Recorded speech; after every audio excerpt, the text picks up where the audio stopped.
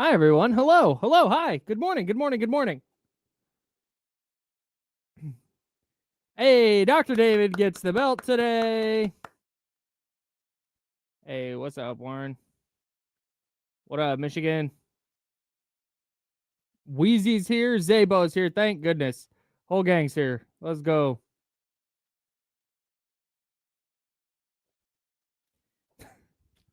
Kyle, I don't know what happened, but both my earpieces are working. Nice. Hell yeah. Yeah, man. Nick Ahmed retirement rocked the world today. I don't think anyone had that on their bingo card. What's up, Ramsey?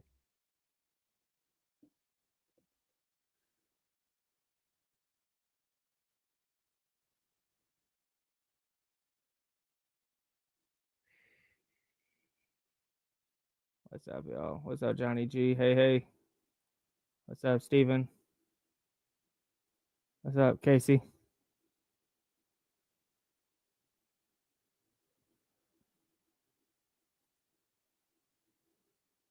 What's up, Will? Hello, everyone. FYI, we'll talk about this when Kenny gets in here. What's up, Lazy? What up, Adam? What's up, Pete? I don't Chester's know here. if you clicked that we would talk about. No. P-Dub. What's up, Kels? What up, y'all? We're going to do a family trip to a River Cats game. Oh.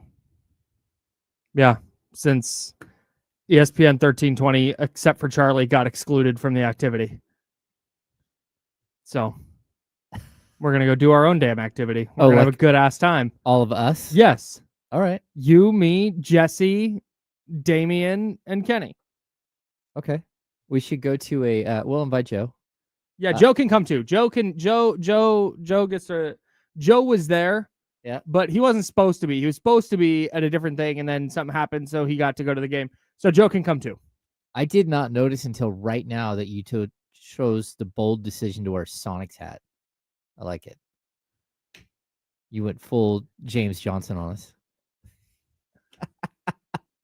I don't know, man. I just mess with you.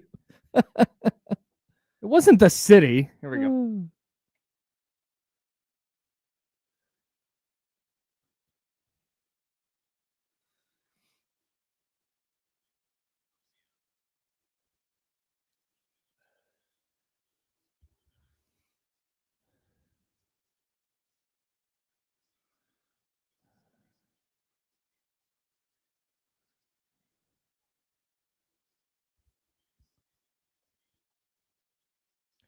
Hi, good morning, everybody. Hi. Hello there. That's James. I'm Kyle. Joe Brazil on assignment today. But Joe is still emotionally.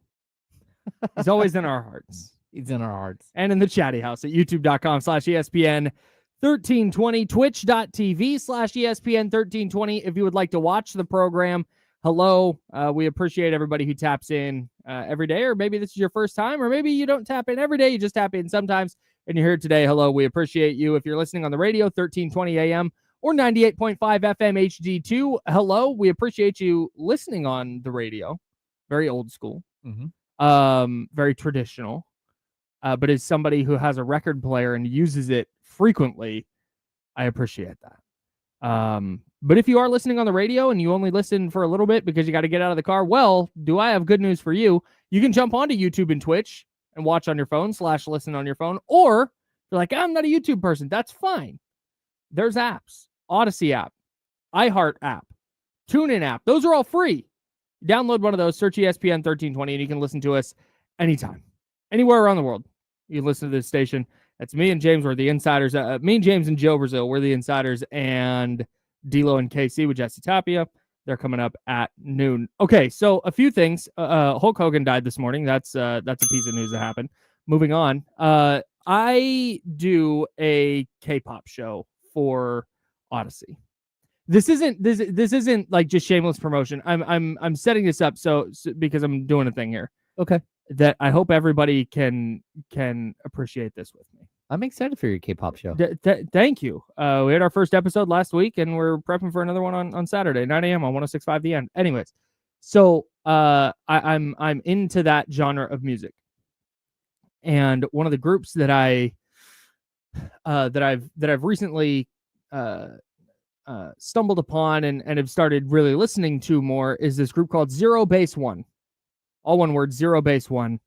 Good So Bad is a really fun song if you want to check it out. But anyways, they dropped a new song yesterday. This is sports related, actually. You're going to be shocked that this is sports related. Oh, okay. They dropped a new song yesterday called Slam Dunk.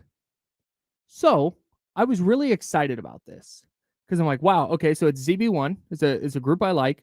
They're doing a song called Slam Dunk.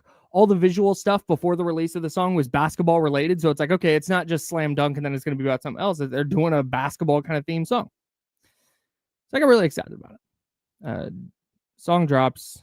I didn't get to check it out till after the show yesterday. Okay. It is the fastest I've ever turned off a song. Oh, no. And you might be wondering, well, Kyle, don't you have to listen to the whole song to give it a chance? No, I don't.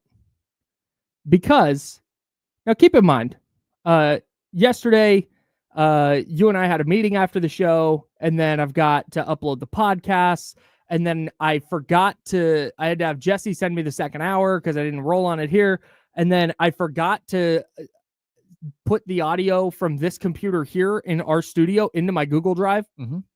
So I had to sit out there and wait for Kenny to go to break so I could come into here and log into this computer and move that file to my Google Drive. I had a bunch of writing to do yesterday. It was just a mess. I was here till well after 3:00. Okay. Just had a lot to do yesterday. And it's fine. It's fun. I like my job. But I finally get to listen to the Zero Base One song. And listen, if you don't, just peeling back the curtain here, you know I'm a Bay Area guy, Warriors fan. Listen to how this song starts. It's kind of subtle. So I'm going to do my best here to, let's see. This is that one. I hope they don't get mad at me for playing the first part of this, but here is how this song starts. See if you can, I just keep an ear out.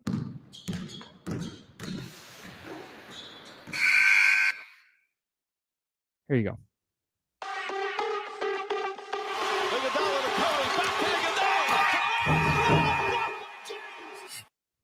Oh, that doesn't sound good. Did you hear what the highlight was they played? What is the highlight? Did you know? Oh, okay. Don't listen to the little highlight that's playing in the background.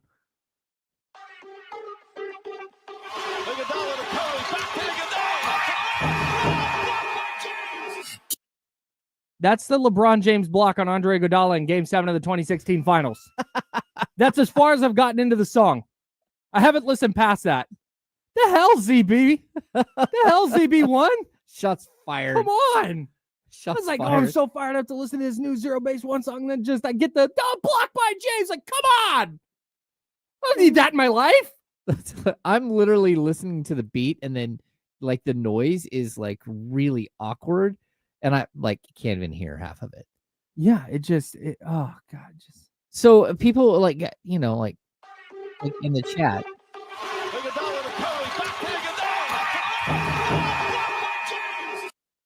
Yeah, like people like almost all of our intros are K-pop songs. Like I dig. I wouldn't say all of them. I dig the intro stuff. I hope so. I like their music. I like the music that we have. I hope so. So I'm not like anti K-pop, like because I see in the chat like people like, oh, James is like, what WTF? Like I'm like, oh no, I'm fine. I just like this is pretty. It was like a little jarring, and the LeBron James thing, like that hits you. It doesn't hit me. I'm like, for 99.9% of the world, nobody cares. Mm-hmm. Or if you're from Cleveland, or if you despise the Warriors, you're like, hell yeah, love that highlight. Favorite thing that's ever happened in basketball. It's an iconic play in the NBA. Yeah. That the LeBron block on Iguodala and the Kyrie 3 over Steph are two of the like 5 most important plays in NBA history. 2 of the 5 biggest plays in NBA history. It's all happened in a span of 5 minutes or whatever it was in that game. What year is that? 2016. Okay. I think I was there for that. Yeah. Was that in Cleveland or was that in Golden State? I was in Golden State. It was Game 7. Yeah, I was there. Yeah. I'd hope you remember being there for they all arguably the biggest game in NBA history. Like, holy smokes, man. I got so excited to listen to that song. And then I hear, well, the first time I went through, I heard Curry and I was like, oh, Mike Breen highlights. And then it started connecting because it goes Iguodala to Curry, back to Iguodala. Then he goes, oh, blocked by James. It's like, oh no. And then just turned it off. Go listen to their old stuff. I'll go listen to Blue Paradise. There you go. Shout out to Zero Base One. Their new song Slam Dunk out now. Yeah, it would. You won't hear it on the Saturday comeback on 106.5 The End. It is like Miss Mac says, so it's sort of like starting off with the Robert Horry 3 in Game 4 of the 2002 Western Conference. Right. Finals. Like imagine you're getting fired up to listen to whatever your favorite group is. It doesn't have to be a K-pop, but you just your favorite, your Drake fan or a Kendrick Lamar fan or a Taylor Swift fan, and you're just tapping. You're like, oh, new song, and then you just hear the Robert Horry highlight. Like, I don't want this. Shaquille O'Neal back to the free throw line. Oh god, just Game 6 this thing. Goodness gracious, man. I still can't wrap my brain around that. I know I don't want to rehash old stuff, but while we're here, it's July 24th. Bear with us. I still can't wrap my brain around how readily just it feels like one of those things that talking about the 2002 Western Conference Finals. Yeah. One of those things that happened and is insane, and everybody knows it happened, and everybody acknowledges that it happened, but nobody quite acknowledges how insane it is. Yeah. An NBA official fixed a game in the conference finals on purpose for money and made all these phone calls to, what's his name, Scott Foster, like 900 phone calls, and Scott Foster just refs still. Yeah, but like, and it just it feels like the kind of sports scandal that should destroy a league. Yes. Yeah. And it's just like, oh yeah, dang, that happened. Well, anyways, what? You robbed a team of a championship. Yeah. Not because of a bad call. That's a different thing. If there had been a bad call that happened, like, man, when Kobe elbows Mike Bibby, like, let's just assume that's the play that was the context of the game. Mm-hmm. Or that's like the blown, that was a blown call. It'd be like, okay, like you can't miss that call, but sure, man, whatever. You fixed the game on purpose. You made sure one of the teams won. Everyone's just like, oh, well, like, all right, I guess. Yeah, Anyways, it's tough. Sorry, guys. Like, as someone who, again, lived through that, it's much more bitter than Iguodala getting blocked, because at least you had totally 4 other championships. It's the worst. No, it's and I'm not saying this because I'm in Sacramento. I would say this if I was in Houston or Charlotte or pick a market. I don't know why I said Houston and Charlotte. That was weird. If I was in just a different market, yep. It's the worst, like the worst loss ever. Like, it's the worst way you can sustain a defeat. It almost cost Sacramento their franchise. Yes. Like, I mean, they had all this positive momentum, like, in that era to build a new stadium. Of course, the Maloofs, like, like tanked Q&R that would have built, would have given them like $850 million to build in the rail yards. Mm-hmm. But I mean, it almost cost Sacramento their franchise. Yeah. Like, that would have been like so easy. If there would have been a championship right then, it would have been, okay, just build the arena now. Like, it's over. Yeah. Yeah, it's go time. Yeah. But no, just tough. It's you're right. The LeBron chase down block on Andre Iguodala is not that's a different category of thing. Yeah. Because that is, a bad thing happened because one of the greatest players who's ever put on a uniform made a play that he alone could ever make. Oh, yes. And if you separate fandom from it, it's like, wow, what an incredible moment. This is why we watch sports. Mm-hmm. Like, the Warriors were off and running. They were doing their thing. And Andre Iguodala was going to go score that basket, and then they were going to pull away because that's what they did all year. Oh, here we go. They're off and running. It's the Warriors. And then, nope. It's just a perfect encapsulation of the Warriors were going to go 73-9, and they were going to go win a championship, and then LeBron got in the way. And that, so like in the context of NBA history, that's an amazing play. Yep. What happened to Sacramento in Game 6 of the 0-2 Conference Finals is a travesty. Oh, it is a complete that goes travesty. beyond, this play there, that play. And I've talked to people about this, about like Game 7. The Kings came out and just choked away Game 7. Mm-hmm. Didn't shoot it well. No, they missed all their free throws. Missed all their free throws. Couldn't make a three. It was just brutal. Uh-huh. But that's separate. They had it taken from them by the official who was betting on the game. That's insane to me. That's just, I don't know, man. Like I said, I didn't plan to bring up old stuff here, but you brought up the 0-2 you brought up the 0-2 Conference Finals, and I still just can't wrap my head around that. Everybody's just like, oh yeah, man, that sucks. It's tough look. What? Tough look. Tough look. Yeah. All right, I guess. Yeah, absolutely incredible. I guess, man. All right. Anyways, shout out to Zero Base One and the 2002 Sacramento Kings.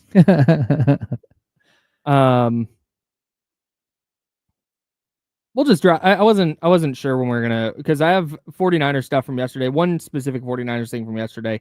Nothing major happened at either 49ers or Raiders camp. It's day one. They don't even have pads on yet. You've got the Niners, for example, had a bunch of veterans resting because they're not going to participate in team drills after an off day, so they can be ready to participate in team drills, because after an off day is usually a slower practice. Then they have their big practice, and then they have another slower one to finish the week. So nothing huge to take away, but there was a Jauan Jennings thing from yesterday at Niners camp that I want to talk about. But it is amazing because we're reading this thing in ESPN today about 20 anonymous executives got surveyed and asked about this year's rookie class. Mm-hmm. And one of the notes in there from one of the anonymous executives was that Dylan Harper might render De'Aaron Fox expendable for San Antonio. Yes. And I just cannot, and I mean, we talk about this with the Kings all the time, how everything kind of went sideways for them. But for De'Aaron Fox specifically, he looked to be on this path to, man, could he be an MVP candidate, a perennial All-NBA guy? And now he's just expendable? Could be expendable? That's crazy, man. It's crazy, but I also, it's tough because, first of all, he can't be extended until August 3rd from Mm-hmm. what I've heard. Mm-hmm. So whatever's happening right now, he can't actually get his extension. Oh, interesting. But if you're the Spurs, do you give him a full max extension, knowing that you very well could have your point guard of the future between two different dudes, mm-hmm. between Stephon Castle and Dylan Harper? You might have not just one, but two different point guards that mm-hmm. you could easily, you might be able to replace Fox with. Do you give him a max extension? Because I got to be honest, the Kings, they pulled off a trade a few years ago. I don't know if people heard about this one, where they traded Tyrese Halliburton for Domantas Sabonis. And one of the reasons why it was Halliburton that went and not Fox was specifically because teams around the league didn't want to take on Fox's contract then, when he was making $30 million. Mm-hmm. He had just signed his extension and was going, it would have been a lot of money. Yeah. Well, now Fox is eligible for a max money extension. He can't get the super max, right? But he could get a 5-year extension this summer that would pay him, I don't know, close to $300 million, and maybe more than that. Golly. And if you're the Spurs, you're looking over at him, and then you're looking at the young group of players that you have. He doesn't fit the timeline. He doesn't, and I know he's not old. And I mean, he's 27 years old, right? And I think he'll be 28 in December. Mm-hmm. But we're looking at a player that, if you give him that money, you might not be able to move him. And then what do you do when you have Castle and you've got Harper? Right. That's and like you said, it's not that he's super old. No, it's not that he's some 35-year-old and they've got to figure out, okay, but if Dylan Harper and Stephon Castle are going to be the two guys that are going to be your primary ball handlers moving forward, what is De'Aaron Fox doing there? Yeah, I mean, for the next year or two, he's going to be a huge piece of what they're doing, No doubt. right? But one of those years is covered under his current contract. Mm-hmm. It's that other contract that we're talking about that could be like, oh, and if I'm them, I don't think you trade him right now, but I also you have to at least keep an eye on 2027 for them because that's the year that the Kings have their unprotected pick, and the Kings have now traded the back end of that pick. But 1 through 16, it's unprotected for the Kings. Like the Kings could get their pick if they're not a. I mean, that could be a bad team if they go fully young. And I don't care how gifted Victor Wembanyama is, if you don't have at least some veterans around you, it's tough. But yeah, interesting stuff, man. All right, we got to step aside very briefly. We'll have a 49ers training camp takeaway from yesterday. I think a Jauan Jennings extension is right around the corner. And I'll tell you why next. That's James Hamlin, Kyle Madsen. We're the Insiders. We're sponsored by Jiffy Lube. You're on ESPN 1320 in Sacramento Sports Leader. Clear? I agree with this 100%. If he was in Sacramento, Reb Mike, De'Aaron Fox would have had the max. Yeah, that's true. Rich Paul problems. Yep. There's a team that could use De'Aaron Fox. Yeah, I'm intrigued. I mean, it really does come down to like a player pushed a button and the team folded when they didn't have to.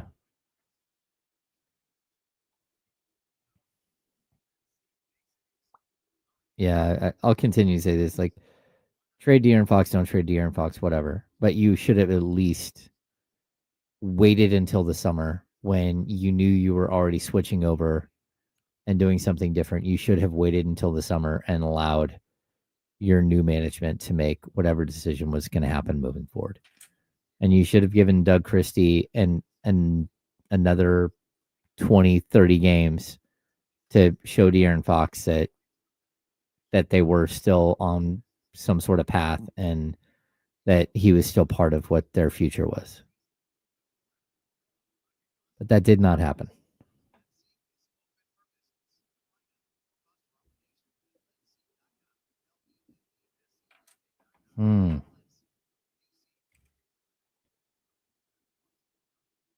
Quintez Cephas, 49ers legend. Oh.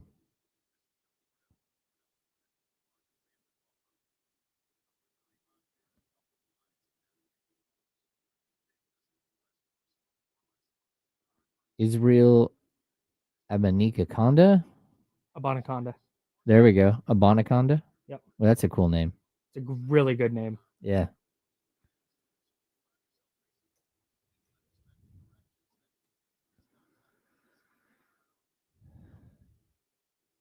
Fox didn't check out. Go back and look at his stats.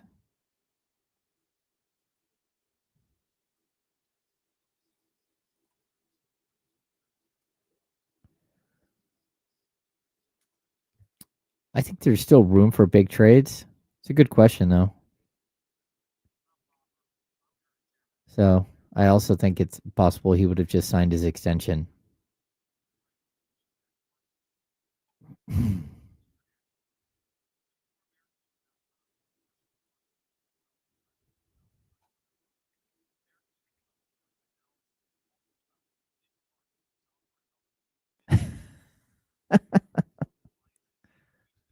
David Jackson, you're ridiculous.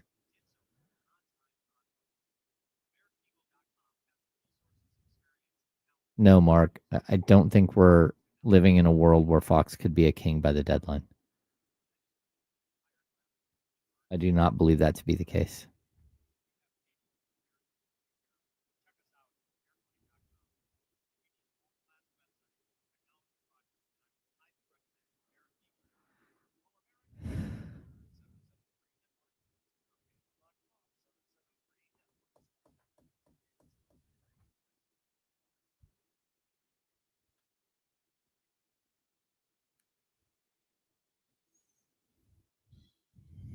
Now, back to the Insiders with James Ham and Kyle Madsen, brought to you by Jiffy Lube on ESPN 1320.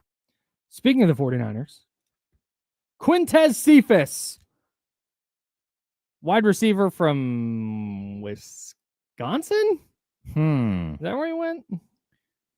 Well, check the press release here. You have to go Quintez. Oh, there University of Wisconsin. Hell yeah. Good call. Hell yeah. Quintez Cephas signs with the 49ers. They have released Israel Abanikanda.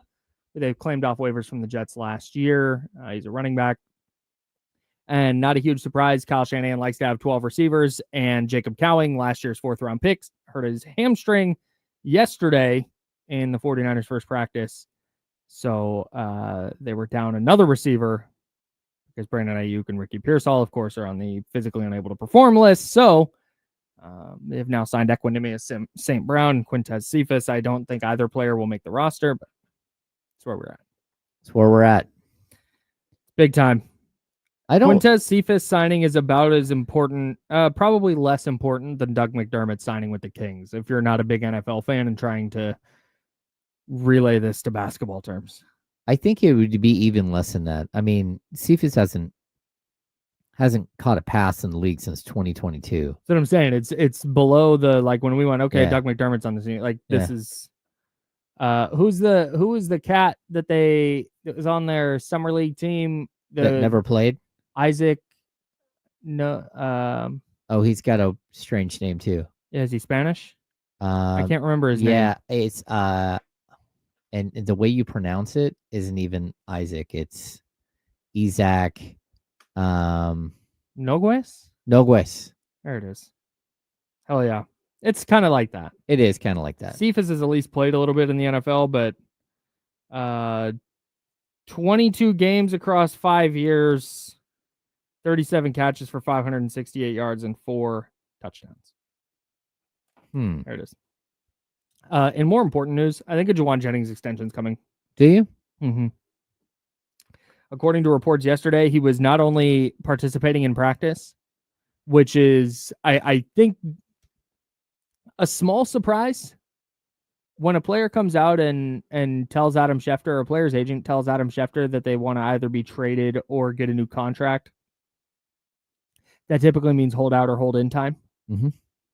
And the fact he was on the field participating, and according to Nick Wagner, who noted this in his, Nick Wagner, our buddy, friend of the show, covers the 49ers for ESPN, does really good, like, single tweet breakdowns of practice. Mm-hmm. They're long form, but they're bullet points, interesting observations. They're a really good read. But one of the things he noted was that Jauan Jennings was, like, practicing hard, was stepping up to take the first rep on all individual drills. I was running with the first team in team drills, and just doing all the things that a number one wide receiver does. And if I'm guessing the 49ers and Jennings aren't super far apart on money on an extension, unless the 49ers are like, you're not part of our future, goodbye. Yeah. But I don't think that's going to be the case. That behavior from Jauan Jennings, to me, maybe he's just a dog and that's how he's going to attack everything, whether he's making $0 or $20 million. But I am of the belief that approach was, hey, we're this far apart on money. It's not insurmountable. You go out there and show us that you still want to be here, and we'll push this thing over the finish line. That's how it looks to me. Yeah, I mean, the only thing we're missing is, like, Jauan Jennings going over and giving Kyle Shanahan, like, a high five. Like that, when you see a player go out there and actually practice and play hard and everything, putting it all out there, that means that they intend to be there. And, I would be surprised if he, like, said, okay, hey, I was here for a couple of days. Now I'm going to disappear because you guys don't want to play ball. Like, it does seem like positive things are happening there. Yeah. Yeah. And you're right. It wasn't, he came out to, if he had gone out in uniform and gone through stretching them and like, okay, I'm done. And then gone off to the other field and done individual stuff like we've seen happen. Yeah. But he didn't. So that leads me to believe that there's something happening for Jauan Jennings on the contract. If I'm Colt McKivitz, I'm just, like, literally wandering around and just in every picture standing next to Jauan Jennings. Like, hey, why are you right here? I don't know, man. I'm just like, hey, Colton, this is individual receiver drills. What are you doing here? Hey, can I give you a piggyback ride to the next drill? Like, you see the two guys like Just a buddy comedy. what is happening? I don't know. I just want to be near you. That's all. No particular reason. Yeah. Colton McKivitz, if you missed it yesterday, Colton McKivitz is basically in the same spot contractually as Jauan Jennings. And Kyle Shanahan just happened to bring him up, like to put him in the same conversation. And now if I'm Colton McKivitz, I'm like, yeah, bro, I want that contract too. I am underpaid. It's a great point by you, Kyle. Yeah, but like I said, still day 2 of camp today. What you're hoping for if you're a fan of the 49ers or Raiders through these first couple of days is no real earth-shattering news. Because usually earth-shattering news at this point of camp is bad.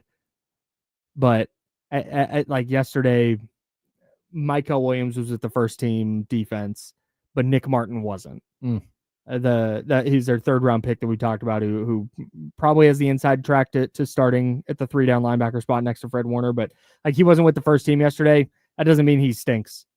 It's just they typically give veterans that run early and then work in the younger players. So you're probably hoping for no news more than news at this point. Well, yeah, I mean, I think the best news is that you get through one more day of camp without a catastrophic injury. Yeah, that's typically what you're hoping for. It's kinda. It's early in camp. You're hoping that you don't have that one like, oh man, are you kidding me? Yeah. Like where you have to hit a reset button on what you're thinking about. Whether it's your entire season or like attacking a free agent market because you lost somebody. Yeah. The Cowings injury clearly opened the door for the 49ers to go out and sign an additional wide receiver, but I kind of felt like they're heading that way anyways. They're doing that, but that's the thing is they're not signing.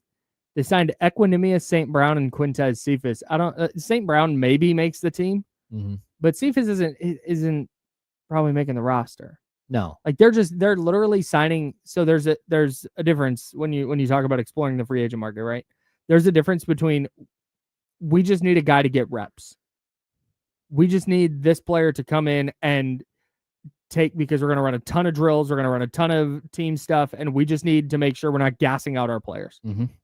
That's a huge reason that Quintez Cephas is on the roster. But if they had gone out and gotten Gabe Davis or Amari Cooper, we talked a little bit about yesterday. If they go out and sign that, it's like, oh, okay, they really think that they have a problem, but they very clearly don't. They're going to go with Jauan Jennings. They're not super concerned about Ricky Pearsall, who they expect back by Sunday. All right. You guys got it. It's good. I mean, I hope they've got enough wide receivers. That's going to be the question at hand, and it does question all year. Not feel like they address the situation in the same way that it doesn't feel like they addressed the defensive line questions last year, or the offensive line questions, or the offensive line questions going into the draft.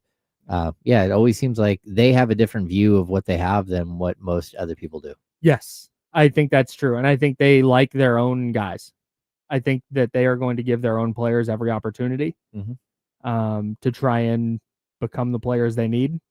And I think they've been burned by some free agent situations in the recent past. And they're just going to go, all right, instead of adding offensive line help, we're going to hope that Nick Zakelj, a 2022 6th-round pick, has developed enough to potentially start at guard. Or Ben Barch, who they found on the scrap heap. I say scrap heap. I think he was on the Jags practice squad. Like, that's how they're going to try and find this help instead of going out and actually paying Amari Cooper or paying Gabe Davis, the wide receiver. Yeah. It's going to go, all right. It's Ricky Pearsall drafted Jacob Cowing last year in the 4th round, drafted Jordan Watkins in the 4th round this year, signed to Marcus Robinson. We're good. All right. It's kind of interesting. You got it. Because very seldom do they give young wide receivers an opportunity. Yeah. I mean, Ricky Pearsall had some opportunity last year, and that was mainly because of his situation.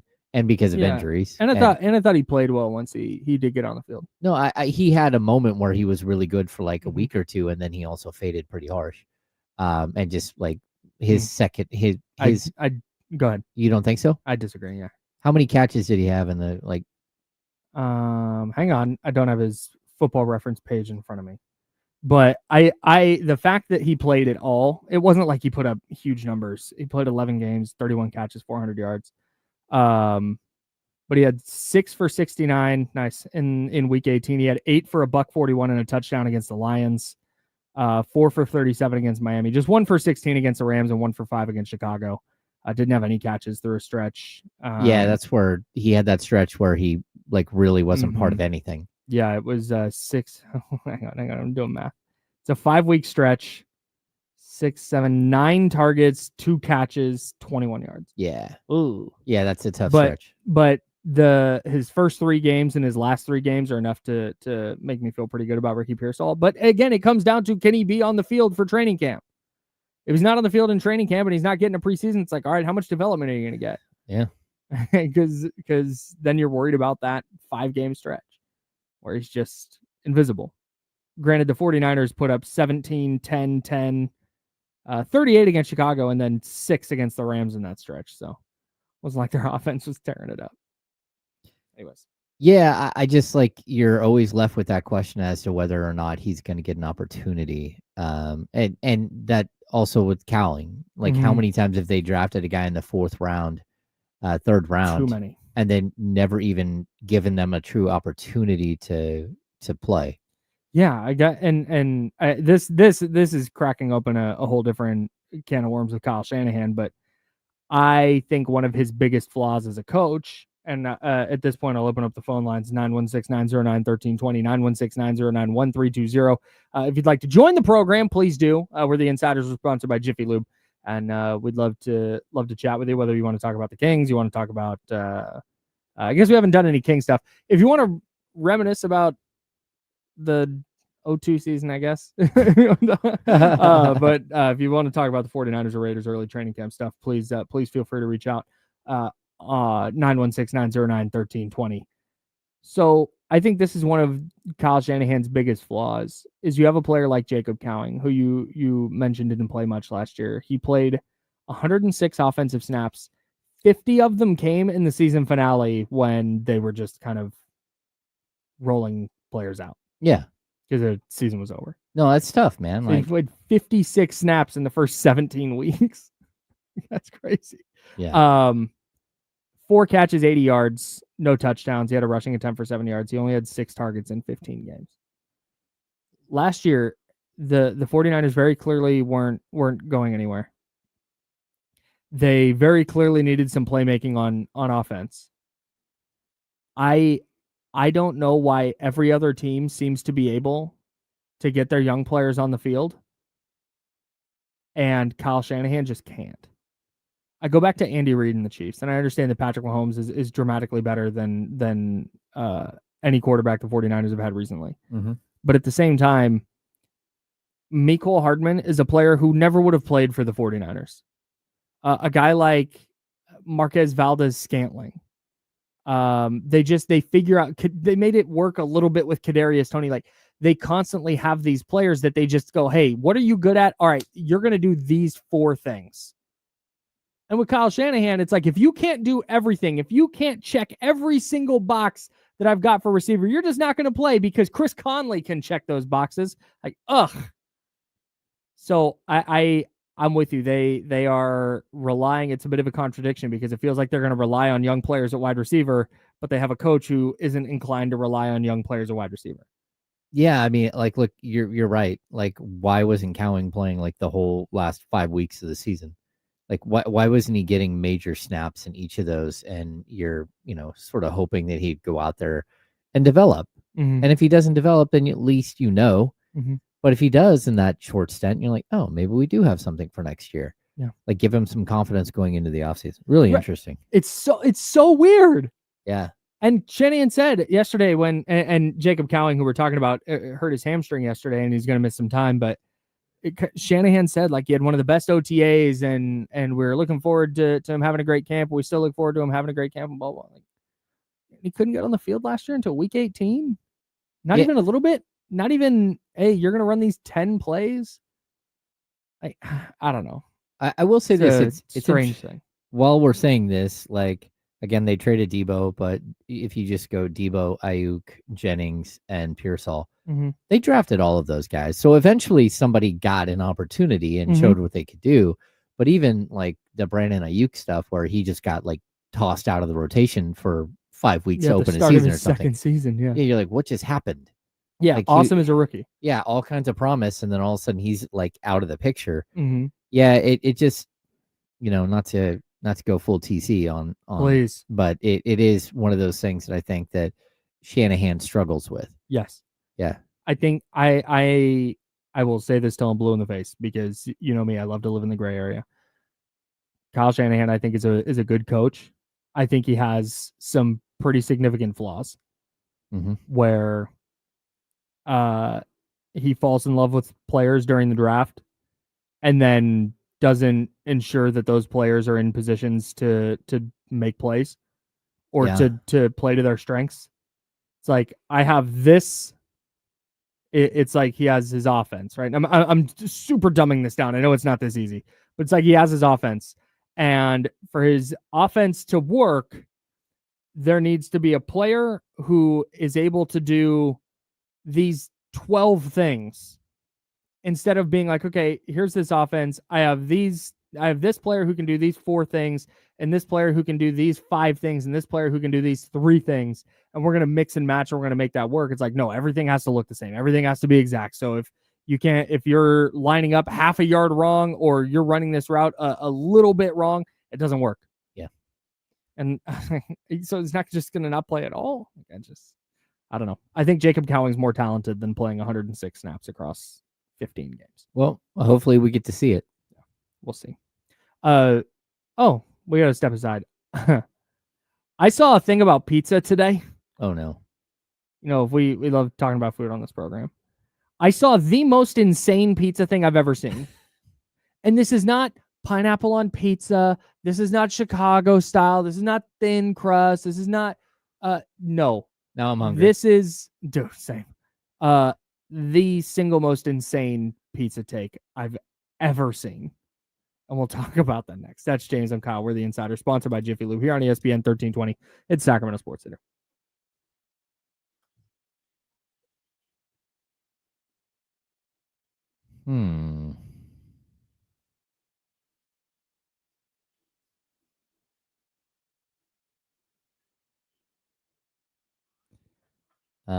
Oh wow.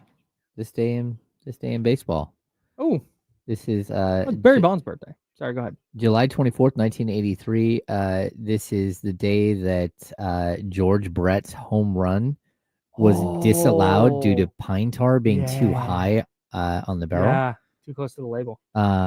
Yeah, which it was. But when George Brett lost his mind. I think I share a birth date, like the day with George Brett.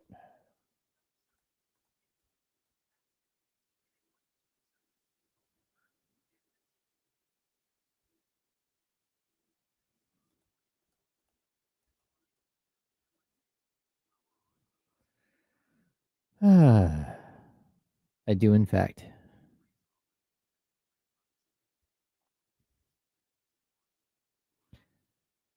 Yeah. Hey, this is something that's happened lately where I've gone, and I'm not a super big fan. And I like mango, but I'm a big like mango salsa guy. But I'm not big on mango on pizza. Oh, sorry. I tried Motorhead Pizza. Motorhead Pizza, I believe, has brought pizza in quite a few times, right, Kyle? Yeah. Yeah, Motorhead's good. It is good stuff.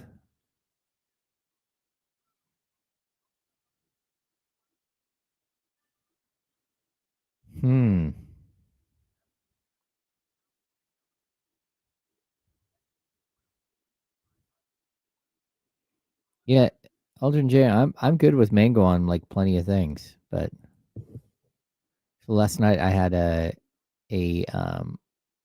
ahi poke with mango. It was good.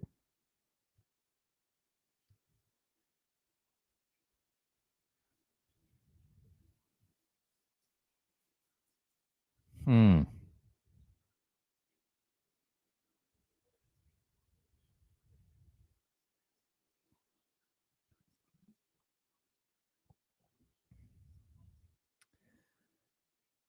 You know, Zabo, I can understand not liking mangoes. And to be honest, like mangoes are really tough to work with. Like if you're gonna like dice mangoes, because the pit is like super wide and flat, and so you've got to like it's just a difficult thing.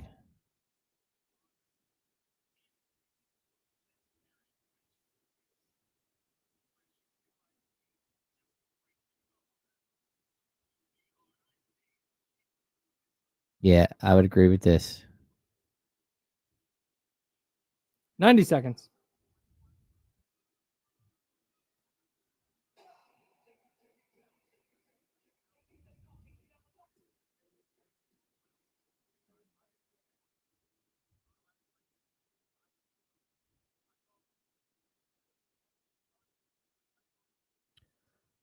I used to have this neighbor that they didn't live.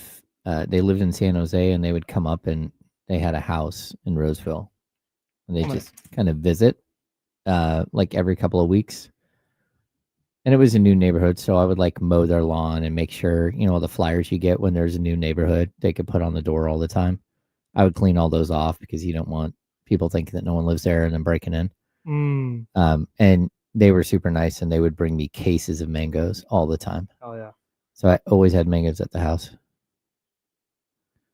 Then you have to learn how to like 30. like peel and slice a mango.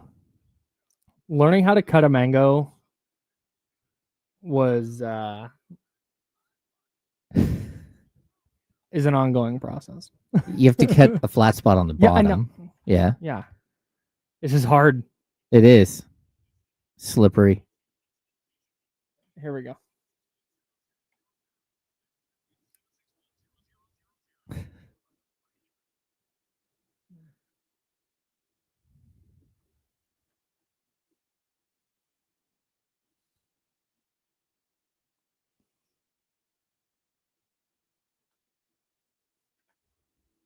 Now, back to the Insiders with James Ham and Kyle Madsen, brought to you by Jiffy Lube on ESPN 1320. I'm Kyle. He's James. We're hanging out with you till noon, then we'll hand it off to D-Lo and Casey. We have more sports stuff to talk about. I want to look at, we're going to punt the Warriors, and we're going to look at the best players under 25 for the Kings, A's, Raiders, Niners, and Giants. We're going to look at each team, and we're going to try and find the best player under 25, because that's a fun exercise that I like to do from time to time, especially since so much of this July has been about Neat Clifford, who's under 25. Somehow Keegan Murray still is. Barely. By 3 weeks. Just barely. He slides in under the wire. He's 24 and 350 days or something like that. Yeah. Keon Ellis, Isaac Jones do not fit this bill. They are both 25. Tough. We'll get to that for sure. But I watch a lot of Great British Bake Off. Oh yeah. Talk about game shows, competition shows. Oh yeah. Baking is a sport. But I'm joking, it's not the case. But I love Bake Off. It's one of my favorite things. So Lottie, who is a contestant on Bake Off, and my favorite thing about the show is one, the baking. Two, it's just a great background show. It's so calm. Everybody's nice. Yeah. And they lean into kind of the personalities of the bakers. And so you just kind of start to really enjoy that kind of person. Like Rahul is a legend, and Dylan from this past season's a legend. So Lottie is one of the characters, or one of the people that I thought was hilarious. So I follow her on Instagram, and she posts a lot of fun recipes and like easy. You get invited to a dinner and you have to bring something. Here's a quick bread you can bake or whatever it is. Just it's awesome. Okay. She posts. I want to read this verbatim because it made me consider it's the most insane pizza take I've ever seen. And it made me consider unfollowing Lottie and not taking food advice from her ever again. This, I'm going to say the word stick here. It's like flack. This gruff I'm getting for guff I'm getting for my take. Here it goes. This stick I'm getting for putting sweet corn on a pizza in my latest reel is wild in all caps to me. It's a fairly standard pizza topping over here in the UK, isn't it? Now I'm doubting myself. It gets worse. Sweet corn on pizza. Insane. 2, that being a common topping, worse. Here's the worst part. There's a multiple choice poll below it. Is sweet corn on pizza a thing? Is the question. So I voted because the answers are yes, obviously, and you live in the UK. Mm-hmm. Don't be mental, and you live in the UK. Never heard of such a thing. You live outside the UK. Or yeah, it's great, and you live outside the UK. So I voted never heard of such a thing, and I live outside the UK. Okay. That only accounts for 20% of the responses. Oh, wow. So you'd think, oh, don't be mental and you live in the UK must have a really high percentage. No, that's only 11%. And yeah, it's great and you live outside the UK is only at 8%. That means 60% voted yes, obviously, to is sweet corn on pizza a thing. Oh, that's weird. I've got to tell you, look, I am not... I'm very anti, like, do eat this, don't eat that. Like, you would enjoy your life. I don't care. You like pineapple on pizza. I do. Not my favorite thing, but I'm not going to sit here in judgment of you as a person because you like pineapple on your pizza. I like combo pizza with pineapple on the combo pizza. Okay, now I'm judging. That's crazy. It's spectacular. No, but again, it's like, okay, you like that. I don't. Moving on. Cool. Sweet corn feels like a lot.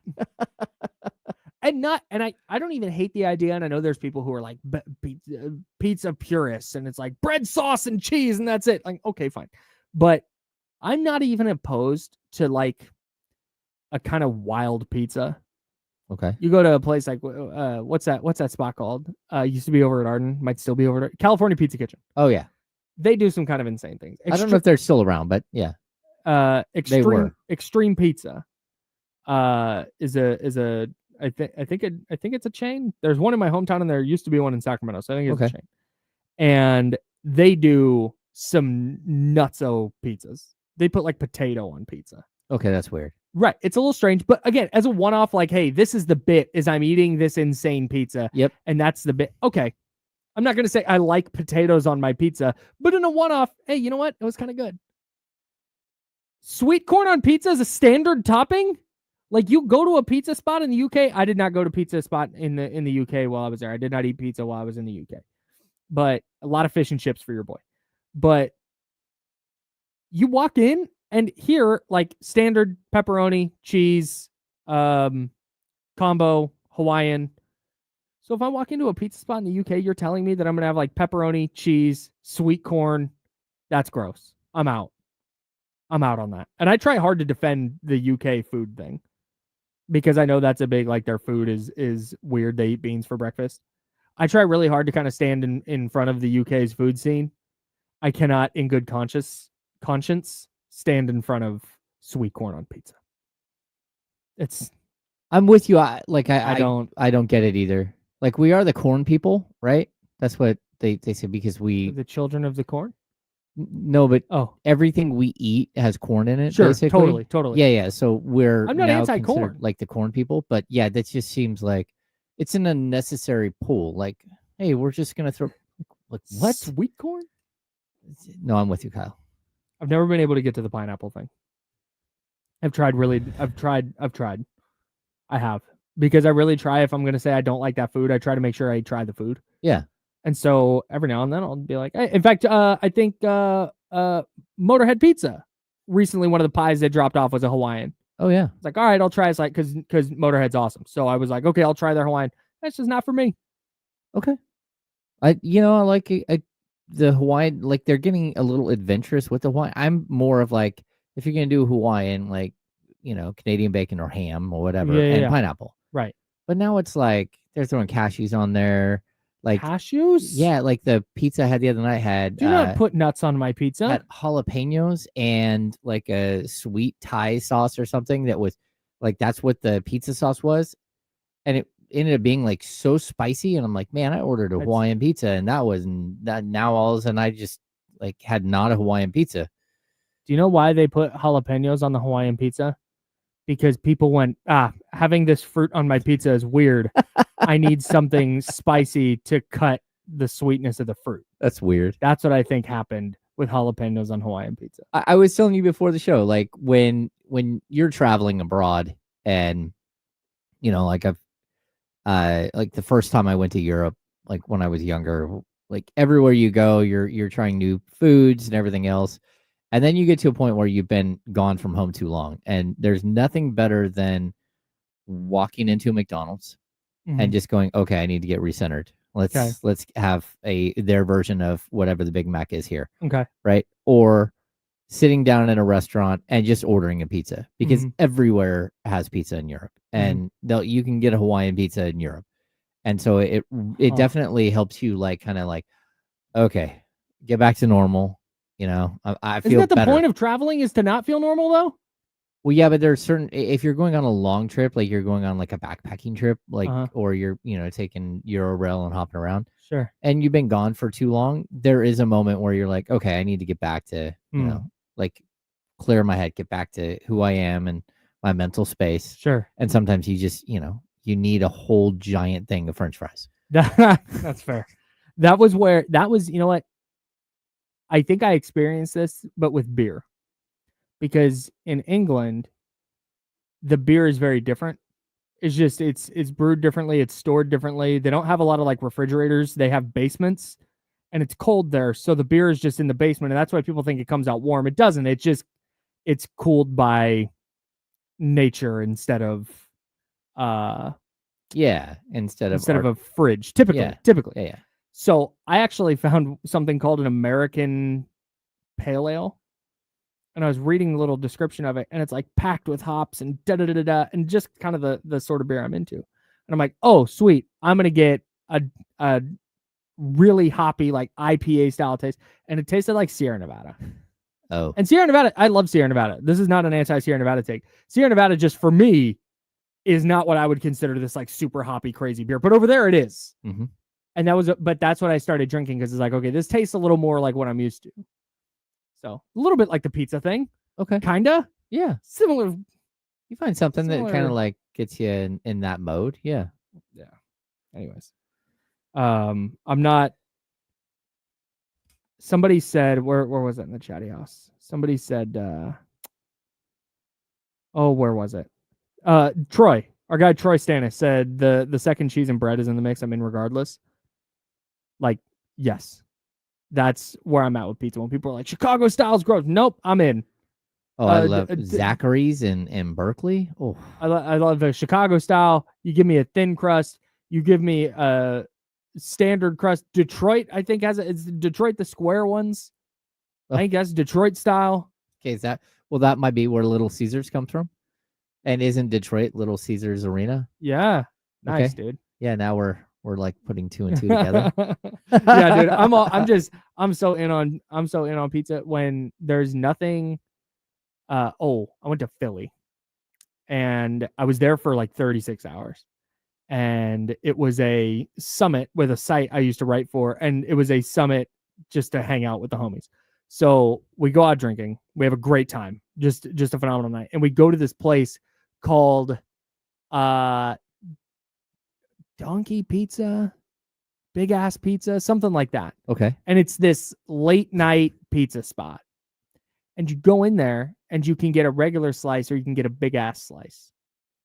And I've been drinking since 2 p.m. and it's now 3 a.m. and I'm like, give me that big ass slice. Let's go. It is like, so imagine like a large pizza. Yep.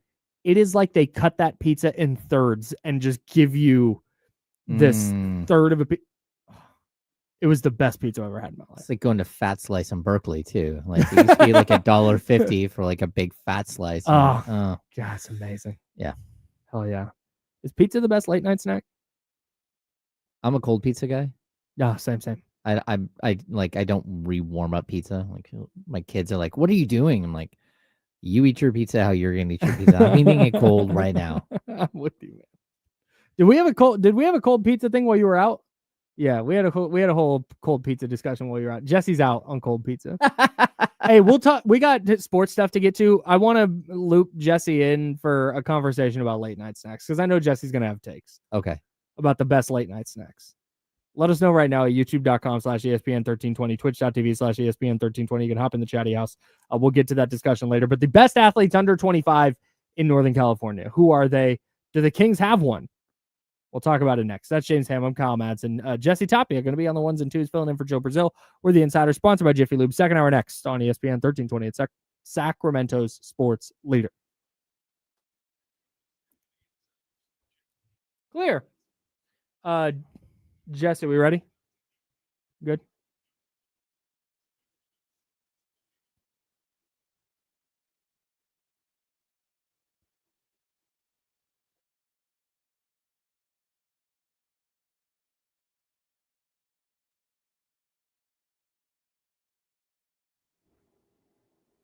And we're back. Mics are on? Mic's on. They're not. Well, there we go. And we're back. And we're back. What's up, Chatty House? What's up, guys? Yeah, see, this is it. You can't reheat the pizza in the microwave. If you're going to reheat the pizza, you got to go oven or air fryer. Air fryer. Yeah. Yep. Round table isn't bad in the microwave. I will say that. That's probably the one that holds up best. It's not like the greatest, but you can deal with it. You know, I didn't hear the Zach Lowe discussion on Vivek. Oh, I did. I didn't see that either. Oh, wait. Oh, okay. We got clips. Oh, really? Yeah. Okay, I did not. I have not seen that. We can just do that right now. We can just. That's right, Casey Tucker Band. React live. We eat pizza, cold pizza, like your father before you. It's true. Shout out to my brother. Happy birthday to my brother. Oh, hell yeah. He's 25 this year. How do people know your brother's birthday is today? I think I mentioned it yesterday. So shout out to Zabel for remembering. All right. Absolutely not, Chris Ochoa. That is scandalous right there. I will though, like Costco has their cauliflower pizza is really good, especially now that they do like the combo. Yes. Yeah, because I used to like buy it and then throw on pepperoni. Yes. But now they actually have it with. The real move is to cut up your own vegetables. Because the little frozen vegetables they have on there, not enough. I used to love Tony's pizzas, like when I was younger. They're the cheapy pizzas. Yeah. But of all the cheapy pizzas, they were always like the one I would be like, oh yeah, I'm gonna do that. And you can eat like the whole thing. What was I doing? You were looking for. Oh yeah, that's right. Zach Lowe stuff. Yeah, that's right. Is today Mitch's birthday? Miss Mac? We had Mitch on the show yesterday. He heard us talking about him and called in. Mitch from New Jersey? All right, here we go.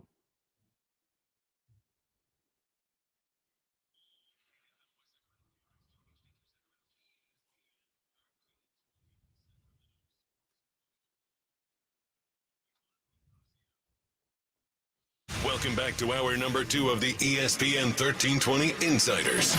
Get ready for the most up-to-date sports news and talk with the ESPN 1320 Insiders.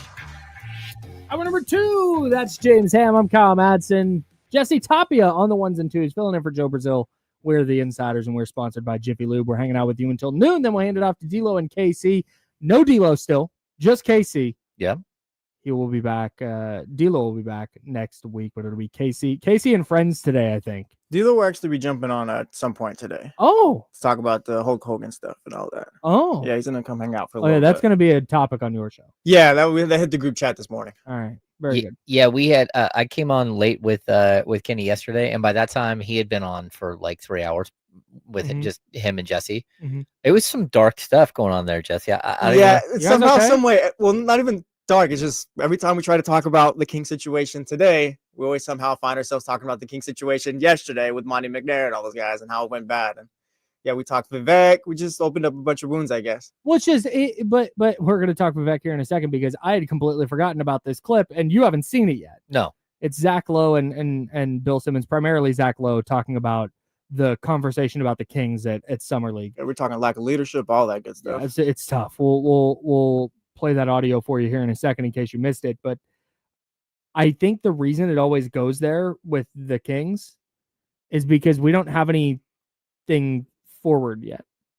No. What we have is Nick Clifford looked amazing in Summer League. Mhm. Maxime Reynaud looked awesome in Summer League. And They signed Doug McDermott. Doug McDermott and Dennis Schroeder are here. Like, that's kind of where we're at.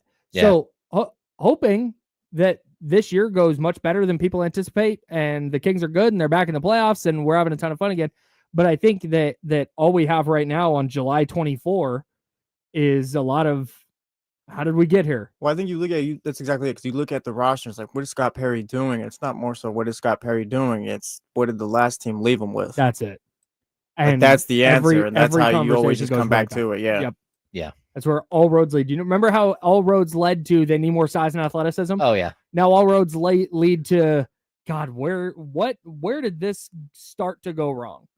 Or what's the worst thing that went wrong? Like, it's just That's kind of where it started yesterday. I popped on not knowing what I was getting into, and it's like, Yeah, essentially yesterday we were just trying to figure out like where was it just like beyond the fixing. point. Yeah. Yeah, the Mhm. point where it Yeah. started to go backwards. Yeah. Okay, what do we got here? All right. So here's Zach Lowe on the Bill Simmons podcast. Bill looks like hell, first of all. Here's Zach Lowe talking about the conversation around the Kings at Summer League. And Bill Simmons chimes in a little bit, but I'm more not concerned with, but hearing Zach Lowe says a lot of what we tend to say out here. Mhm. And that being on the national conscience is tough. Here's Zach Lowe. Just the amount of like collective league-wide almost sorrow about what has happened to the Kings in 2 years, like how they went from the feel-good story of the NBA to like nobody even really wants to talk about them. They're like mediocre and boring and directionless in a way that other teams even are like, man, it's kind of depressing over there. You know, it's just I don't know. It's funny. They just became the Kings again.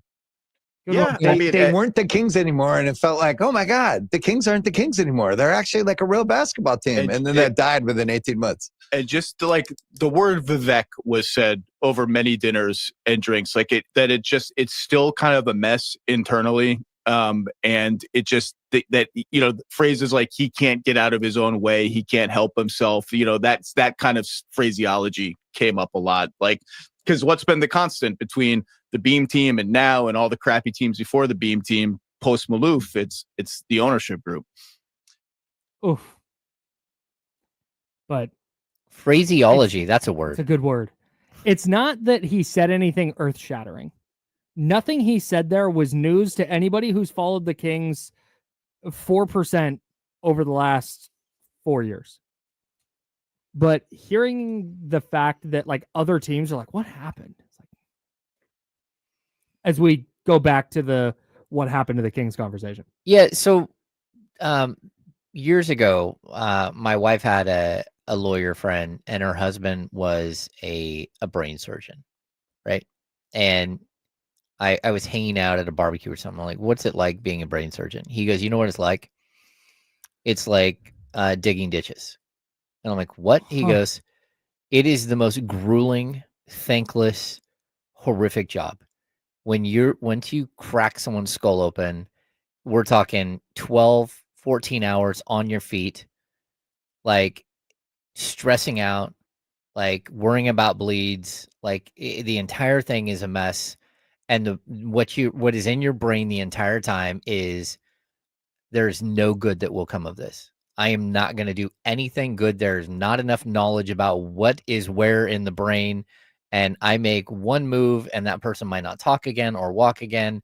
Like he said, it is one of the most grueling, brutal things that the reality of the job is so horrible. That sounds, I'm stressing out hearing you talk about him talking about his job. Yeah, that was pretty heavy right there. Yeah. And Crazy. so what he said, and just like the look of horror on his face, just Sure. like he's like, you have no idea what the patient is going to come out Right. looking like, Totally. or talking or walking or anything most of the time. Like we're flying blind all the time. And so the reason why I bring that up is because this didn't have to be one of those jobs. It didn't. And it turned into one of those jobs in like 3 months, where Scott Perry now has like one of the most difficult, like horrific jobs in the league to climb out of. Like, how do you fix this? And it's why we start hearing 2027. Like, how do you fix it? It's like, because the switch happened like out of nowhere at like, we like, oh no, like Fox is getting traded. Like we were here talking about it. Like I came on, I think it was a Tuesday morning, and we opened the show with, I think Kings fans need to start getting prepared for the fact that there's a good chance De'Aaron Fox won't be here by the end of the week. Right. And it was like this collective gasp. And then all of a sudden you see our numbers start to skyrocket because everyone's like, oh, wait a sec. And then all of a sudden it just like starts flooding in. Damian came in right after us. He joined us, went in hard, and like the deal was being hashed out then. The thing was shifting. Everything was shifting. Like it happened so quickly that you went from this, like what they're saying, a feel-good story to a, oh no, there's no way out of this. There's no way out of this. Like, what did you do? And like, I don't think I've covered this team forever. There have not been that many moments like this. The one other moment was when you got to the All-Star weekend and you're the 8th seed in the Western Conference after not making the playoffs forever. And on the day of the All-Star game, oh yeah, Chris Clark leans into DeMarcus Cousins' ear and tells him he's being traded. Yeah. Like, be prepared. They're about to ask you about you being traded. Like, of course, we are already on top of that story before it's happening, as it's unfolding. But like the change in direction so quickly to where you went from being like this team that was building something and maybe had a shot at breaking the playoff streak, to a team that like just completely fell apart at the end of the season. And, a year later, you've got 11 first and second year players. Yeah. Like it just happened that quick. And you're like, what in the world just happened? It doesn't feel like there's ever foresight or a plan, or at least anything long term, because I understand the idea. If you have a 5-year plan, you don't have any years or whatever. You don't have any plan at all. You don't have any plan at all. It's the Jerry Reynolds. Yeah, that you always say. And I think there's something to that, but I also think maybe it's not a plan, but maybe a roadmap. You have to be willing to go on a different road when there's a road closure. Yep. Or if there's traffic or whatever. But it feels to me, and this has been the case. I've been here since I started in Sacramento in Sacramento media in 2011, and I started really predominantly being on the radio in 2017. And this has always been the conversation about the Kings. Is it feels like and to Zach Lowe's point, like there's one constant here. It feels like a constant churn to just make the playoffs and forget what the next year looks like or what the next 2 years look like. Just whatever you got to do in the now. We'll figure out the future later. But the problem is in the NBA with salary caps and with contracts and with player values, when you do everything for like just right now, it doesn't, figuring stuff out later is oftentimes this, where you're going, all right, you traded for Zach LaVine, and now you're just kind of stuck for a couple years. And I think that lack of foresight and that lack of patience and that lack of willingness to let some turmoil play out, let some problems work themselves out, I think it's what has gotten the Kings to this kind of point where, hey, probably not great, and you don't love what the future looks like so many times. Yeah, it's so tough because like we're caught in the middle of this conversation where we're blaming Monty and West for not being inactive, and then like the grand finale, what they did on the way out the door. And again, I want to say this like very clearly. Sure. I don't particularly blame Monty and Wes for what happened on the way out the door. I don't, because I don't believe that all of those decisions were theirs. And like it's going to be on their obituary in Sacramento forever that this is what happened in the last 3 months, right? But that was like I just don't know how to explain it. How can you go into a trade deadline and just think that you're going to make moves that will improve the team that will clearly not improve the team, and everybody on the outside can see that you're not going to improve the team, and you go from this really positive thing to this really negative thing in like the snap of a finger? Was it the snap of a finger though, or did we kind of just all lead to that point where like Monty and Wes's bad decisions before that maybe forced others to step in and be like, no, get Zach LaVine now? Because it's like they made the playoffs beam team 1 year, didn't do anything after that. Mike Brown and the front office seemed like they were never on the same page. And then we get to the point with all the contract extension stuff with Mike, and it's just then you get to the Zach LaVine part. Like, I don't know, blame the last part on Vivek, sure, but there's a lot that led to that. I agree, but and if I'm wrong, please let me know, James. I think the snap of the fingers moment was the Zach LaVine thing. Is okay, yeah, a lot of this kind of reached this point, and then instead of going, okay, to hell with it, you guys are done. We're gonna hold on to our assets here. We're gonna get to the summer. We're gonna hire a new front office and reevaluate in their vision. It was, no, you guys are done. Zach LaVine needs to be here. You've got that deal on the table. Do that deal now, because we want to try and make the playoffs this year, and that's what this year is about. And this is the best thing we're gonna get for De'Aaron Fox. Like, I don't that disagree to with me that. That was a mistake. Yeah, and that to me was the snap of the fingers. Like, you're right. I do think it was. There was. Oh, it got broke during the last offseason. Yeah, like the end of the 24-25 season, and then last offseason, whatever happened, it got broken then. 23-24. Yeah, the 24-25 offseason. Yeah. Whatever happened last offseason, like it got broke, and they could not fix it. And not only that, but they didn't get in the same room and work it out. And that's where you had to get in the same room and put all of the chips on the table and say, look, like these little factions and all this stuff, it's got to stop. But at the same time, like, you also like it starts like the LaVine acquisition is one piece, but it really starts with trading Harrison Barnes for DeMar DeRozan. And again, a knee-jerk reaction to failing to land one or two other players that you had your sights on. You had got into negotiations with, a guy like Cam Johnson, maybe a guy like John Collins, or a guy like Kyle Kuzma, that just didn't materialize. Then you do this knee-jerk reaction to just add a player that can score. And it's like, okay, but that's not the style of offense. That's not what you're trying to do here. Right. And so, we all thought, okay, well, Jay Triano has coached DeMar DeRozan before. He's the architect of the offense. He'll figure it out. There was no figuring it out. Right. Like, and that's the problem that you kind of run into. And, at this point, it's tough because you are looking at like a 2-year reset, but the 2-year reset is going to be like, again, trying not to have the whole thing blow up and trying to push forward. And I'm not sure how that happens, because like the one thing that if I'm an NBA player that I don't want to have a franchise ask me to do is give up 2 years of my prime for nothing. No doubt.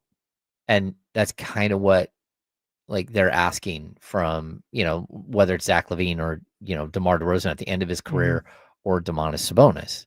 Yeah. Like, hey man, we understand you weren't all league this year, even though your stats were better than the year before, and you weren't all league because your team wasn't as good. And your team wasn't as good, and that's on us. But we're going to have to ask you to, again, if you give Domantas Sabonis a third and a fourth all NBA selection, he's a Hall of Famer. Sure. he might not make the Hall of Fame because of the decisions that happen here about the quality of your team. Yeah. And that's tough. Man, that's brutal. I feel the need to say, we'll continue discussing this. We got to step aside on the radio side and pay some bills, but I feel the need to say this because I think it comes up a lot, and I think that there's that DeMar DeRozan is polarizing in this way. The DeMar DeRozan signing fundamentally altered what the Kings' offense was going to be. Mhm.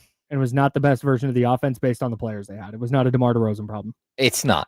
I just want to make that really clear. Yeah, I agree 100%. They committed to him being the offense, and it changed the way everybody else fit. It's the same exact thing when you drafted a guy like Davion Mitchell who was never going to fit your Sure, system. Sure. No doubt. I just want to make that clear. DeMar DeRozan's a very good player. No, he is. He Hall is. of Famer. Okay. That was all. Now we can go to break now that that's on the table. Sponsored by Jiffy Lube. It's the Insiders.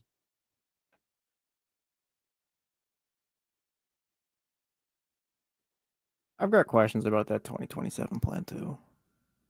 Or not Yeah. even questions, it's more so Scott's really got to get every move right up until then. Well, that's the problem. That's why you I don't mean, want as to far as, like- overpay a Jonathan Kuminga and then not have him become the player that some people in the league think he can be. It's why, you might be able to trade Zach LaVine, but are you going to trade Zach LaVine for a player that has 2 more years left on the contract? Yep. What does the actual contractual situation look like in 2027 when you're going to have to pay Keegan Murray something and you're going to have to pay Keon Ellis something? And my guess is that at a minimum combined, those two will make $40 million next season. Maybe, and if not next season, the year after that, they'll combine to make 40 million.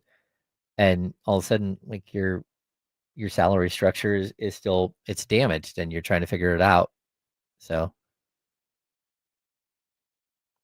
it's tough because, Scott took on a job and I'm sure he was over the moon happy to get this job, but the realities of this job are very difficult.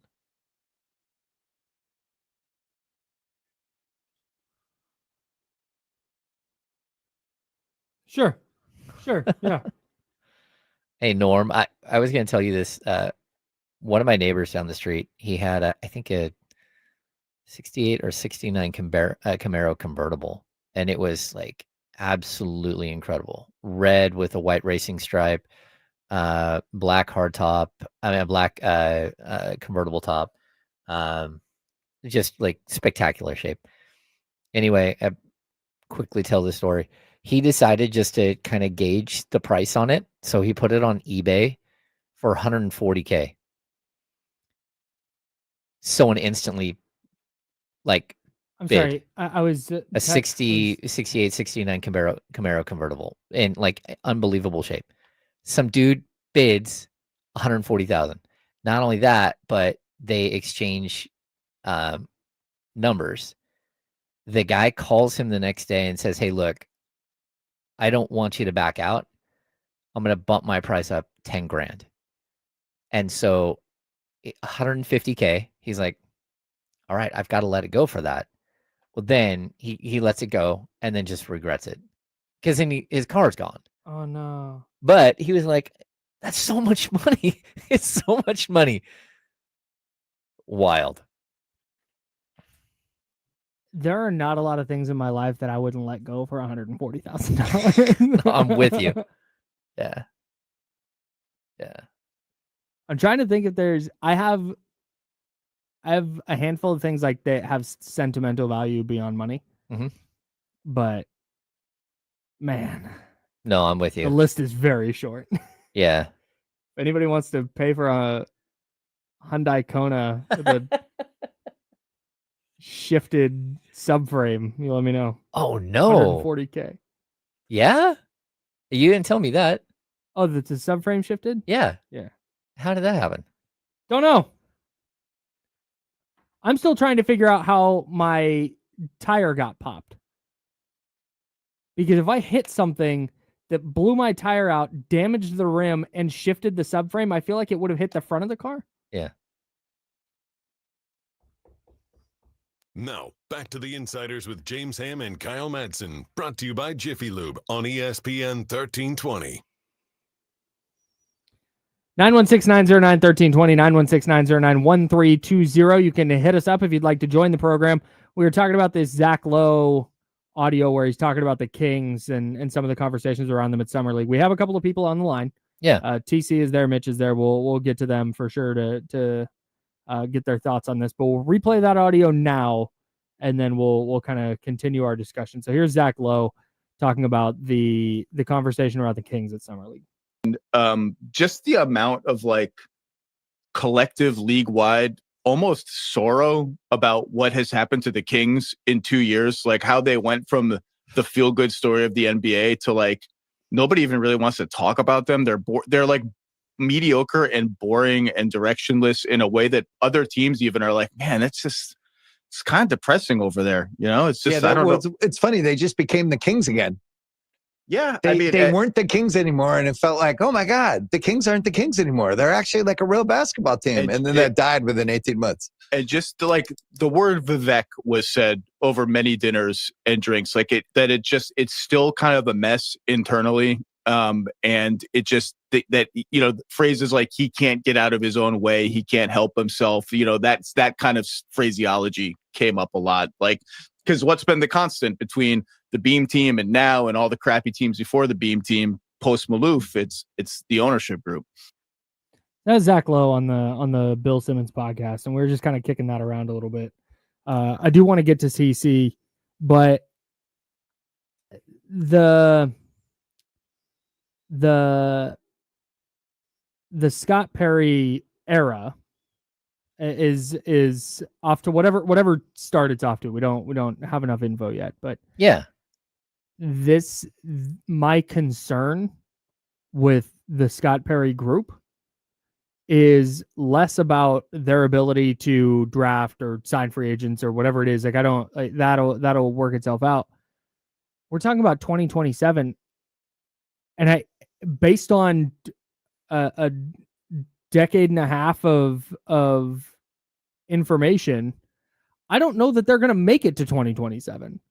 Like, that's kind of that's the thing I always go back to is, okay, they might have some plan and they're going to wait till 27 and they got this and that. But okay, what if they get to 27 and they win, let's say 40 games again this year and they win 36 next year. And then in 2027, man, you know what? Now it's rebuild time and they're winning 29 games in service of this rebuild. Is that good? Is that fine? That's what my worry is that we're going to get to 2028 and it's going to be new GM and new coach. And oh my God, what happened? Where did this go wrong? Like, we're just going to have the same conversation we've been having about the Kings for 15 years. No, I'm with you. I think the bigger problem is that are you getting to 2027 and that's when your rebuild is starting? That's my concern too, right there. Exactly that. Because like, if the guys don't have value now to trade out, I'm not just going to assume Zach LaVine and whatever, DeMar DeRozan, whoever insert players going to have value coming up after the season or whatever. So you get to 2027, money's off the books. Like, what are you doing? Because I don't think you're bringing in a top tier free agent or anything like that, right? Like, they've never done that. And I was talking to him about like Scott Perry's kind of got a hit on every move up until then. I mean, like, more so through the draft, we have to have some type of foundation. Otherwise, I don't know how he's going to be successful come that time. Yeah, that's.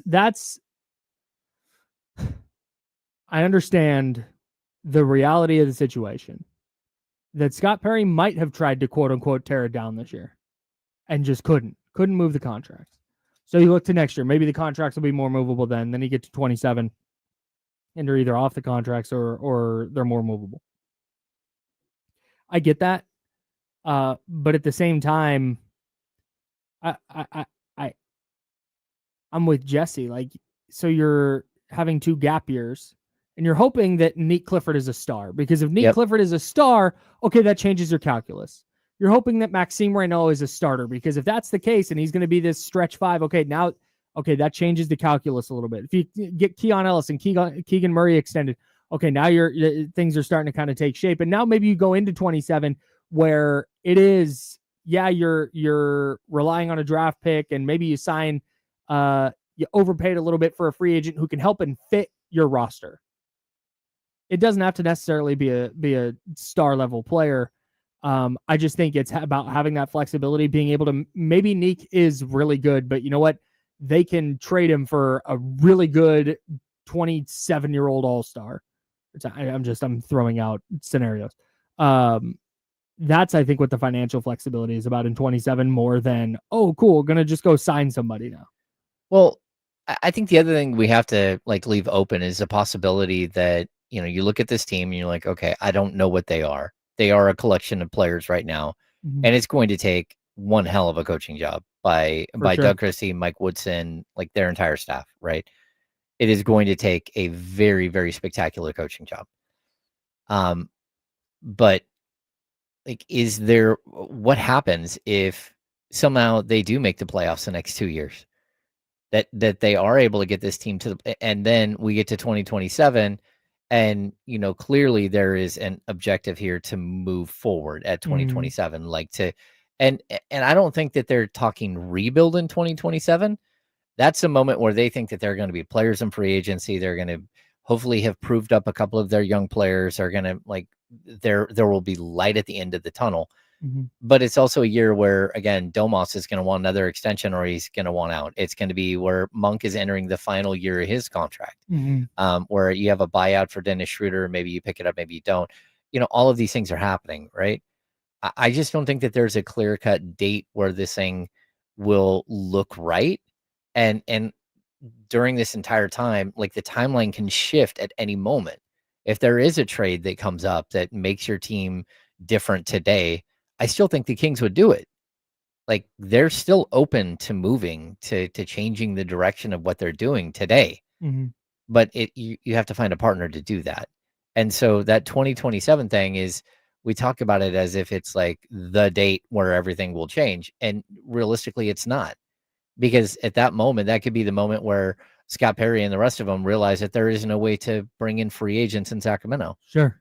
Or it could be a point where this thing has gone so far off the rails that nobody wants to be here. Like, or it could be like, hey, they're building something again somehow. Sure. You know, the Nate Clifford is really, really good. And not only is he a ball player, but he's stepped up to a point where he's a starter and he's taken over for one of these guys that you have going out the door. And maybe you are able to prove up something at that point.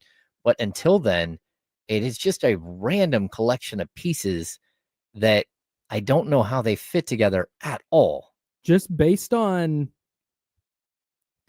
the way these things typically go. This is not anything specific to Scott Perry or Vivek or Doug Christie or any player. The way these things typically go would say that the odds are that by 2027, even if everybody's gone and you've cleared all the money off the books, odds are that you're sitting there and going, okay, now we're rebuilding. Now we're at square one. Because odds are, I think Nate Clifford is going to be a really good player. But odds are, if you're picking at 15, 16, like, it's tough. It's hard to find a really good player. You can, but it's just, like I said, this is not they can or they can't. It is the odds say that it's going to be really difficult to get to 2027, where it's the scenario that you laid out where we're going, oh, wow, we're actually in a pretty good spot. Yeah. That's some financial flexibility. Maxime Renault is a borderline all-star. Nate Clifford's a borderline all-NBA guy. Keon Ellis is an all-defense guy. Keegan Murray's an all-defense guy. Oh, wow, look, they've got a real team forming here. They could, but the odds say that that's probably not. There's a very narrow path to that. And hey, look, again, you can make a trade at any time that alters totally, because you know what, we saw it in February. We're working with the information we have, and I think that's important to note. And I think that's what everybody's kind of doing. If the takeaway is, well, it could be bad, but also it could be good. We just have to wait and see. Like, we know. We're all waiting and seeing. That's what life is. That's what basketball sports is. Waiting and seeing. But it's when you're saying, okay, they've got an arbitrary number, 6 paths to 2027. One is really awful, where the next couple of years are terrible, and then 2027 is terrible, and then they just kind of tick up in I guess success level, maybe till you get to the really, really narrow path of, wow, hey, they fell backwards into a couple of all-stars with these mid to late first round picks, and now everything is sunshine and roses. Yeah. But it's, You know what it feels like? Okay, did you read Choose Your Own Adventure books when you were a of kid? course. Okay. It almost feels like you get to that point and you choose, you're deep in the book and you're like, okay, you choose a path and you slipped off a cliff and you fell to your death, right? Mhm. It feels like that's where most people are with this team right now. Mhm. That we already see the end. The book ended, although there's a bunch of pages left. And so we got to find a way to get to the end of the book, which means usually you got to go back and like choose a different path, right? If you want to keep Mhm. like exploring. And it feels like the path that they chose was so dark. And like any other path from here on out, like, sure, this could be, it could not be that end page. It says you slipped off the cliff and died. Mhm. It could be the one that leads to that. And there's no Sure. two other options that lead to something different. Mhm. But that's what it feels like. It feels like, oh man, like you had multiple paths you could have gone Mhm. and you just went down one that made that was easy to see Mhm. that it wasn't going to work. And but then again, hey, look, I think we're piling on. We're trying not to be negative, but we're ended up being negative.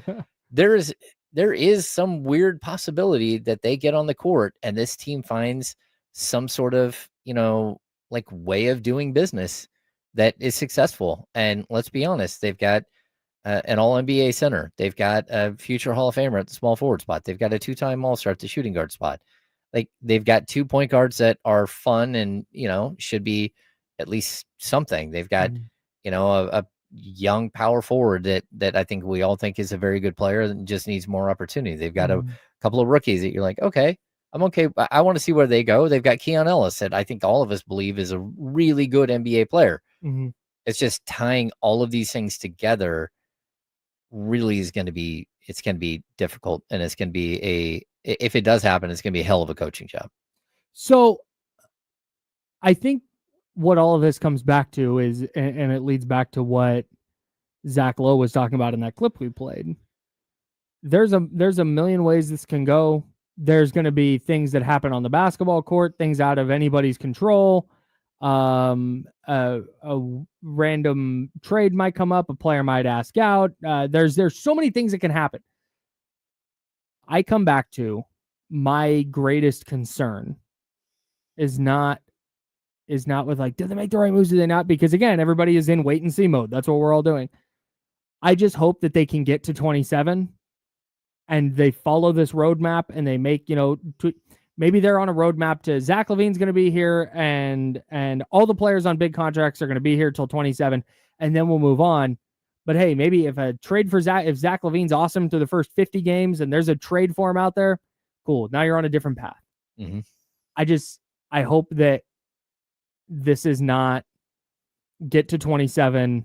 Things haven't gone right. So now we're changing everything up again because the person in charge doesn't have the patience required to get this thing to where it's probably likely headed. I mean, looking at this job too, unless Scott Perry's able to pull off some major magical move or whatever, like this is not a 3-year, like see what he's doing in year 3. It's like, all right, now judge him off of that. Like if they're winning, like we're talking right now, get to 2027. If he's got to rebuild around them, how much time are you going to give him to do that rebuild, I guess? At that point, to me, like how much time are you going to give him to work to actually, now that they have flexibility and all that stuff, like how much time is he actually going to get to work at that point? For me, it depends a little bit. If Scott Perry, and I don't think this is happening, but if Scott Perry's just sitting there going, hey, I'm going to be on PTO until 2027. I'll check back in then. If obviously not literally, but if he's not doing anything and he's just coasting to 27, then yeah, you're probably not going to get a long time because I mean, this that's is all you did. What I mean by that, because like obviously, like if there's moves to make, you make them, but you can only offer Zach LaVine, DeMar DeRozan, whoever, so many times, and people are just like, there's not that. So I'm saying if he's not able to make like this move where he's able to move off of these guys until then, like how much time is he going to get? But that to me is if he's trying to make those moves and he just can't, and so they get to 27 and they made some draft picks and got a Nick Clifford looks like a starter, maybe not an all-star, but he's a starting caliber player. Okay, that's a nice find. Maxime Reynaud is a good rotational piece. Okay, that's cool. I'm still giving him, once you get to 27, you got to give him 2 or 3 years to continue moving the right direction. It can't be you get to 27 and it's like, all right, now you got to make the playoffs. No, There has to be. So to me, this is a I just wonder how 4 or much 5-year window. how long his runway is going to be. Yeah, To me, it's minimum 4 or 5 years, unless the next 2 years are disastrous because of him, which I don't anticipate. well, it's very difficult for them to be a disaster because of him. Right. Like the key to me is, can he find a way to bump the timeline up to 2026? That's the question. Can he figure out a way to move everything up 1 year? And if he can do that, then that will, like, I think it will make everyone feel a lot better about what's happening here. Mm-hmm. But that's going to be super difficult. It's going to have to take, he's going to have a shrewd move here or there that everyone league goes, oh, wow. But we'll see. I am so, I don't know. Say, Kyle. No, it's I'm trying to I don't want to say I'm out. What am I? Not seeing the light at the end of the tunnel. No, I don't know. You're right. If you can get this, move this timeline up to 2026, awesome. Like that I think is the goal. And there's needles to thread along the way between trying to win now versus doing what's best for the future, and we'll see how those things play out. I hope that the conversation we're having now, where my worry is ownership, and can they let Scott Perry do whatever Scott Perry's going to do, good or bad? Like, you got to let the guy cook. I hope that in the next couple of years, this is not a conversation where there's nothing that happens where we go, hey, are we sure that was Scott? Man, we're that's a dozen sort years of, in, man. I guess that's my Fool me once. my largest concern. Fool me one time, shame on you. Fool me 2 times, can't put the blame on you. Fool me 3 times, F the peace sign. Okay. I think that's Socrates said that. I've heard that. Yeah, I guess Socrates. Might have been Plato. I don't know. I get the classics Socrates. messed up. But all right. Anyways, The J. Cole as well, I think. yeah, it is. What song is that? I don't remember, but I know it's J. Cole. J. Cole, Socrates, and Plato. Yeah, it's featuring Socrates. Plato produced that. I don't know. Anyways, that's James. I'm Kyle. Jesse Tapia on the 1s and 2s, filling in for Joe Brazil on assignment, doing very important work for our radio station. That's right. Salute to Joe Brazil. We appreciate him so much. We're the Insider, sponsored by Jiffy Lube. The Handoff with Kenny Caraway. No D-Lo this week. Just Kenny Caraway coming up next right here on ESPN 1320 at Sacramento Sports Center.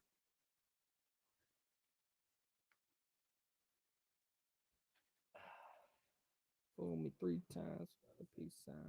Oh, dang. Hey, salute to Jesse Chavez. He's hanging him up. No. Damn. 42 years old.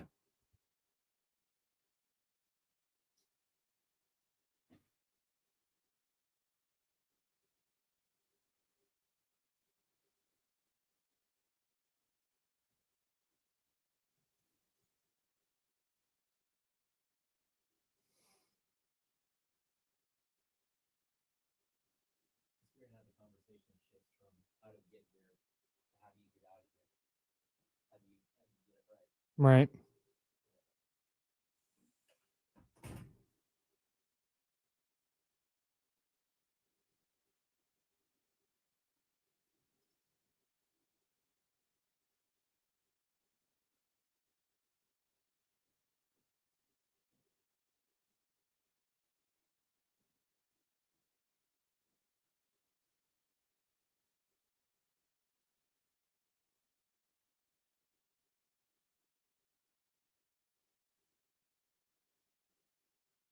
All right. Hi, everyone. Yeah, dang. I can't. Nick Ahmed retiring is tough because I remember I lived in Arizona when he was. Did they trade for him? They didn't trade for him? Not sure. But I was in Arizona when he first started playing for the Diamondbacks. And then I find out he's retiring, which is tough. And then I find out he had a 12-year career. Oh my God. Life just moves too fast, man. That's what they say. Let's see. Drafted by the Braves. That's right. He got traded in the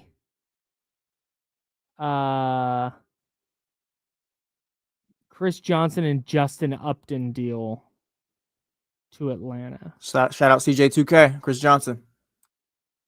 Titans great. Yep. Definitely not corner infielder. No. Jake Gadon's here? Yes. Son of a God. I believe he'll be on for the first 2 hours of dealing on KC today. Nice. I have zero recollection of the Nick Ahmed Giants tenure. I have zero. Oh, damn it. Yeah, tell him I'm sorry. We got wrapped up. That's my bad. Yeah. No, I know, but you when you say, hey, tell him it's Kyle's fault. It was my bad. I wanted to talk to him. I feel bad. Wow, Brent Rooker confirms he's not getting traded anywhere. I signed the extension because I'm where I want to be. Okay. Huh. Interesting. I mean, there was rumors, last week, right?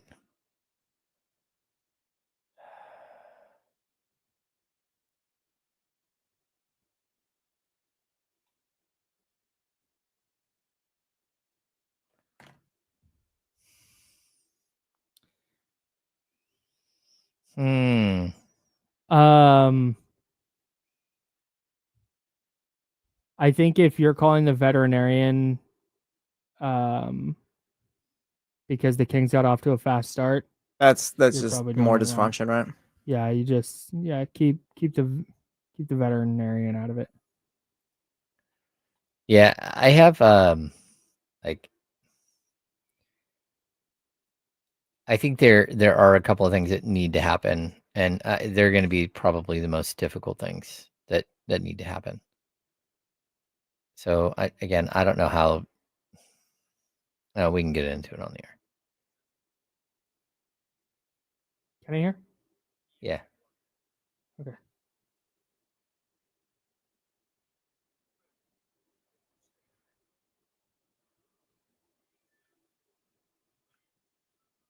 Now, back to the Insiders with James Ham and Kyle Madsen, brought to you by Jiffy Lube on ESPN 1320. That's James. I'm Kyle. The Handoff with Kenny Caraway starting shortly. Hey, are those guys still there? Oh, you hung up on them. Yeah, I told him to go home. My bad to We'll people talk to you who guys, called yes. the talk line 916-909-1320. We'll talk to you guys at the next show. Next show for sure. Taking calls. Yes. Casey and Jake Gadon today. Oh, what day is it? Is this Thursday? It's Thursday. Come on. It's your favorite day of the Oh, week. that's big time. Oh, you didn't know? What day did you think it was? I thought it was Wednesday. Oh, yeah. No, it's Come Thursday, brother. on. Hey, we're going to get... It's still a Thursday. You sent a message this morning, actually. It's on a Friday on Thursday. Yeah, that's right. That's right.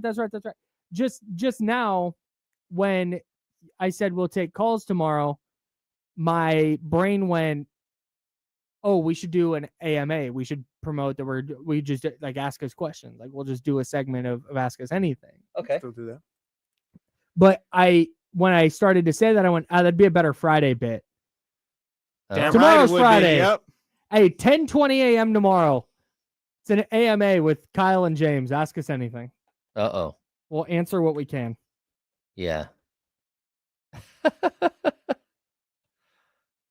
Okay, so we were talking at the break, and like the 2027 idea, right? I think the one thing that we have to get to by 2027 for it to be effective at all is you have to know if Keon Ellis is a ball player, if Keegan Murray is like, if they are if they're part of the future. You got to know if Reynaud is part of the future. You got to know if if Nick Clifford is part of the future. You need to know if Isaac Jones is part of the future. You also need to know like what your 2026 draft pick, who he might be, and whether he's part of the future. In order to do that, you have got to do some work right now. Yep. And that's my biggest problem, because as of right now, I think we talked about how, there aren't players there. There's a pathway for some of these players to actually get, a ton of minutes, right? Mm-hmm. But is there really? I mean, is Keon Ellis going to be able to play 30 minutes a night this season? Probably not. Can he get more than 18? Because I'm looking at their depth there, and I don't know if I see. I mean, I guess this kind of depends. The reason I talk about minutes for Isaac Jones is because I want to know if Isaac Jones can play in the NBA or not. Yeah, that's something I think you can find out this year. I want to see what Nick Clifford's got. I want to see what Maxime Reynaud's got. I kind of know what Keon Ellis has got. I don't need to force minutes for Keon Ellis. Yeah, but are you going to just burn 2 years of Keon Ellis's career to like, hold on, we've got Zach LaVine? Like, there has to come a point where you have to do something, and whether that's like starting somebody different, or that's just trading somebody, or heaven forbid doing what the Phoenix Suns did with Bradley Beal. Like, there has to come a moment where you're like, okay, what exactly are we doing here? Like, I Scott Perry, on one of the many things that he's gone on over the last, couple of weeks, he said something to the effect that like they want to find a way to get Keegan Murray some more minutes at the small forward spot, because, they want to see if that helps him develop as a player and all that stuff. Okay, how are you going to do that? Right. Like, how are you going to do it? Are you going to throw wins out the window? Because that's what you'd have to do at that point. But I don't think they're going to do that. Kenny Caraway's here for the handoff, everybody. So everybody say hello. What's going on, guys? What's up? What's up? Live studio audience welcoming in. More fire. Yeah, like my problem is, like, how is Keegan Murray gonna, if Keegan Murray's playing the small forward, that means that Nick Clifford's not playing at all. Like, and who is playing the power? Isaac Jones. Okay. Come on. Or Okay. Dario Saric. Or Dario Saric. Mm-hmm. Or Domas slides down, because some people think he's naturally a 4 anyway. Well, okay. I don't know if he is or not. But Or Reynaud plays the 4. Yeah. I mean, there are ways that you can find a way. And I think one of the things that Scott Perry said was, like, having a 6'8" small forward but would be really nice. Totally. And I don't disagree. And Kenny, welcome in. I know you wanted to talk about some stuff we were talking about, but we'll get to that for sure. The reason I didn't read this one on air is because you didn't say anything in all caps. It was just nice and calm. I have a different perspective. No, but that's kind of what I think the inflection point of this year is do you prioritize? We want to see Keegan at the 3. So we're going to mess with our rotations for 15, 20 games to see what that looks like and go from there? Or are you going to go, you know what, that's got to kind of go on the back burner because we started 12-5 and we think we have a real shot to make the playoffs. So we're going to, Neek, you're not going to play as much as we might like. And Maxime, you know what, you're not going to play as much as we might like because we're chasing. We got to get Drew Eubanks minutes in. Right. Can you do both, like develop the guys, but also win? Like, what is the goal of the next 2 years, do you think, if you were to ask Scott Perry and the Kings? You mean are you, like, working with 2 timelines? I don't want to throw that one out there, but it's just that's what it is. But that's what that is. That's exactly what that like is. we're talking about like developing Keegan Murray, like Scott Perry's seen him at the small forward more. We're talking about Keon Ellis and what he could be for them, but also like DeMar, Zach LaVine, Schroeder, like those guys are here as well. Like, what is the goal of the next 2 years? The goal is it to make the playoffs? Is goal, it to make the, like, I don't know. The goal to me would be, and I kind of wonder if there's differing. I think if you surveyed people in the building, you'd probably get different answers on this, on like what the goal is for next year. Ideally, Scott Perry and Doug Christie will be on the same page, but I think you would love to play Neek a lot and have him be awesome and contribute to winning, where you're just doing both. I think that's what you'd love to do, but I think based on what we know about the Kings and just kind of based on the reality of the situation, you're not going to tell Domas, hey, you're not going to play as much because we got to get Maxime Reynaud these minutes. You're not telling Zach LaVine, hey, you know what? Hey, you're going to come off the bench actually because we want to see what Nick Clifford looks like in the starting lineup. Hey, DeMar, you know what? Hey, you're going to come off the floor because we really like we really like Isaac Jones and want to see Keegan at the 3. Like, this is just the reality of it. You're not probably going to see that. So I think by way of that, the goal is probably making the postseason. And if the season gets out of hand and it's like, all right, similar situation to last year where you're kind of fighting for a play, and then maybe down the stretch you see some more of the young guys. But I think for as long as they can, they're going to try and be competitive. I think you guys laid it out pretty good. Maybe last segment about. Thank you. Or you're welcome, I should say. You're welcome. We talk about like 2027, and James talked about that's not like written in stone. Like something happens in February, like that makes sense. We can make a move. That's a roadmap right now. But when you talk about 2027, I think the road to that would be draft damn near perfectly. I think I laid it out. I think there's Neek, Max, and I think one next year in 2027 would be one. So you're looking at 4 guys or 3 guys in an asset. So you haven't made a draft in 2027 yet. Sure. 3-4 guys in an asset, maybe a salary dump here and there. And you take of those 4 assets, you keep one. You found one that you want to keep and use the other 3 to go get you a game-changing guy. Also at that time, you got Domas will be how old? Maybe 30? 30, 31. So if you have a young player, you're able to trade for a game-changing player, and Domas is coming up on a contract situation. You've got money to sign him. He sticks around, and now you're cooking. I think that's best case scenario. I think that's in a perfect world how things will work out. Is it going to work out that way? I don't know. But I think that's the game plan when you talk about a 2027. Yeah, I would agree. Yeah, I mean, Domas right now is 29. He just turned 29 May 3rd. So he's playing, this is his 29 season. Next year will be his 30 season. Like, there's going to be a lot left in Domas's career. I mean, I would put him as like a highly effective player for another 4 or 5 years at a minimum. And so, I mean, I do see that there's a pathway here for him to be like part of whatever you're doing going forward. I just don't know how we got to this point where so many players at the end of last season were like ready to jump ship if there weren't changes made. And then now we're at this point where it's like everyone's back, and how long does this last? And again, like I think there has to come a point where, like, man, I don't care about anyone's feelings. You need to know, like, we have this debate. You and I have this debate all the time about Keegan Murray. The truth is that neither of us could be right. One of us could be right. One could be wrong. The other one could be right. The other one. We need to know right now.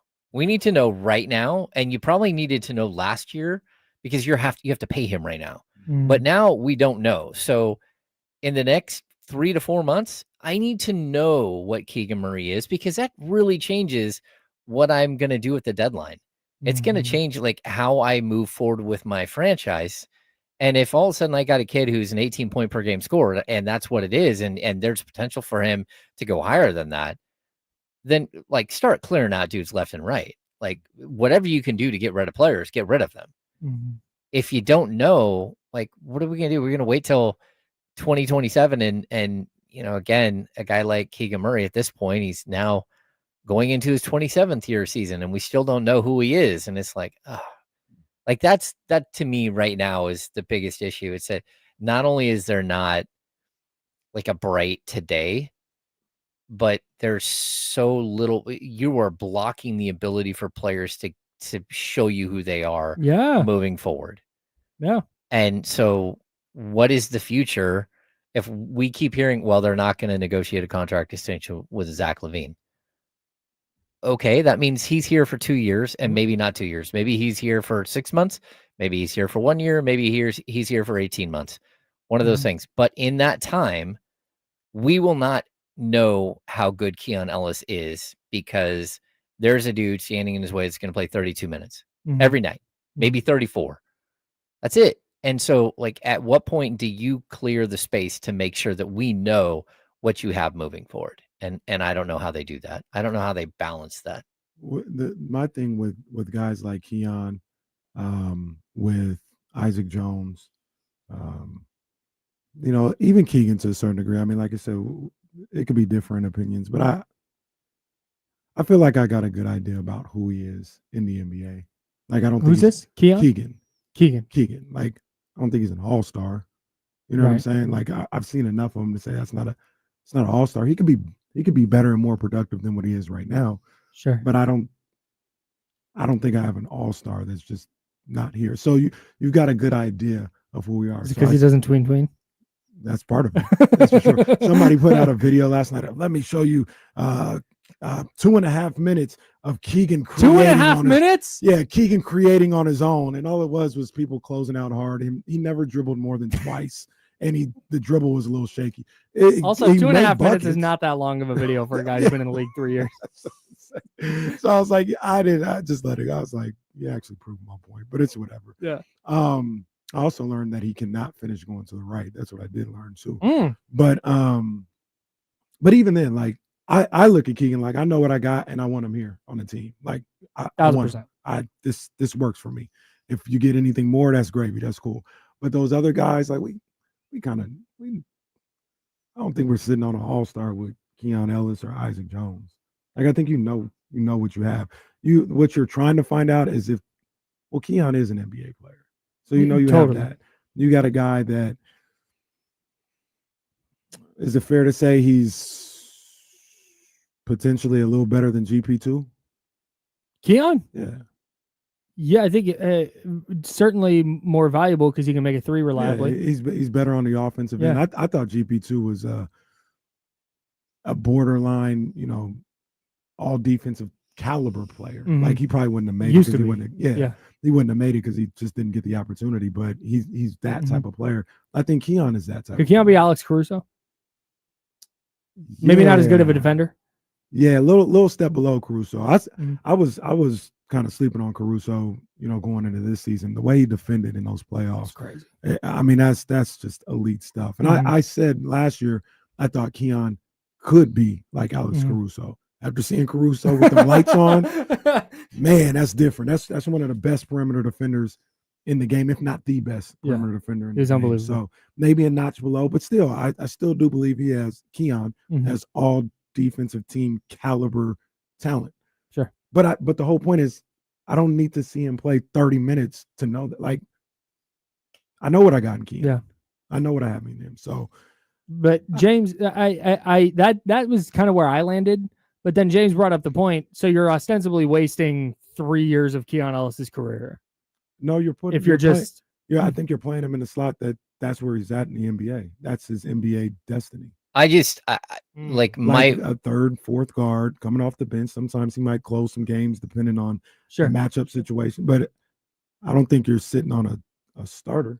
Yeah, but I think, first of all, I think Keon can be a starter.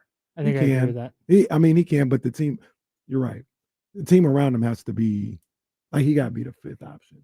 And you have, right. You know what I mean? Like, that's now, fine. Yeah. Right now, if he started on this team at the 2, once again, how good are they going to be? Honestly, I wouldn't hate the idea. I wouldn't hate it either, but does that change the Kings' fortunes drastically? No.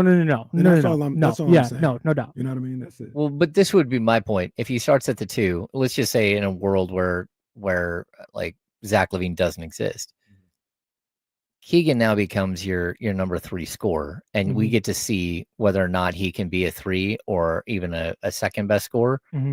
We get to see it because Schroeder would be your point guard. He's going to you're going to have Domas, or you're going to have DeMar DeRozan be the 1, and one's going to be the 2, and Keegan would have the opportunity to be the third option with the potential to be like your second best scorer. We don't live in that world. That can't happen. And that's my point. It's not that, like, you're just holding up, like, we can think we know what the ceiling is of each of these players, but we don't know it because we're not going to know it with the current construction of the roster. Here's the You know deal what? with that Real quick, backcourt, before you though. say that, do you know what we do know? What's that? We do know. Oh, come on. Somebody This is brutal. Can we get some actual internet in here?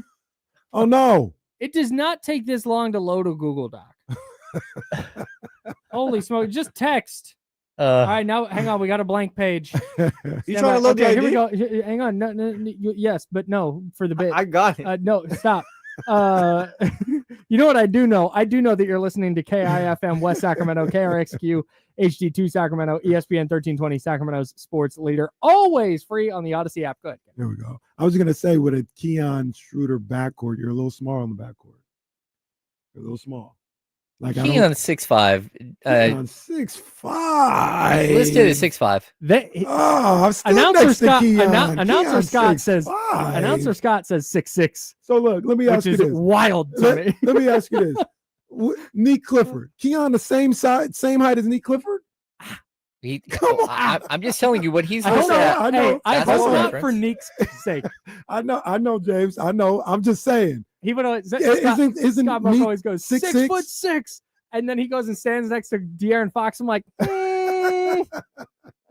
Isn't Neek listed at 6'6"? yeah, Neek and so. Keon are the same size. no huh? chance. All right. I think this I think plays into Keon's the exact generously same thing. Like we can't worry how tall the player is next to Keon Ellis because that has nothing to do with Keon Ellis. Like think if I you're tend going to to be agree. small in the backcourt, okay. I mean, but Keon, that has nothing to do with Keon's success. yeah. I think mean, it doesn't have nothing to do with Keon, but it might have something to do with the team success. Do we want to see individual players like what? Do we want to see Keegan or Keon average 15 apiece and this team wins 30 games? yeah. If it You know what I'm meant saying? that you're That's all I'm better, if it saying. meant For that you're my- better in 2027, yes. Okay. All right. the question I have though is, if let's just go to that world where they both average 15 a game, we feel better about them moving forward. So, I mean, Like sure. I don't think Marcus there's. Thornton averaged 20. I just don't think. I what just did don't. that do for the Kings? I don't know with. I don't know. I don't know. I don't know how much. I think this goes back to the Keegan discussion yesterday. Like how much room is there left for growth before he hits his ceiling? And I think you can have a real discussion about that with Keegan. I think there's a legit discussion about, man, is he tapping out, or is there something there where additional opportunity would raise that ceiling a little bit? I think with Keon, I don't think that's much of a conversation. I think Keon's going to be an awesome defender. And that's kind of what he's going to do. And he's going to make 38 to 41% of his threes. Yeah. And that's Career just, like I think 42% shooter from three. Yeah, I think that's what he's going to be. He's going to be a true like 3-and-D player. So I think there's a little bit less about, hey, you want him to average 15? Like, no, if he's averaging 15, you're in a bad spot. No, I would He's I would shooting rather too much. see though he averaged 8 point something last year. I'd rather see him get 2 more 3-point attempts in every single game, and if you're going to give him that, he's going to be closer to 11 points per game. Okay, and this takes I think the discussion is a different way, because I think part of that, and this may go to Keegan too when we talk about point totals and shot attempts, this might just come down to the offense. Less than should that player play more or play less. If the Kings are going to average 35 3-point attempts a game, then we're probably not going to see that for Keegan. But Doug was talking about 50 3-point attempts a game. If you start ticking up to 42, 43, 44 3-point attempts a game, now all of a sudden, at least 2 of those are coming from Keon. I feel comfortable making this statement right here. Yes. It is absolutely impossible to get to 53 point attempts per game with Dennis Schroeder, Domantas Sabonis, and DeMar DeRozan in your starting lineup. Absolutely impossible unless Doug McDermott is shooting 12 a game in 8 minutes. It's absolutely Get out impossible. there, Doug. You got to go. It's impossible. Hoist them. You got, 3 of your starters are going to average around 12 attempts per game, maybe less. It is God, I think it's virtually impossible to get to 53s a game if that's the case. And especially I that's true. we're talking 100 minutes between those 3 players. But now we're coming to, it may not even be, what'd you say, 12? Yeah. DeMar was 3.3 last year. Okay. I think Schroeder was in the same. You're probably looking at like less than 10. Oh, 3-point attempts a game between those guys. Yeah, Domas is a 2.2, so that's 5.5 for. Oh, but I think that is a different conversation for me than those guys have to play to develop. I don't think Keon shooting more threes is about his development, or Keegan shooting more threes is about his development as much as it is about the offense the Kings are running. That might I think is a little bit different conversation than minutes totals. I feel you. But It's just tough. Like it's not an easy. That's the thing, is none of this is an easy answer. No, I mean, how many years did people say, "Oh, there's no way to play Domantas Sabonis"? And well, there was concern. De'Aaron Fox, Domantas Sabonis together because they don't shoot enough threes. Yeah. So we surround them with 3-point shooters. Mm-hmm. Then you go out and get Dennis Schroeder, who's a worse 3-point shooter than De'Aaron Fox and shoots way less 3-point shots. And instead of having Harrison Barnes at the 3, you now have DeMar DeRozan, who shoots literally 3 less 3-point attempts per game than Harrison Barnes. Like, it's very weird and very tough to like say, okay, like there were no mistakes made here. There were all kinds of mistakes here, just in your basic idea of what your team should be. Yeah. Like, oh, look. We also got to take into account we're potentially seeing a different type of offense. The offense that you're thinking about, and we're all thinking about, is a Jay Triano offense. He's not there no more. Mm-hmm. So who knows what this new offensive coordinator may have in mind, may be able to adjust. It could have been a situation where, and we saw some of this in the second year, where, and I like Jay Triano, so I'm not saying that, I'm just kind of giving another POV, is the league caught up to what the Kings were doing, and he had no changeup. Like, it was like, oh, damn, they figured out they like to do this Fox Sabonis pick and roll on the left side, and they're blowing that up. I'm not sure what we do after that. They figured it out, Mike. You know what I'm saying? Like, they figured it up, or like what was so innovative that year, the rest of the league started doing, and it became easier for everybody else to understand how to deal with it, and there was no change up. So we put it a lot on, oh, this player came here and the offense changed or whatever. They may not have just grown. They may not have grown. That could have been an issue as well. And we don't know what this new offensive coordinator, whoever's running the offense, has in store for this group. It may look different. They may have different points where they initiate the offense and all this other stuff that works better for the group that they have. We're looking at the offense not working the way we liked it in Beam Team 1 year with Sabonis, and saying this group doesn't fit that. Well, they might not even be running that offense no more. Yeah, but my point stands. If you don't have a way to get to 53s, it doesn't matter what offense you're running. If the idea is to get to 45 or 53s, like, number one, that's modern NBA basketball. Right. But number two, it's still going to be really difficult to do when your 3 of your starters average like 10 or 11 3-point attempts per game. Yeah, you're going to have to be super efficient everywhere else. Yeah, and that's where I say, yeah, I may want to get to 53s. I don't have the personnel. Like, why would I do that? Why would I say, Domas, I need you to shoot 7 threes. DeRozan, I need you to shoot 7 threes, because I just want to get to 53s when that's not their game. Sure. No, you know what I'm saying? Doubt. Like, no, that for wouldn't sure, be, for sure. That wouldn't be bright. That wouldn't be good coaching. Yeah. Put them in a position where they can use their strengths to their advantage. Yeah.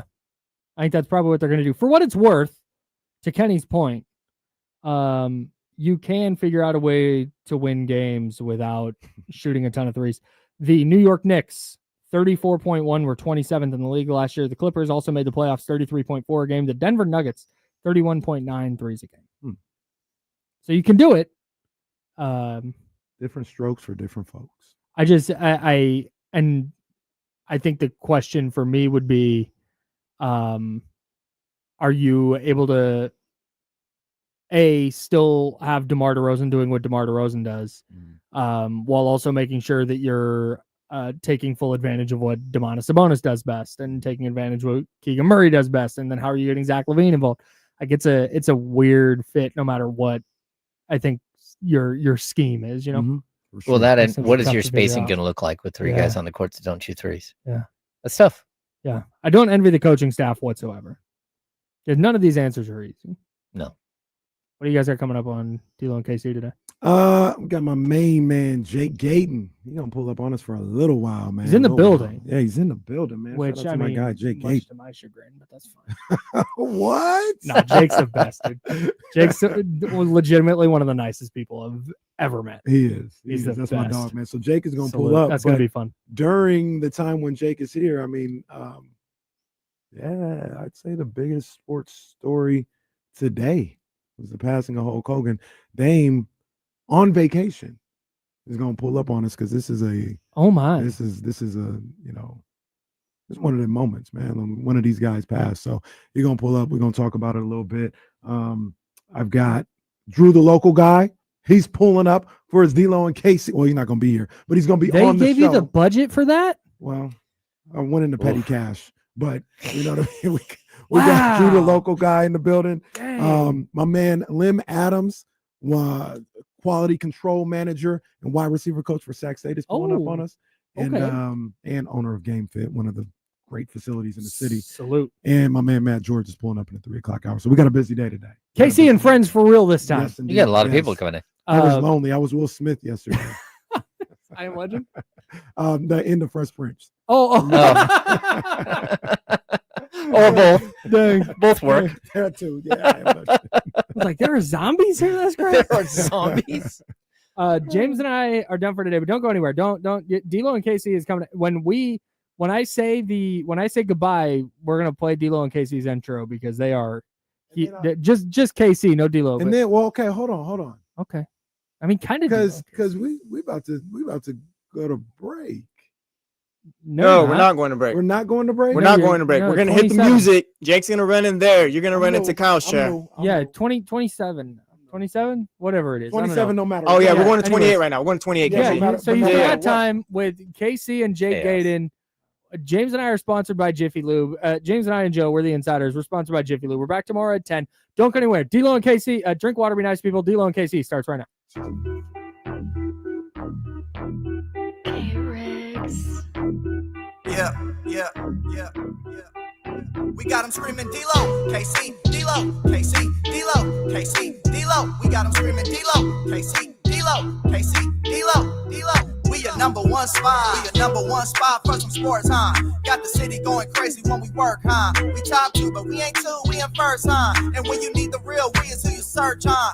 D-Lo, KC, D-Lo, KC, D-Lo, KC, D-Lo.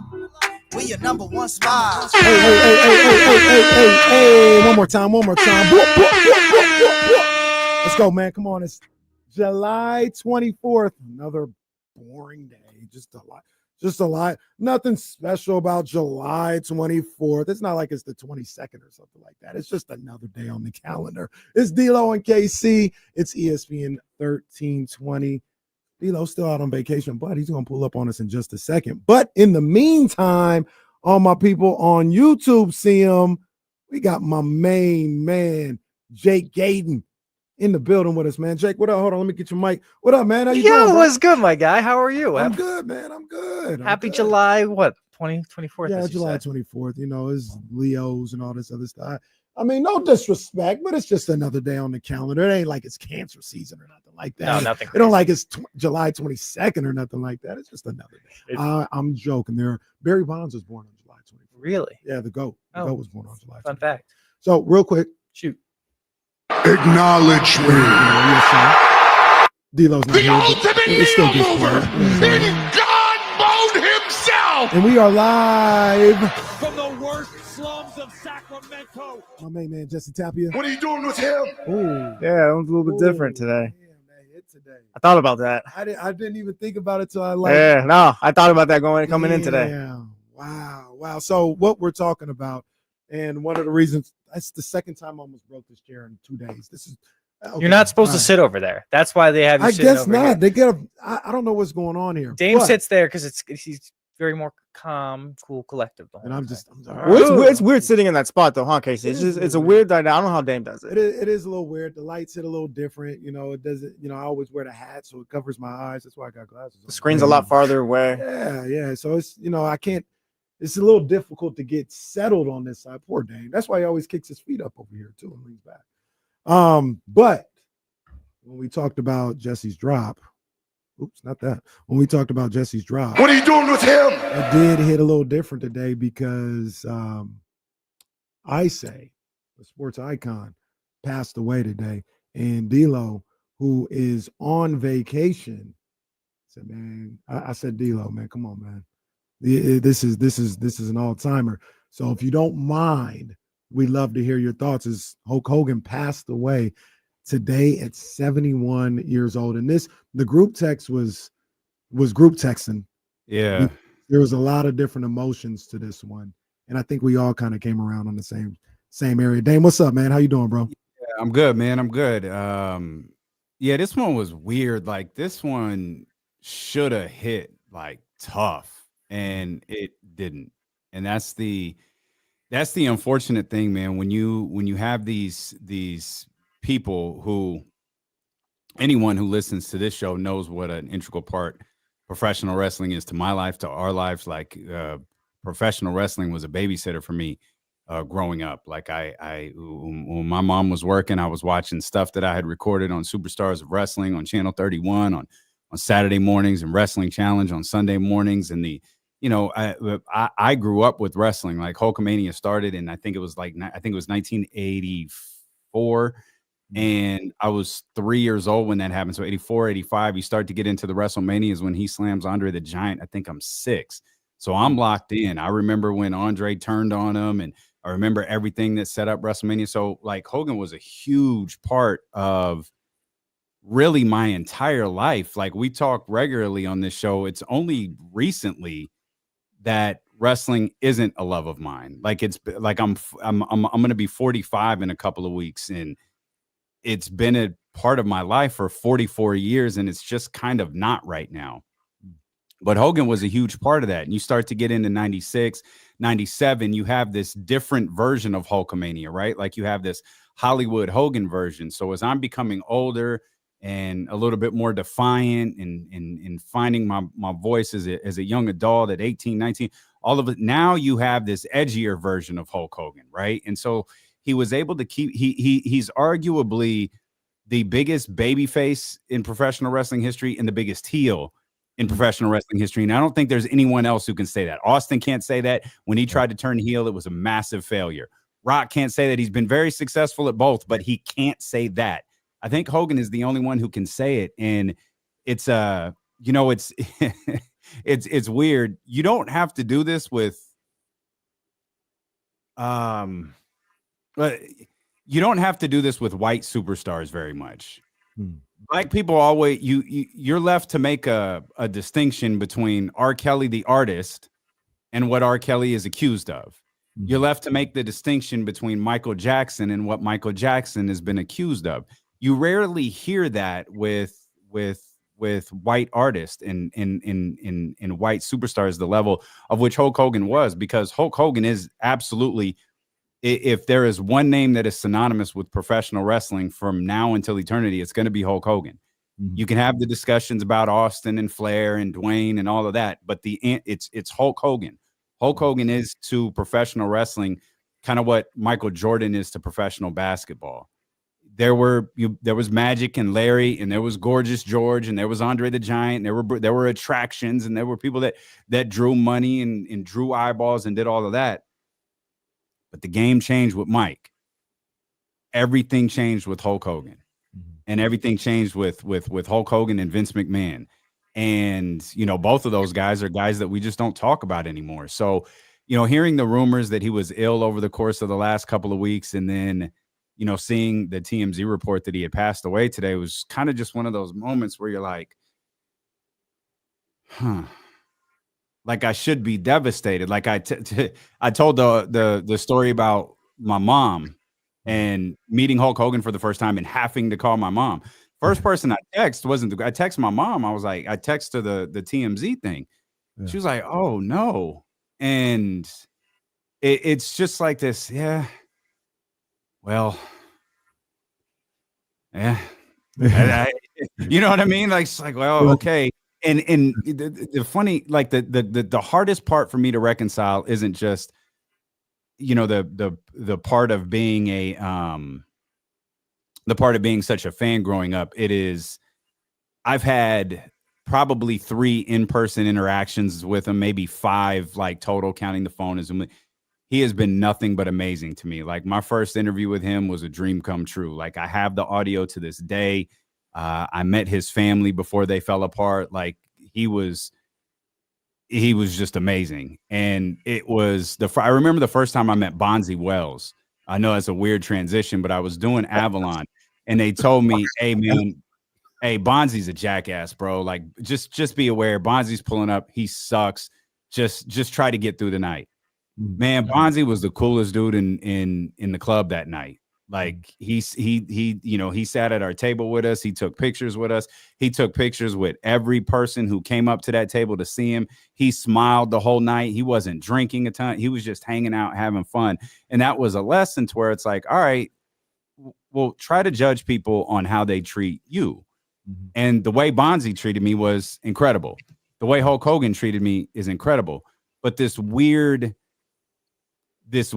thing that he's done over the last, because you could go back to that video, and we've discussed that video at length where, he uses the N-word, and I even said on this show, like, I have trouble reconciling that. And it led to one of our most famous moments where our brother called and was like, man, D-Lo, I know how you feel. I feel the same way about O.J. Simpson. It was like, oh man, well, all right.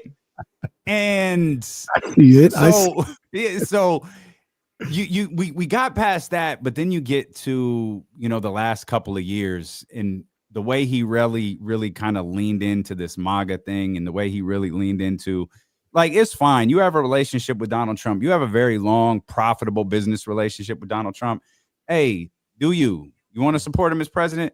Do you? But all of the extra stuff he did with, our former vice president, it's like, you can't walk that stuff back. And you had already lost a lot of people forever. The ones that you didn't lose, including me, you lost then. And he's not revered in the professional wrestling industry the way that, like, Bret Hart is, or the way that even Ric Flair is. Like, those guys are loved amongst the community of professional wrestlers. Yeah. Hulk Hogan's not that. And it's made his passing just weird. And like, I guess I'm mourn, and this is, I'm gonna steal KC's words, so forgive me. I guess I'll mourn the character and just let the man pass. Yeah, I mean, that's kind of, I don't always have this ability, but there are times in certain situations, and look, I'm not gonna lie, sometimes it's like selfish reasons, right? Like, I don't want to give up certain stuff where I can separate, or I attempt to separate the artist or the character from the man or what the person's been accused of or has done. And that's just kind of how I deal with Hulk Hogan, and how I have dealt with Hulk Hogan. Seems like a BOS. I don't even know if I can say that, but seems like that's who he is. What's the name? Terry Bollea? Terry Bollea. Yeah. It doesn't seem like anybody that would ever look out for me or be somebody that would be on my side with a lot of different things. But Hulk Hogan, the character, yeah, I revere in a different way. I was having this conversation with my wife this morning. There is no discussion. He is number one. Yeah. And it's not even close. The discussion starts at 2. Like, oh, are you going to go with Stone Cold or Cena or something like that? That's where the discussion starts. But for me, it's not even close. It's Hogan. And I got to be honest with you, and maybe he's a virtue of the time frame that he was doing this. I don't think that's ever going to change. Like, I don't think there'll ever be a bigger wrestler, definitely a more important wrestler than Hulk Hogan. It'll be interesting. And Jake, you're doing a bang up job over there. It'll be. I'm listening. It's great here. All right. I'm going to sit back and relax. It'll be interesting to see, like, Jordan pulls $1 billion 2 decades out of retirement a year. He pulls it, he sells $1 billion worth of merchandise a year. we know WWE will continue to sell Hulk Hogan merchandise. We know that WWE is going to continue to mourn Hulk Hogan. And by the way, as they should. Mhm. I'm not against what WWE is doing. Like WWE in its current incarnation does not exist. WWE is not owned by I know that it's companies called TKO, but the agency led by Amari Manuel that bought them. It doesn't exist in that current incarnation if it wasn't for Hulk Hogan. Vince McMahon 2 decades ago doesn't take the company public if it wasn't for what Hulk Hogan did in the 80s. And so they should continue to celebrate them because at least as best you can. But I don't know that I do wonder if at some point he fades away. And I know we got to take a commercial break here at some point, but I know Jordan never had anything like this that held him back. And Jordan is the most influential figure, I think, in the history of professional basketball. Hulk Hogan is the most influential figure in the history of professional wrestling, but you can't market them the same way. So I do wonder if there's a time where that red and yellow is gone and it's replaced perhaps, by the black and the bold lettering of Stone Cold Steve Austin, or perhaps John Cena or Roman or someone we're not even talking about yet. Yeah, I feel you. Dang, man, I appreciate you. I know you're on vacation. You can go back to the resort. Everybody knows I'm at home. I think there's a waiter that's sitting there waiting with bottled water, not even like glass bottled water that you take, and he pours it for you. I know. Yeah, have fun, man. I just want to know how the Costco adventure went. That's really all I want to know. This is what I've done with my time off. I've been to Costco I've been to Target twice in 2 days. Come on, man. No, man. And now when's the last time you were at Target before those 2 times? Bro, I can't venture. I cannot venture a guess. I have no clue. No clue. Went twice, and it was a compromise because your girl was trying to get me to go to IKEA. Well, IKEA. Ain't nothing wrong with IKEA. Ain't nothing wrong with IKEA. There might not. Look, hey, you going to take me to Costco and IKEA on my week off? Come on, man. Man. Costco, though, fun fact, has great deals on meats. Steak and all right, hold on. No, we gotta go to break. ESPN 1320. Yeah. D1 KC. We're back. We're good. Jake, you wild. Crazy ass Jake. Jake, you wild. Hey, man, I appreciate you, big dog. Everything good with you, man? Everything been good? Oh yeah, man. We actually go somewhere tomorrow. We leave for Disneyland tomorrow. Oh, bless your heart. So we have a couple of days to hang out and have fun, and then we have a lot of work to do Sunday and Monday, and then it's kind of weird. I don't really like just sitting at home, but we're trying to catch up on so much stuff. So it's cool though. It's good. No doubt, man. I appreciate you, big dog. Always, man. Have a good show. Everything good over there? Yeah, we're good. Okay. All right. So bad, man. So bad. Miss you, Dan. Dude. Oh, yesterday got a little tough. A lot of people backed out. Oh yeah. I told that, hey, you know what? Yesterday. That's fine. Because I'm sure everybody told you. I was hoping you had the worst week of your life this week. Oh, he did say that. He did say that multiple times. Hey, last week beat my ass. Oh, man. It was rough. Tuesday can't get here fast enough, bro. I'll tell you that right now. I got you. Y'all have a good show. Appreciate you, Jake. See you guys later. All right, baby. And we go 43 here, huh? Yeah. Get my computer out. Jake Gadon, man, he asked all the tough questions in that. I contributed so much to that conversation. A ton. I gotta say, Family Man, D'Lo hitting Costco and Target and Marshalls now is one of my favorite things of all time. I was like, dude, you 45. That's when you matured. That's why I asked him, hey, when was the last time you went? Because I know it's been a decade at least. It had to have been. It had to.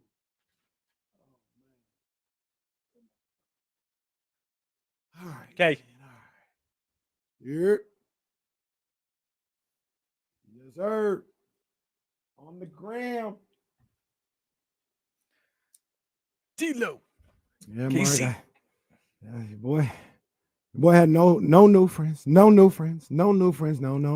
Oh, let me get that stuff to you, Justin. Oh, yeah. Yeah, you know it's bad when me and Yeah, I'll Casey say- break out all reliable. Yeah, what happened to the last Kings team? How did we get here again? They talk about on Zach Lowe basically alley-ooped it for us he yesterday. did. No, yeah, shout out Zach Lowe. Chris Paul here in the media. That segment by him yesterday that I listened to on the way in, that'd be wild From on the Kings. who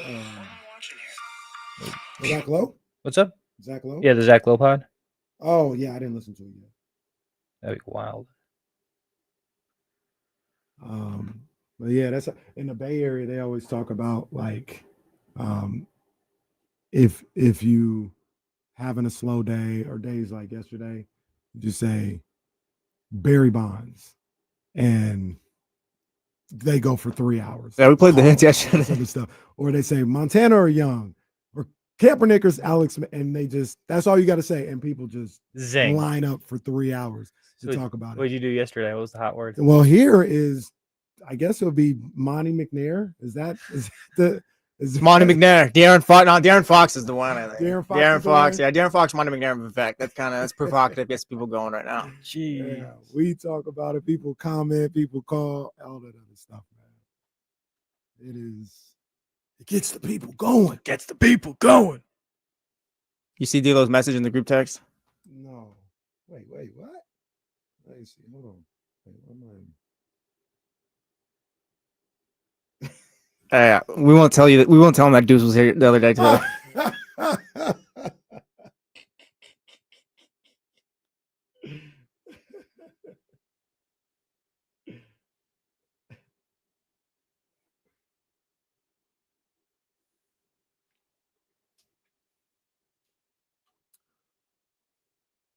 You heard the man, D-Lo and KC here on ESPN 1320. Today, I am not without friends. Now, yesterday I wasn't without friends either because Jesse's my friend, but I'm just saying. Like, I don't know. We're Jesse coworkers. was trying to work. Like, he was like, yo, I got work to do. No, Can you that's the have thing. somebody come and talk. Yeah, that's the thing. Like, we really needed someone who's like, I really got to cut running back in this YouTube stuff right now. So I do have one of my main dudes, man. One of my guys, Jake Gadon in the building. What's up, Jake? What's up, Get some KC? air horns from my guy, Jake Gadon. Yes, indeed. Where do I want to start with Jake? Because usually when I have Jake on, one of the first things I ask is like, hey, how's the summer? How's K Street? You know what I mean? How's Midtown? You know what I mean? That's usually what I try to figure out because I live my life through Jake. That's what I do. You actually? Yeah. You would actually? Okay, well, you Yeah, can I join live- me whenever you want. Well, no, I right? live my life through you. Like whatever. I'm a married man. I believe it. I got a You family. got little I'm kids. a little washed out here. Okay. People was like, "What'd you do for your birthday?" I was like, "I had dinner at home." Like that's what I did. I'm a little washed. So We I'm still have living fun. through you. You on K Street. You in Midtown. I'm scared. I'm saying? I'm scared of K Street now. Oh, what? I'm what scared. I'm what scared. happened? Just too much fun at the Panther. Oh, the yeah. Panther. Oh yeah. Well, Do you know what I'm talking about? yeah, well, Okay, yeah. yeah. I've been in there with Jake. All right, we're before. cool. We a little too I've much been in there fun with Jake sometimes. before. That and the darling, Oh, whatever yeah, you want to Darling call it, Avery. birdie, the darling birdie. Yeah. Yeah. That's a good look. They both are great. So I've moved my way on to Midtown and R Street. That's So a good look. Hey, oh man, I can't wait. Dame would appreciate this. I don't think you know nothing about this, but Jesse would know. I'm a one-man wolf pack right here. Chatty House help me out, but they're bringing back Tunnel 21, and if y'all don't know what that means, it's about to go up an old sack. So like, what does that mean? Like actual? Because I've heard you guys talk about Tunnel 21 over the last 5 years enough to know kind of what's going on. It's Vladdy's old place or whatever. Yeah, right? Yeah. So Tunnel- like, what is this? Is Tunnel 21 or is this something It's different? Tunnel so I'll put it to you like this. In the Black community here in Sacramento, Tunnel 21 is a top 5 club of all time, hands down. Now, like I said, it was a club for hip hop and R&B. Like I said, the Black community, we my age, I'm 42 now, so 35 to 42, we look at Tunnel 21 as one of the GOAT clubs of all time. It was maybe about 5 to 7 years. One of the GOAT clubs of all time. Went away, is gone. And now I just got word 2 days ago it is back. What made the allure? Give me the allure. What made it special, other than the music, of course? I mean, that was the place to go to. You had Tunnel, you had, I think Han King Lounge was done by the time Tunnel started popping off. But you had Tunnel, you had Avalon. That was really about it. Okay. Obviously, Ricky's was there. That's where Sir Damien was.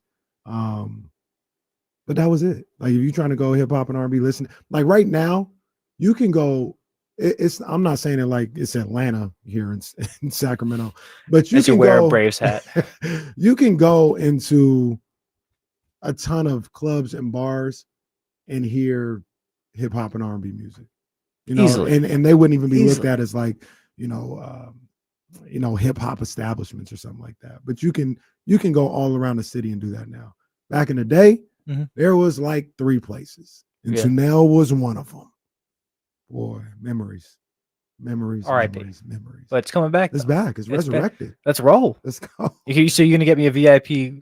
Oh yeah, you coming to Tunnel? Oh yeah, that's facts. Straight. That's facts. We making that happen. We rock. All right. Jake Gadon. Everybody, hey, clip this. Clip this. Jake Gadon is going to Tunnel 21. We're bringing the crew. Don't know what it looks like. I think you like it. I'm ready for it. Hey, anytime in the summer is a good time here in Sacramento. You know that is. So how's your summer been, man? I know you was on vacation a little bit. You was making moves and all that other stuff. We rock and rolled. So we went back to the East Coast a bunch of times, spent time in my hometown in Connecticut, went to New York for a couple days, saw a Yankee game, went to a Broadway show, the whole 9, went up to Boston. How many errors did they have when you saw the Yankees game? What's up? How many errors? 0. Really? Did you save that ticket stuff? Oh, I did. That was a game they didn't have any. It's not errors? October yet, Kenny. It's like you guys want to hurt me. Everybody on the West Coast hates the Yankees. You know I don't hate the Yankees. I know you don't. You know, but I'm just saying. You understand why, though. I can understand why, but I thought you guys are hate. I thought we'd join more in how much we hate the Dodgers, especially in Northern California. Oh no, I'm big Ohtani. Shout out Polo Well. Shout out Will in the chat. Hey, shout out Ohtani. Shout out. Yo, what are you doing? Shouting him out. That's a group. We're gonna take down the Giants and Rafi Devers. All right. Well, Rafi Devers is now hitting home runs like I saw two tanks the other day. Yeah, he's back. Okay, ask him about his Red Sox. Ask him about his Red Sox. They playing good. Game in like 2 games back at the Yankees in that second wild card spot. They stole one last night too. Oh yeah, we did. Stole one. Went back to East. Went to a Yankee game. Went up to Boston, see some friends up there. I've been down to San Diego. I love that city. Beautiful, fam. I still don't have. It's perfect. I haven't made it to Petco though. That's on the list. It has, and I hear that fan base is fantastic. And then went over to Chicago for the first time. Chi-Town, how was that, man? That place never been. Blew me away, quite honestly. Like really had a beautiful time there. It was hot. Went to Wrigley. It was a week. You never been to Wrigley? Never been to Wrigley. It was the week after Kyle went, and it was phenomenal weather out there. It was hot. Don't get me wrong, but just vibes are great. I bet they're just there. He goes. Rush. What's the street? Rush Street. Jake. That's the street. Rush Street. Because I know that because they used to call Reggie Theus Rush Street Reggie. Oh. Yeah. Okay. That's the street. That's where. That's the K Street of Chicago. I'll just be honest with you. I just went where everyone else went, and I went for the ride. It was a good time though. I'll guarantee you that. But yeah, no deep dish though. Can I be real with you? I don't like Chicago pizza. I think it's I'm out. So overrated. It's so overrated. It is ridiculous. I will go to Chicago and I'll go to Domino's. I don't want any of your deep dish pizza. Okay, you don't gotta go to Domino's, but Domino's is good. They put the Parmesan on the crust and everything. I'll take that over deep dish, I guess. Yeah, no, I'm out of here with that deep. That's whack. I gotta convert all these people to eating good pizza here on the West Coast because East Coast, that's you guys' thing over there. Yeah, straight up. The Okay, slice. and it makes me so upset because the one spot in town, there's a spot on our J Street, excuse me, in Midtown Sac that's on the come up. It's not great, but it's good, right? Okay. I wish that you guys had more access to better pizza because on the East Coast, especially my hometown, man, there's 4 spots. There's 4 spots I could order out and get fire pizza, like stuff that Dave Portnoy has rated 8 and above. I don't want to eat there. We got pizza guys out here. We got pizza. I got pizza guys down the street. Have pizza guys. Hey, if Malik's with that, I ride with my guy Stay for Malik. the pizza. Okay. Have you been to that? I'm not saying it's like New York, but have you been to that one on our street that I think you're about to say across from Ace of Spades? That's Yeah. a good little pizza. Yeah, spot. it's good. Good. They stay open late. They too? stay open late. I like the slices on that. Sometimes yes, it's good. Okay, I'm gonna It's just good. leave it there. We're gonna leave it there. We're not gonna be hypercritical. I will say I feel like I'm a pizza connoisseur. So like You should be from the East Coast. I like my pizza certain places, certain ways. Okay. So gotta have a good undercarriage. We're Throw gonna the flag. What? See, I knew what you were hey, saying there. We'll play on. Who is this? Yeah, he's calling for Burfitt flags. here? Yeah, Jake Burfitt just just lit up. flags Just left lit and up KC Brown in the middle of the field. right. I do have a question for you. We're going to talk sports. We're going to talk Kings. We're going to talk football. I want to hear your thoughts on what's going on in Sac State. Of course. I know you know things. But when we come back, I got a question for you that I don't want to say only you can answer, but you're one of the main people that can answer this, and maybe defend me a little bit. Maybe defend me. I'll tell you guys what it is. It's D-Lo and KC. Jake Gadon filling in for a couple hours. He's rocking with me. It's ESPN 1320, Sacramento's #1 sports station. Pray for Mojo. Usually you got some pretty good takes in here, but this is a bad one. Pizza is not just okay or overrated. wow. Like, pizza What is the one hell? of the top 2 greatest foods. I'm actually with you on that. With who? The pizza's the top 2. Oh, yeah, yeah, pizza's Pray perfect. for bro. It's fantastic. Yeah, there's Because again, pizza is so you can get that for any occasion, any situation. like even the worst pizza is not even that terrible. It's not No. great. Like shout out Pizza Hut. You know, but- there's another thing that Well, they no, don't there's have. another one that actually I was gonna say there's another one that's worse, but they've kind of stepped their game up. But So the place on our street that you're talking about, good pizza. I would say with them, it depends on how busy they are, is how good the pizza is. Which I think so if it's not as busy, they have time to take time with it. you see what I'm saying. Yeah. And then if not, it gets really oily, and it's like, okay, what am I doing here? And then the place on J Street is good. but where it's on J? Where are we at here? I think it's called Maryland. Where's it at though? J Street Midtown. I'll give you right now. Hold Is on. it what direction are we going here? Is it You're going towards 80. So is it past Target? Yeah, it's right past Target. We're talking J Street Past and Target. 20th. Past the spaghetti factory? Yes, it's right. It's the same street as Lowbrow. Oh, okay. You know, you're taking right on Lowbrow. Yeah. So it's like Round Table on the East Coast, what Little Caesars is here to us, or like if someone ordered Round Table on the East Coast, Do like you you guys have would be like, Round this Table? We is don't have trash. Round They don't even have like that's not even over there, huh? Guys, like the funny thing is, like I grew up, like you guys grew up ordering Domino's and like It's pizza. like you don't have the chains over there or anything like that, really. Like, I know No, they got the because chains, there's but- local pizzerias that are literally like Yeah, 5 minutes away. You grew up ordering from crazy. Joe's. Yeah, Old Saber Pizza House, Pizza Works, Al Forno's, and then what's the other one? Vito Pizza. Mm. Like, Did you go to Sal's? yeah, of course. No, Sal's no, is great no. pizza. That's another I spot. don't want to see Jake didn't get that one right there. Okay, Sal's, well, Sal's Sal's had great. Sal's was in Do the Right Thing. Really? That's the pizza place that they were acting a little racist. They wouldn't let Radio Raheem play his music. Not like it started off as cool. Didn't know that. It was just a little community one, but it over the course of the movie it just got contentious. You know where I've been? Speaking of movies with pizza, Mystic Pizza. Where's that? You've I don't know nothing about no Mystic Pizza. What movie are you talking about, Jake? Mystic Pizza, the movie. Oh, I that's know a the Washington movie. Mystics. Yeah, I've never heard of Mystic. Mystic Pizza's a movie? Guys, this is so. No, bad. guys, us, guys, you. Guys, this is so bad. All right, I'm gonna give you the whole thing. It's a comedy drama based in 1988. Oh yeah, that's tough. Who's made Yeah, that's tough for 1980? Jesse. Yeah, I maybe. I got Batman and Star Wars from 80s. What else? Had Julia Roberts in it. What? Let me see if because I might have seen it on HBO. You know what I'm saying? I'll say your significant others have definitely made you watch this thing. I was the only child. I'm talking about your wife. No, she didn't make me watch this. No, no shot. Was it Mystic Pizza? Yeah. We're naming out movie, but shout out Bubba Gumps. I don't think I can ever go back there Oh again, though. no. Why? What you talking about? Nah, it's bad, bro. It's bad. Wait, what?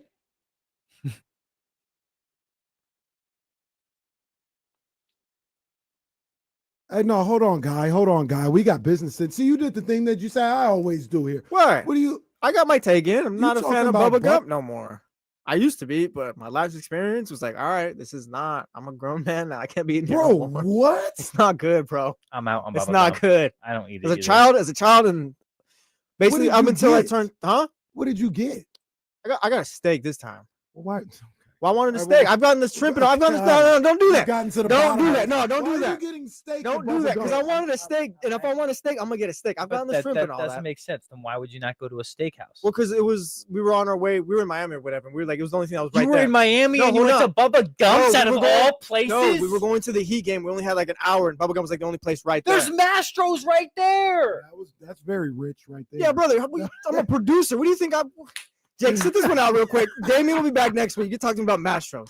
Anyways, we're looking for something quick to Shout eat out to or whatever. Mastro's. That's a good steak right there. Oh, we're looking for something quick to eat. And it's just it wasn't good. Even the Bro, stuff I tried, it's like what she Get a got wasn't bucket good. of shrimp. What are you doing? I've done that. It's Yeah, just- do it again. That's No, what no, I'm Bubba tired of you. Gum- No, I'm tired of you defending these places like, oh, you can only get one thing and it's fire. Like, no, if I can only get one thing, it sucks. No, don't get. I don't even know. I've had the shrimp, but I've done all that. I wasn't even like looking for like a 5-star steak. I needed just hungry. I wanted a steak, whatever. Bro, I was like, hey, can I get my steak medium rare? They couldn't fathom what that meant. Yeah, because they're like, who does this? Who the hell does this? That's a bad job by you, Jesse. No, That's I'm a not bad gonna do that. job I'm not by gonna do that. And I know I was in Miami. We went to other restaurants, by the way. Like I said, we were on a time crunch. Steak at Bubba you. Gump. Yeah, that's why they looked at you crazy. Like, what is it even on the menu? Who does this? Who has time? Don't put it on the Right. menu then. They should take it off. They should take it off. Jake Gadon rocking with me for a little while, man. Here for about an hour, 2 hours, almost with your boy today, man. Love it. Thanks for having me. No, thank you. I mean, CBS 13's Jake Gadon, but Good Day Sacramento's Jake Gadon. Is that how that's going? You saw that? I saw the clips. I saw what you posted. I didn't know what was going on. Yeah, I filmed it on Sunday. It was fun. It was a blast. I actually, you know your sports. You're really good at sports. I think you'd be great on a show like that. You think so? Yeah, your energy, your personality, you would be great on a Good Day show like that. I appreciate that. I love sports though, man. I love what we do. You're great at sports. Like I think essentially what I'm coming to the conclusion of is you're just great on TV. So that's appreciate you. And here's the thing. I appreciate that because I got the reception I had on Good Day on Sunday was incredible. Like that community welcomed me in because I would say that it's a very solid, passionate fan base that loves that TV show because people grew up on that. And like for me, I don't understand the magnitude of that just because I haven't been here for that long. But people like yourself, like you remember 30 years ago when this thing started? Yeah, I was about to say it had to be. I was living in Green Haven. I don't even know if I was in high school yet. No McClatchy yet? Not yet. I think I was still, and they said, hey, this new show, Good Day Sacramento, is going to be the morning show. And yeah, I'm not acting like I watched it every morning. No, but it's part of your fabric. It's part of the childhood. I turn on the TV as I'm getting dressed for school, and I turn it to 31. But everyone has that story, and it's not like it's a solid fan base where it's like there's people that watch it dedicated every single day, but the casual Sacramento person knows what Good Day is. Absolutely. And I think that's a cool thing. So to be there on Sunday with a GOAT, Tina Makua. Come on, man. Shout out Tina. Shout out hey, T is crazy. Yeah, shout out Tina, man. That's a legend right there. She's a legend. It was great having on her, and I had a great Shout reception. out Cody. Was Cody there? Cody was not there. Cody has the weekend, but Cody's the man. All Shout out to right. my boy Cody, man. That's my guy right there, man. We pull up on him. Shout out to my girl Ashley.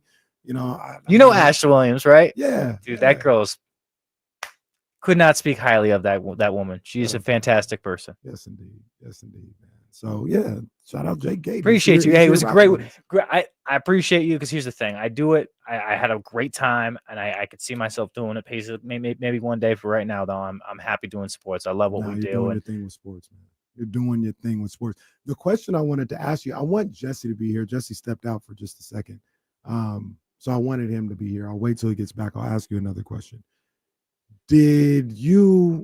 we started the show, started D'Lo and KC talking about Hulk Hogan. Were you a wrestling guy? You're East No. Coast, Connecticut, all that, right in the belly of the beast. I But you wasn't. weren't- It wasn't my thing. It was just. I didn't grow up doing. Now, do we watch like?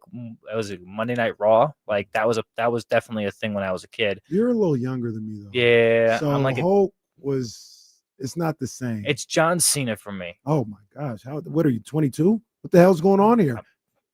Not 22, a little closer than So you are, but you are far removed from Hulk Hogan and Hulkamania Yes. and all that. That Yes. was but I knew who he was. right. Everybody knows who Hulk Hogan was. Everybody this is what I said earlier in the group chat. And I do look at WWF sports entertainment, Mhm. and you kind of group it in. It's a little bit of both. It's entertainment, and to me, it is a sport. Mhm. He's a sports icon. Hulk Hogan is. He is a sports icon. We talk about Michael Jordan. We talk about all these guys. He's the best at what he did, and personally, is whatever. But I can separate the two and say he was a massive star in WWF, in WCW when he was yellow and red Hulk. And then when he turned into Hollywood Hulk Hogan, he was a star. He was a massive, massive star. And yeah, he's somebody that a lot of people grew up on. I feel like if you're on a Wheaties box, you've made it, and you're at the pinnacle of your sport. If that makes any sense. I think when I grew up, Hulk was an icon there in terms of someone that you knew was related to the sport, right? Like, so if you knew if he was on the screen, okay, what he was about, what his persona was. I also seen in the years past his retirement, his interaction with his fans, especially the young fans, reenacting what he used to do. Like, I think that's how he's kind of transcended the sport and kept it going. Right. When he retired, he wasn't just like, I'm out, I'm done. Like, Right. he And tried to doing reality TV, with the Now- Hogan's Knows Best. I think that was the show. was it good quality television? Yeah. I think Love Island does better on I a haven't rating seen scale. Love Island yet. No, don't look at me like that. No, I haven't watched Love Island yet. I don't plan on it either. Is the season over? No, I don't know. I've only watched a couple episodes, but you're hooked. Well, no, I'm not hooked. I'm just it's kind of force fed to me. All right. Let's just say that, there's certain things for people who want to watch the show. And I'm I gotta sit there. Look. I gotta sit there and watch the show. I saw the clips when Megan Thee Stallion was on there. I did see that. Shout out Klay Thompson. Shout out Klay Klay Thompson. Thompson. All right. Gets seems- out the bay, levels up. We seems love. seems a little forced to me. I keep seeing them on my timeline, and it just seems a little forced. I got my antennas up with that. But speaking of, congratulations. I don't have my soundboard here, so I don't have Tyrese here. But congratulations to Taylor Rooks. Oh, on her our wedding. girl. Yes. Congratulations. Star-studded wedding. It was. Did you see who pulled up to that thing? Well, I saw Coco Jones was there and her new fiance, Donovan Mitchell. I saw KD was in the building. They said KD even brushed his hair for that one. Got a lineup. That was crazy. Draymond was there. And that's all I saw. Who else you see? Michael Rubin pulled up with his wife. Yeah. There was another star that I saw there. Let me pull up her the Insta. Go ahead, yeah. But Go she ahead. was. That's a star-studded event, my You friend. got it like that, man. Everybody love. Well, who doesn't? And my everybody question love is, Taylor Rooks. where's she going next? I was gonna look that up the other day. She's with Amazon, I believe. She's going to Amazon. Yeah. Because she ended her time with TNT, which Yeah, makes I believe sense. I believe she's like studio host for their pre and post. She's like really Here's the good. two that I forgot that I think are the dopest out of all of them. Okay. Saquon, Jack Harlow. Harlow always find his way in these circles. Shout out, I like Jack Harlow. Shout out Taylor Rooks though. Shout out Taylor Rooks. Every- Shout out everyone- Shane. Mm-hmm. Shane. And this isn't me. This is what other men are doing around the country. Congratulations. Oh yeah, it was bad on my Twitter God. yesterday. Here's the thing though. Have you met Taylor before, right? I have not met Taylor. So- She was here for one of the games. She did I a was Kings around game her. there. So she Yeah, did a but I Kings never met game. her. So she was at shoot around with us, got to meet her from one time. And like sometimes, I hate to say this, but sometimes national media comes in here and says, we're national media. you're a local beat reporter. What do you know? Yeah. And I sit there and I'm like, guys, we're looking for the same thing. And sometimes I might have better nuggets for you that you can bring to your newscast or broadcast for the night. So some people get a little snooty with it. She down to earth. Hi, how are you? What's going on? Like, I don't know. I appreciate those type of people much more. She seemed very, very nice. I know people who do know her, and she's like, Taylor's hella cool. Like, she's hella cool. That night, she was here. I don't want to exaggerate. I don't want to be like it was going out of the Golden One Center. But there was a line to take pictures with Taylor Rooks afterwards. Makes sense. There was a line to take pictures with Taylor Rooks, and she took them. She was like, yeah, come on, let's go. Let's take the picture. She was just really nice about everything. What game was that this year? Do you remember? What's the TNT game? Might have been the Rockets. Rockets earlier in the year? Yeah, it might have been. It was, the Rockets and it wasn't a tournament game, right? In season? It might have been. It might have been. Okay. It might have been, but I think it was the Rockets when she was. I think you're spot on that. And like, look, like everybody else, I had to hit the group chat because they love her in the group chat. I was like, oh, look who's in this group over here chat? today. Who's in the group chat? Oh, it's my cousin Ace. It's my man B. It's my other cousin Jason. Oh, we love that. My other cousin JJ. The boys. They love Taylor Rooks. Can I ask you something? Yeah. What's the name of the group chat? Oh, we didn't name it. We didn't name it. Your boys' group chat, is it named? Yeah, one of them's named. Not all of them. I Actually, no, a lot of them are. Actually, yeah, it's just their numbers just come up. Their contact just comes up on the text. You got to throw a name in there. I'm gonna figure it out. Okay, thank you. Figure it out. Appreciate you. And now I think about it. Yeah. Yeah, I gotta. We'll do that today. Yeah, we'll do that tonight. And it's just a jumbled mess at that point. But yeah, she was really cool. So congratulations to her. Jesse's back. Okay. So there was something that I said I wanted to ask you, and you may be the one person to defend me on this situation. I just came back from vacation, had a family reunion in Charlotte, North Carolina. It was ungodly hot. It was anywhere between 93 and 98 the entire weekend in North Carolina on the East Coast. So you already know the vibes on that one. It's crazy.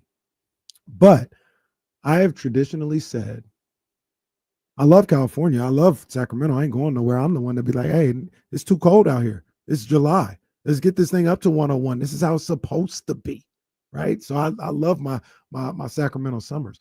But I have routinely said, I'll take East Coast humidity summer over West Coast. I'm just getting fried by the sun.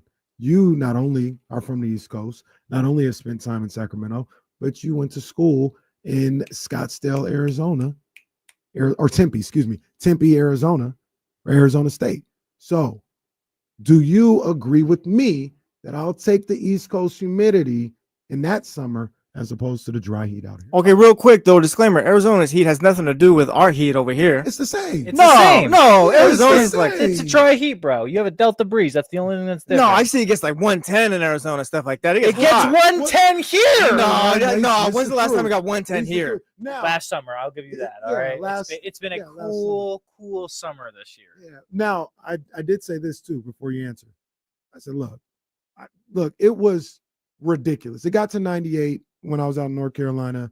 The humidity, I was literally just sweating. I wasn't even doing that. I was sitting there and just pouring sweat like Patrick Ewing, right? Like that. That's that. I get it. And my thing is 98 to 100 anywhere is going to be hot. I'm not saying it's cooler over there. I'm saying, here's my thing, because you could have overcast days on the East Coast. And while it's hot, the sun isn't beating down on you. Out here, there ain't no overcast days. Ain't no overcast days. Go stand under a tree. Under a tree. You live in the city of trees. You need some shade. Go stand in the shade. It's not like the humidity is gross. You're all sticky and stuff like that, sweaty. When was the last time you went and stood in the shade? I don't need to, brother. I work inside. No, but like the whole Arizona thing, yeah, it's like 117, 110 in Arizona for months on end. That's maybe crazy. once It is. last year That's here, crazy. like it happens, but Vegas, whatever. all Yeah. that other stuff. Like, It's that's- different. It's different. It is different. But do you agree with me? Yes.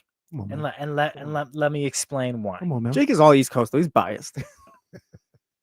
You ain't wrong on that. Jake is like East Coast through and through. You ain't wrong on that. All right. Everyone can say the West Coast is best. I will say It is best though. West Coast is best. It is. Sorry, Jake.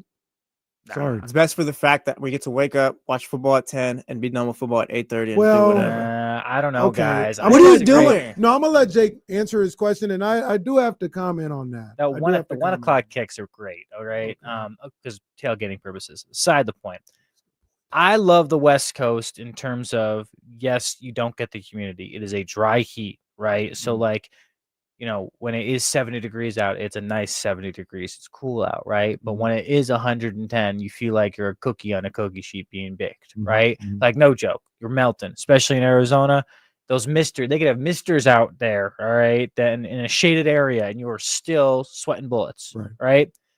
East Coast, yes, it's 70 in humidity, and you are still dripping in sweat. Here's the difference, though. I can bring a towel to work, pat myself down on a consistent basis, bring a fan, cool myself down on a consistent basis. Here's the other difference, is when the sun goes down. This is where the differentiator for me is. When the sun goes down in Arizona, it's still hot. You just turned off the oven for a bit. See, I like that though. I like that. I like Vegas at 10 p.m. being 92. What I sun like are you that. even on right now? No, I like that. I want 70s. I want 70s at dusk. No, I need a summer night. That's a summer night for a reason. I need that. I don't know. I disagree. I'm full East Coast on it. need I think that. I'll say this. I'll take the humidity. It don't bother me. I'd rather have humidity than just complete dry heat. Now, It's also good for the skin. well, okay. I've been blessed with good skin just in general. So Okay. I'm on the West Coast and I got good skin. Good for you. You know what I mean? You want a medal for that Yeah, I one? mean, my guy? I put on my lotion every day, make sure I got the Jergens There's a Ultra saying out Healing there joint. that you could, This guy, Jake, this Hey, guy. Jake's back. Jake's wild. What's your beef with the West Coast time zone? No, so Hater. it depends. 10 a.m. It depends. It depends on. Never had a breakfast burrito and watched a football game? So it depends on how you go about life. Mm. I'm a vampire. Mm. D'Lo, for instance, is not. Mm-hmm. So D'Lo lives on the East Coast, and he wanted to watch the Kings, and they start at 10:30. Like, this is ridiculous. Get me off this coast. Me, 10:30. I got a brand new game that's about to start at 10:30. I can watch. Oh, this is fire. I'm up till 2 a.m. Let's go.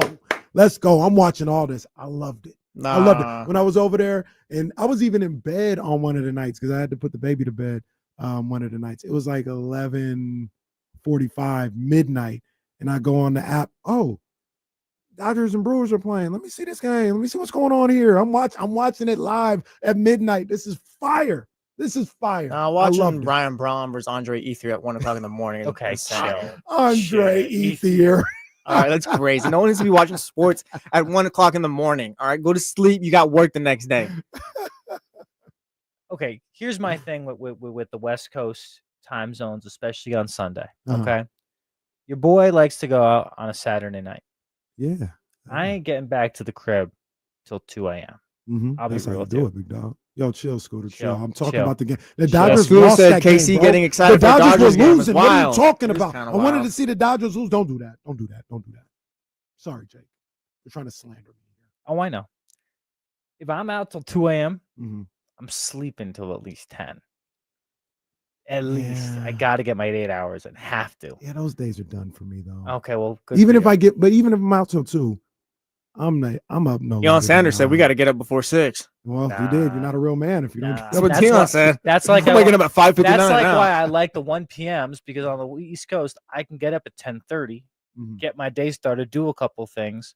If I forgot to get the food for the feast of watching football all day, I can run out and grab it. If not, we're going to get a Dunkin' Donuts coffee with bacon, Dunkin' egg, and Donuts, that's cheese East Coast. Yeah. with under $5 because that's a crazy concept They here on the love, West Coast. they love Dunkin' Donuts. They over there on the East love Coast. Dunkin' Now, look, I will say this. See, hold on. With the whole going out stuff, like, yeah, you go out, you get back at 2. You got to get up at 8 or whatever still. Like, that's the way it goes now. You don't get to sleep in. It's just football's at 10, so you got to get up before that. But you know You know have what's more the- responsibility than I do. You know what the killer is though, which does not get any viewership from me, even if I don't go out. It don't get no viewership from me. What? And that's those damn London, Germany nah, games. I'm We're up talking for about those. 5 a.m. out here. 6 a.m. You go Bro, to 6 you're not a.m. getting no viewership. I You're woke lucky up- if I see the second half. I woke up for Brian Flores versus Urban Meyer at 6 o'clock on 2 hours of sleep.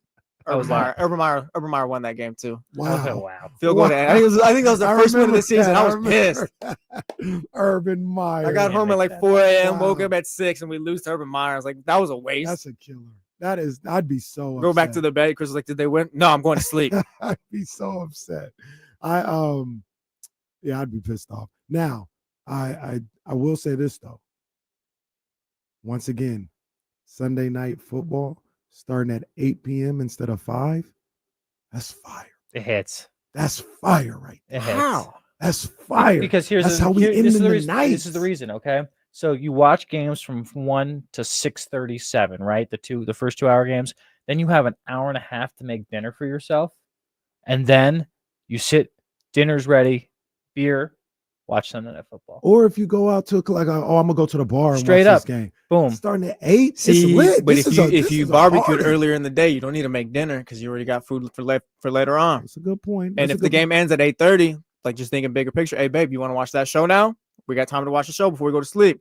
point. No, we don't. We just don't have time to watch. It's the show. 8:30 now. We can watch the show no, now. We just nah. We. On the East Coast, we just I don't hate have to time tell you, watch I'll the be show. honest with you. On Sundays, it's football day. We ain't. I'm saying it's football day, and then Then I ends at can go- 8:30. It's Then I perfect. can go to church like without thinking about Mhm. missing anything. You know, it's all good. Now I will say this, Jake. I'm I'm just gonna stray away from you right here and come back to my West Coast roots. You know what I mean? Because I am West Coast. Shoot. This is home.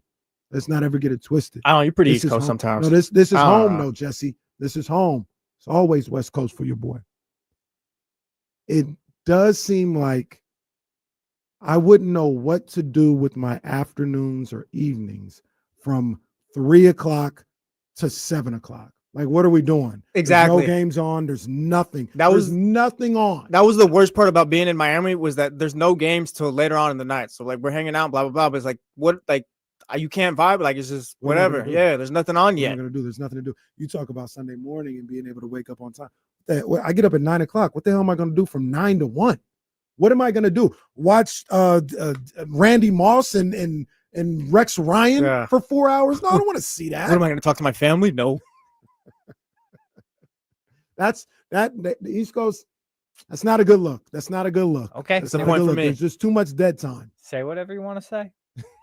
Jay gets pizza. We get sports time zones. There we go.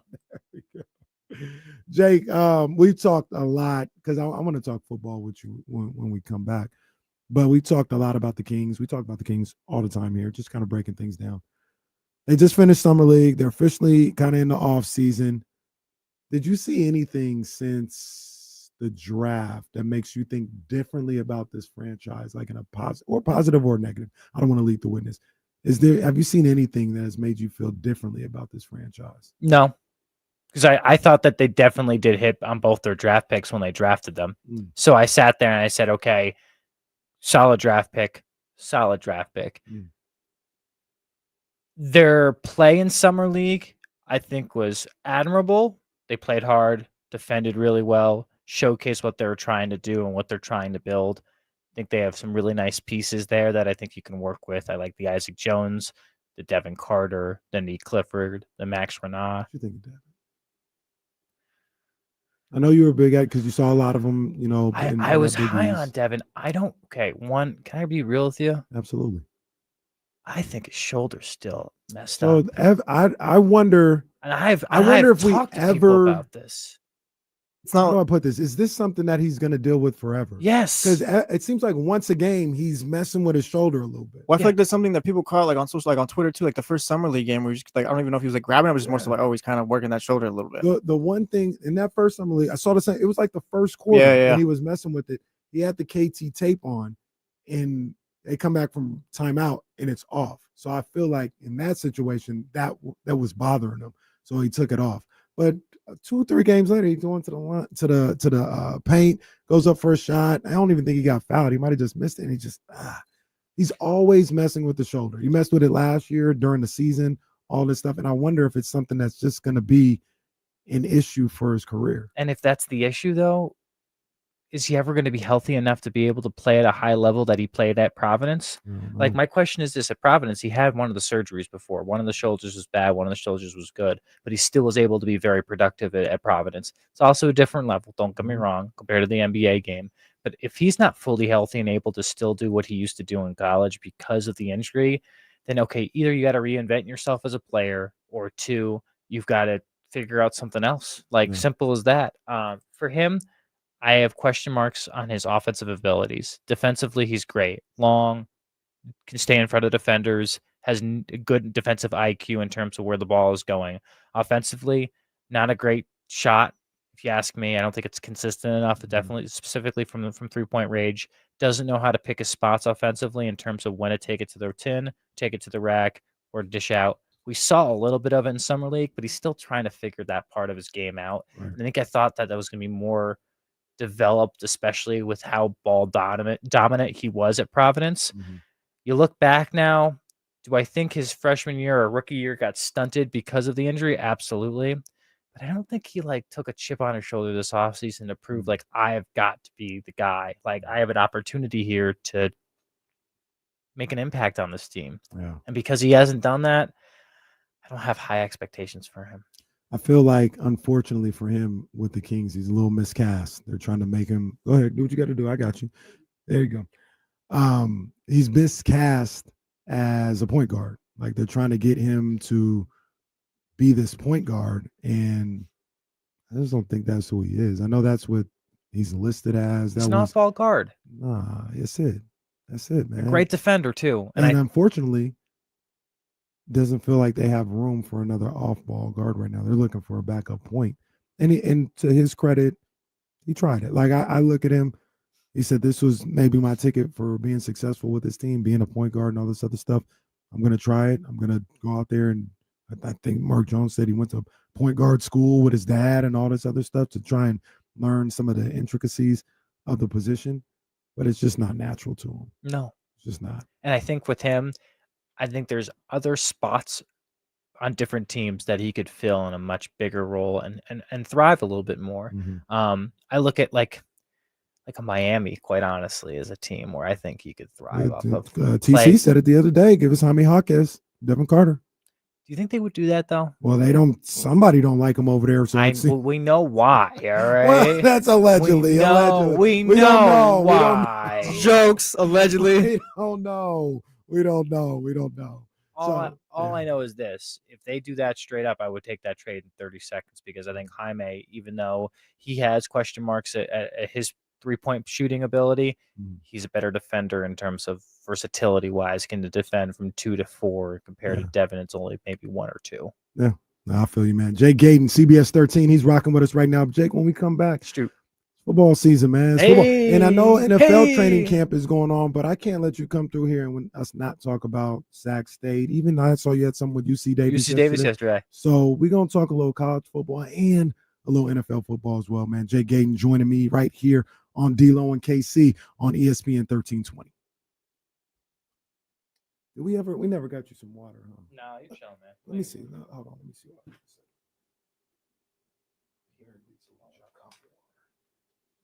Nothing crazy. Appreciate you.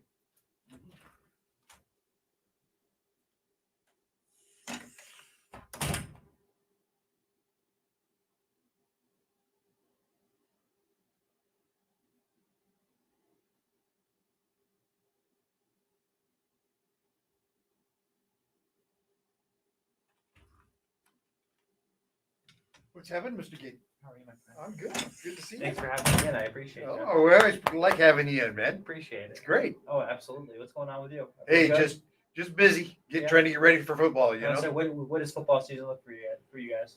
Oh, it's busy. Yeah. We have double headers for NFL almost every Sunday. Okay. Have triple headers some Sundays because we get the offload for Westwood once. So that's awesome, though. So yeah. Okay, so we have you'll do Sunday night football as well. Okay. And then we have Sac State. Of course. And then so we have doubleheader college football this week. So when you do Sac State, because you're going from local to national, how does that work? Do you have to buy the airtime back?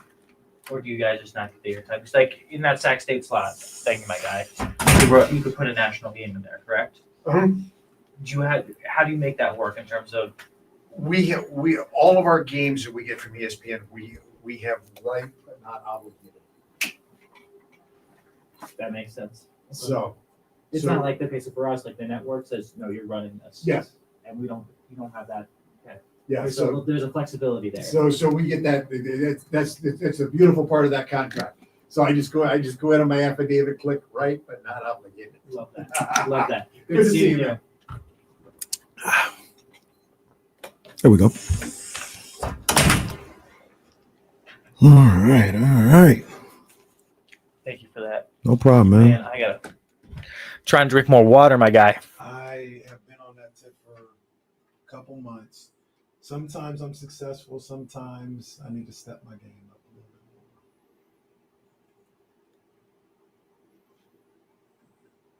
more.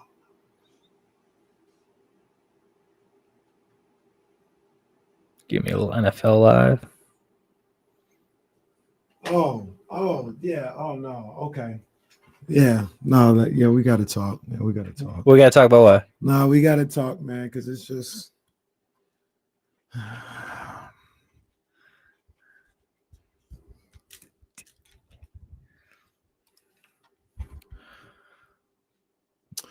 D-Lo and KC here on ESPN 1320. KC and friends today, man. I got my guy, Jay Gadon.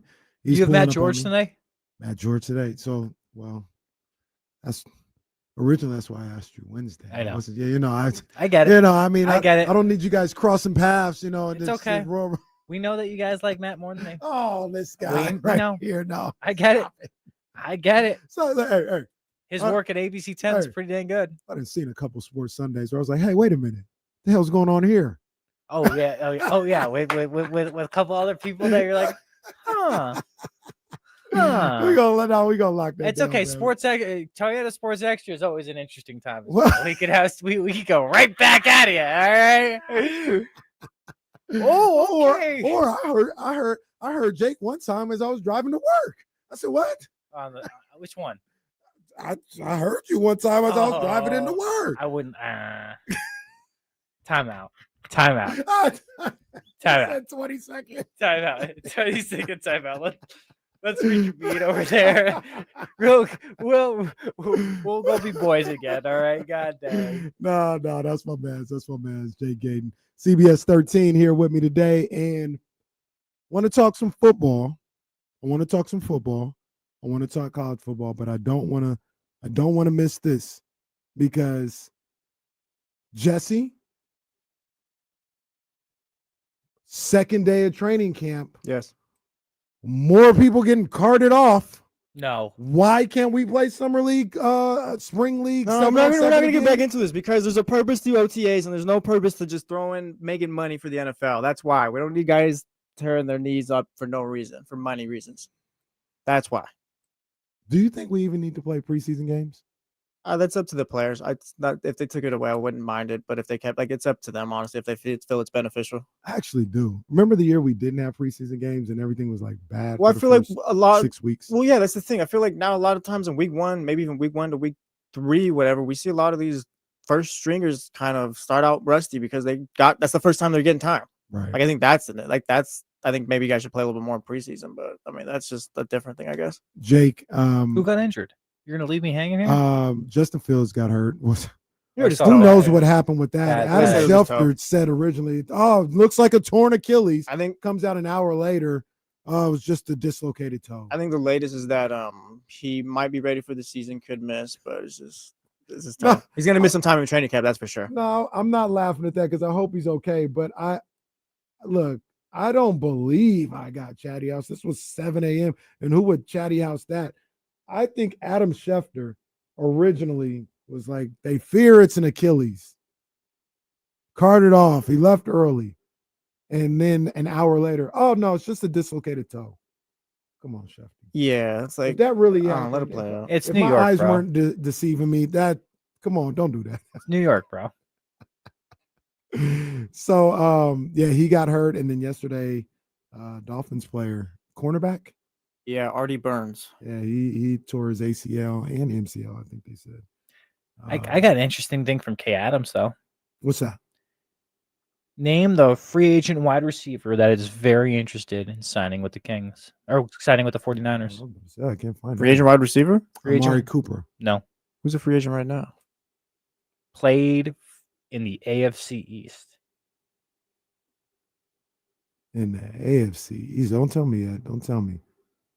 Do we have a team that he Do I go? formerly Do played you for? want to go team or do you want me to go quarterback with No, throwing we, to the we wall? should be able to. We should be able to get this right here in the AFC East. OBJ? No. Damn, it's not Amari Cooper. No. No, he didn't play in the AFC East. He played for the Bills. Oh yeah, he did. I forgot. You were thinking of the right team. Gabe Davis. There we go. He's a free agent. Yeah. Was he hurt last year? Yeah. Hmm. How'd you Well, feel about that? How would you feel about that? I'd be fine. Good I'd be old fine. veteran. They in the, need something like that right now. Caveat real with you, the one thing I don't like about the wide receiver room for the 49ers is they don't have a veteran in there. They don't have a number one right now either. They No, don't. well, right now, I think Ayuk is your number one, but are you really comfortable with Ayuk leading that wide receiver room? Jake, I'm not comfortable with Brandon Ayuk for the rest of his career. Okay. Yeah, that's the thing. That's why Guys, him but being I a was vet is high on me. him because he's a rock, came out of Rockland, went to Arizona State. I Like am too. It's not him, the player. It's the injury. Yeah, like I can't. I'm kind of looking at, and I hope I'm dead wrong. Like he ain't never gonna be the same. He'd be kind He of the ripped his outlier knee for a player up. to come back from an ACL injury, or a receiver to come back from an ACL injury, and still like just be really productive. He ripped his knee up though. It was like Yeah. ACL, MCL, and like partially torn something up. Like he messed his knee up. that's why they're going to take some time bringing him back. Yeah, I wouldn't. I wouldn't know rush they it. were. I wouldn't rush that at all. No, I know It takes him earlier. 2 years. Takes him 2 years. I agree. I know earlier, maybe a couple weeks ago, they were like, "Oh, he's ahead of schedule," and they're not ruling out the start of season or whatever. I said, "Don't even mess around. Like this guy definitely needs to be on the PUP list and out for the first 4 games." I wouldn't probably want to see him till mid-season. I was like, let's bring him back week 8. Yeah, Can we do that? mid-season? So yeah, to that point, they don't have a true veteran. I was getting caught up on the first day of camp for the 49ers yesterday, though, and a lot of people were raving about DeMarcus Robinson and how he performed at camp. And we all know he's probably going to be suspended 2-3 games to start the season because he got in some legal trouble off the field. But a lot of people are like, yo, when he gets going, when he's back, he gonna be nice. He's gonna be nice. So I'm familiar with the player. I haven't broken down film on DeMarcus Robinson, so I can't really speak to how good I think he is. But I know the people that seen him on that first day of training camp were really impressed with how he performed. Another name that popped up yesterday that I think was intrigued to see the movement that he's going to have on the defensive line is Michael Williams. Yeah, he said he was going crazy. They're playing a little outside, but also playing a little inside. Yeah. My intriguing part is like, okay, do you keep him on the outside with Bosa on first and second down, then kick him in on third down and bring in a more specialty guy on third down? Like that's intriguing right there. I also, from my understanding, I think Robert Saleh is going to get this defense back right. I think hope so. It's not sure hope so. I think his issue with New York was never his coaching decisions. It was everything else. That's why I think he did not survive New York.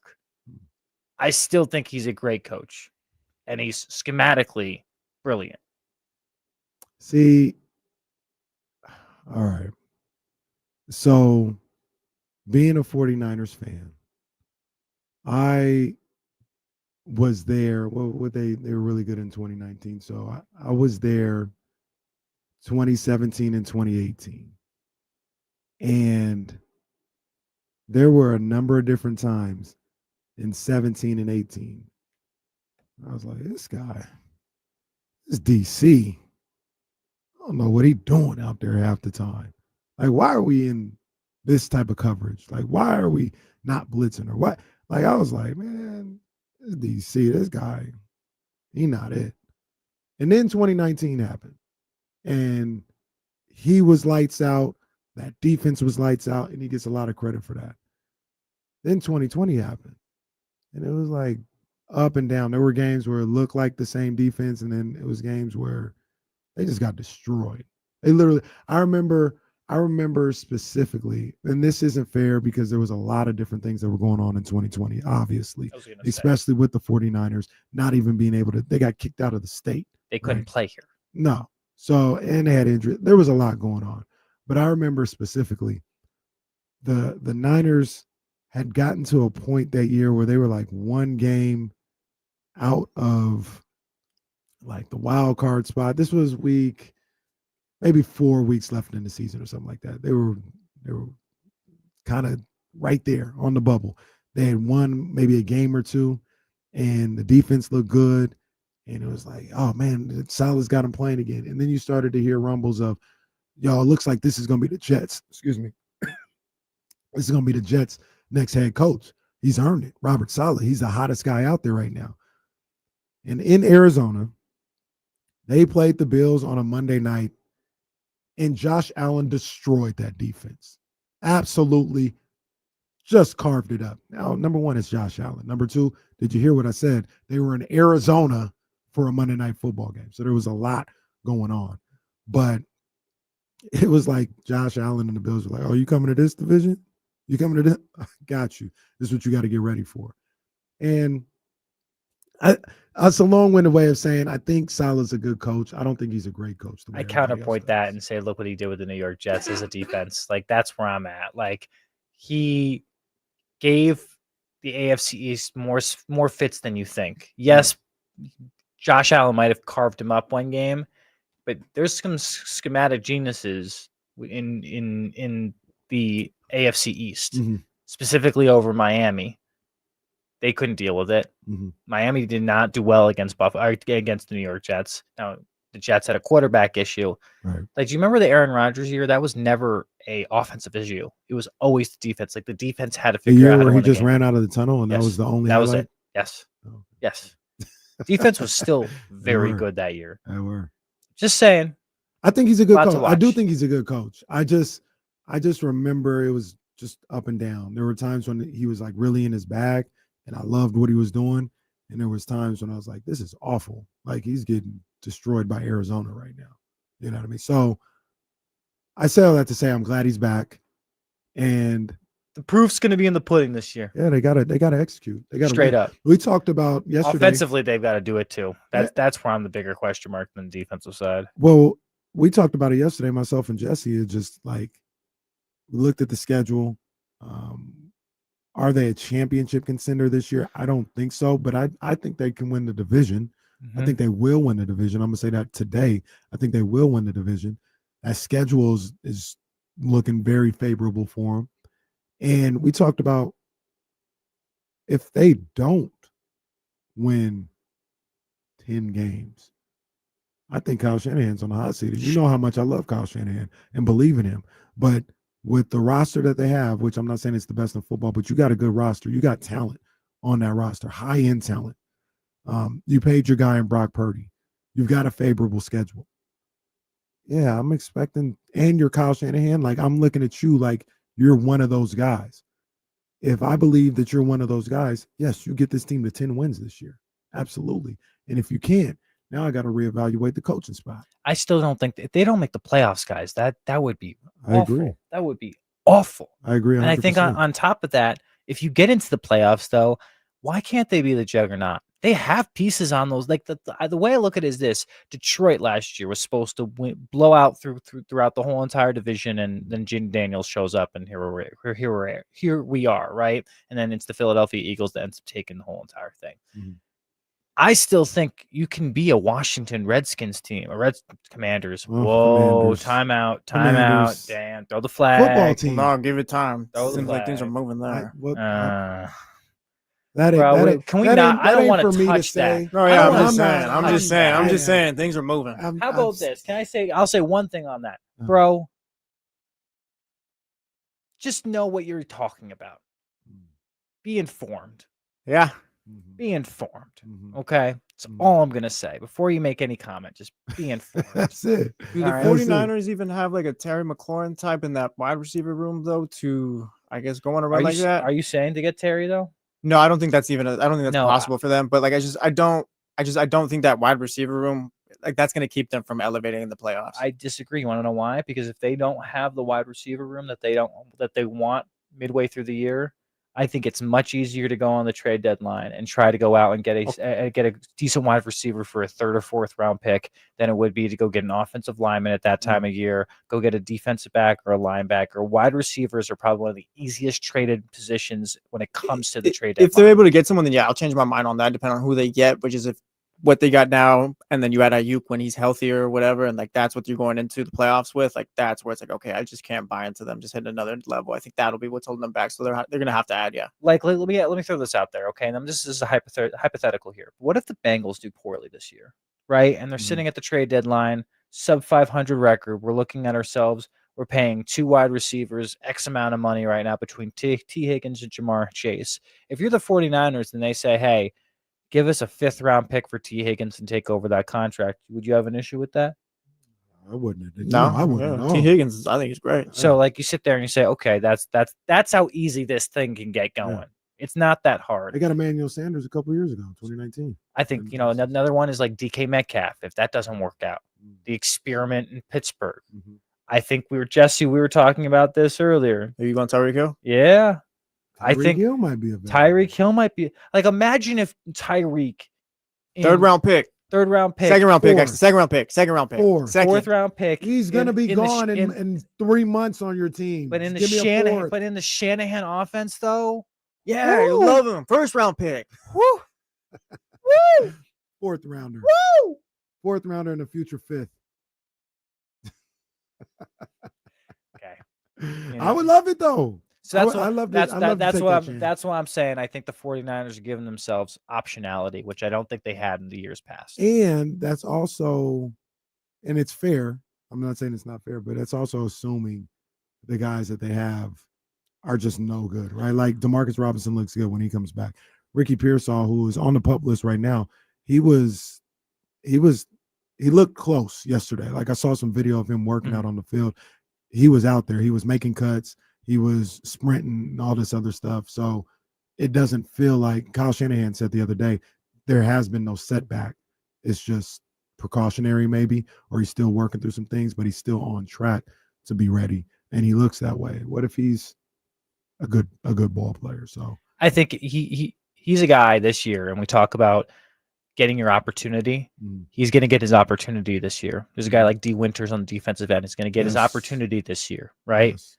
What you do with that opportunity is going to affect what happens the rest of your career. 100%. So if you're going to get a ton of targets this year, Brock's going to look for you in the slot. Same thing with a guy like Jacob Cowling who got injured yesterday. Take your opportunity, run with it, see where it goes. That's how Ayuk got on the field. Yeah. What you think about the Raiders? Jesse was saying yesterday he thinks they might go to the AFC Championship. Don't even do that. All I said was out of eye. Don't even do that. No, that's how things get started. Look at Jake's already making a face about it. I didn't even say that. He's lying, Jake. Don't believe him. He didn't say. You and Brandon Benitez can go to the Raiders Therapy Club. They meet. I just said I had an eye on them. They meet every Monday afternoon, evening, 6 to 7 o'clock. He said he has his eye on them, and I will say this: I think. So what you think they're like a 5-win team? No, they're not a 5-win team. I think guys. they could. I was around around 500. I think they can go around 500. But if you think they're going to make the AFC, See, I was joking. You're crazy. It's already been clipped and sent out. Look at. Yeah, look at. You told him you was joking. He still thinks. Hey, sports media is a dirty game, guys. It is. Because here's the thing: could the Raiders push to make a playoff spot? Sure. Yeah. It's the same spot where a lot of these NFL teams are at right now. Yes, you have a solid quarterback. Yes, you have a new head coach that has won before at a high level. But where's your future? Where are you? What's the directionality of the Raiders? Is it Max Crosby's team? How much are you going to get Brock Bowers the ball? What's the ability that you're going to do with Ashton Genty and how you're going to run the offense? Is Jacoby Myers going to be able to be healthy all year? Like, those are the questions. But the biggest one that no one's talking about, because I can see it happening right now, is the offensive line for the Raiders, allowing Geno Smith to get injured in week 3, and then you're back to Aiden O'Connell, and you have to sit there and deal with him for 6 weeks. That's my question. Yeah. Like, I think the Raiders are definitely a question mark team, but I also look at the AFC West they have to play. They're going to play the Chiefs. I think the Broncos are better than them. I think the Chargers are pretty much on par, maybe a little bit higher. Chargers might win that division. Straight up. And then you have the Raiders. I compared them to kind of like the Chargers last year. Like going into the season, they had a Jim Harbaugh, but the running backs room was looking kind of weak. Wide receivers weren't looking great. It's the team was like, all right, they need to rebuild a bit, but like you get a good coach in there, just get them playing good, sound football. I think that's kind of what the Raiders can be. Where they're kind of 8 wins around there, and maybe you get to 10 if things go your way or whatever. Maybe you have to steal your divisional games though. You got to sweep your non-conference. I don't think like the Chargers are like that far and away better. Like the Broncos would be good and stuff like that. I don't think those teams are just like that much better. The Chiefs have kind of looked weak the last couple of years, so maybe you could steal a game there. Like Chiefs win the Super Bowl, you know what I'm talking about. Like they haven't looked as dominant as they have before and all that. But I see them like maybe around 8 wins this year. Maybe if things go their way and everyone's staying healthy and the offensive line can hold up Geno and stuff, maybe you can get to 10 or 9 and just kind of be in the hunt. It's all about health. I think that's the key on this, but I still think the Broncos and the Chiefs are going to be competing for that division this year. I don't think the Raiders are part of it. I don't think the Raiders are winning the division. If they get in, it could be through the wild card. Like I said, they'll sneak in through the end. And they would have to sweep their non-divisional opponents. I think the Chargers are winning that division. I'm saying it right now on July 24th. I think the Chargers are winning the division. I'm glad you're there. Here's the thing. Here's the thing about the Raiders that I was telling Jesse about, because I see improvement, right? Like I believe in Pete Carroll. Genty is a superstar. Another year with Bowers. Geno Smith is better than anything they had last year. So I can see a game or two improvement. The killer is, like you just kind of laid out, being in that division. I don't think you're better than any of those teams. And when we talk about playoffs, what, they're going to get 4 teams from the AFC West? No. Somebody not going to make it, and I think that somebody will be the Raiders. I think they could split in that division, though. I don't think they're going to go out and get swept. You're not going to get swept, but I think they can split the Chargers. I think you're getting swept by the Chiefs, and I think you might be swept by the Broncos. I think they go 2-4 in the division. I like that. That's just like I said yesterday. I wouldn't put them as like they're the 4th team in that division right now, but I see some things. I feel you. Time will tell. Yes, indeed. Before you get out of here, I got to tap in with you about Sac State football. I got some stuff here. Okay. Well, look, I'm gonna let you cook, because I got to be honest. Well, there's 2 different stories going on. The football team, everything that's going on coming up this year, I'm so hyped for.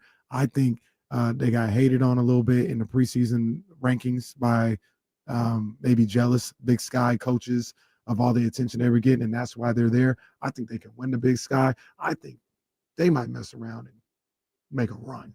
When I talk about run, I'm talking about national championship run. A lot of talent there. So that's what's going on. I'm excited about that. But Jake, I am a little worried about what's going on with this FBS thing. Okay. So where do you want me to start? Wherever you want to start. Okay. Let's do bad news first. Okay. I think the FBS thing is cart before the horse a little bit. And that's the frustrating part when you're a Sac State fan. I don't want to deliver you bad news. I just want to be honest with you. I think this is a thing where they did not have their ducks in a row for the NCAA to approve the FBS. Could they take matters into their own hands and go the legal route and try to sue the NCAA to get in? Yes, they could absolutely do that. And I guarantee they're probably looking at those situations right now as well. My problem is I don't think they have a conference to go to, and I know they won't. They're like, well, we got to be let's be an independent for 2 years. We still got to do two years of getting to the FBS. Like there's a ramp up period, right? So why does it matter if we don't have a conference affiliation? I think the non-conference affiliation hurts them tremendously. Now you're going to make the argument, well, Jake, what conference do they go to? Pac-12's not taking them. Mountain West is not taking them, and I don't blame them. They don't want to go to the East Coast and do what Stanford and Cal are doing in the ACC. And I have the money for something like that. You don't. So that's where you sit there and say Sac State's in between a rock and a hard place. Here's the thing. If they can find a second team in Northern California or really on the West Coast that is willing to make the move to FBS, you have 2 teams that can be added to a division so it's not an odd number out. That's 1. 2, I think they need to make sure those facilities on Sac State's campus are good to go with the money that they said that they have for it. The football stadium needs upgrading. You can get that done before making that transition to FBS. I think the basketball arena, even though it's being updated to the well this year, it still needs to be bigger. And it's still going to be a nice facility. I'm not saying it's not, but there still needs to be bigger things to be laid out for them to be able to make that move. So what you're saying, and I agree with you here, regardless of if you're FBS or what's going on, you still need to continue on building up the university, building up the state. If you have a plan for a stadium, if you got money for the stadium, and I know maybe some of that was contingent on going to FBS, but you got to maybe work around that and go back to those people who were going to help with the situation. Be like, look, it's chicken or the egg situation. Like, we can't get there if we don't get this. So please continue to help us get this so we can eventually get there. My also big worry is that their messaging, quite honestly, because their messaging is, oh, we are going to the FBS. It is going to happen. I believe that, but you don't know what timeline it is, because at the end of the day, you're not in control of it, right? It's the NCAA. It's a big entity. They're the ones that are in control of it. They're the ones that are going to tell you when you're going to be able to make the move.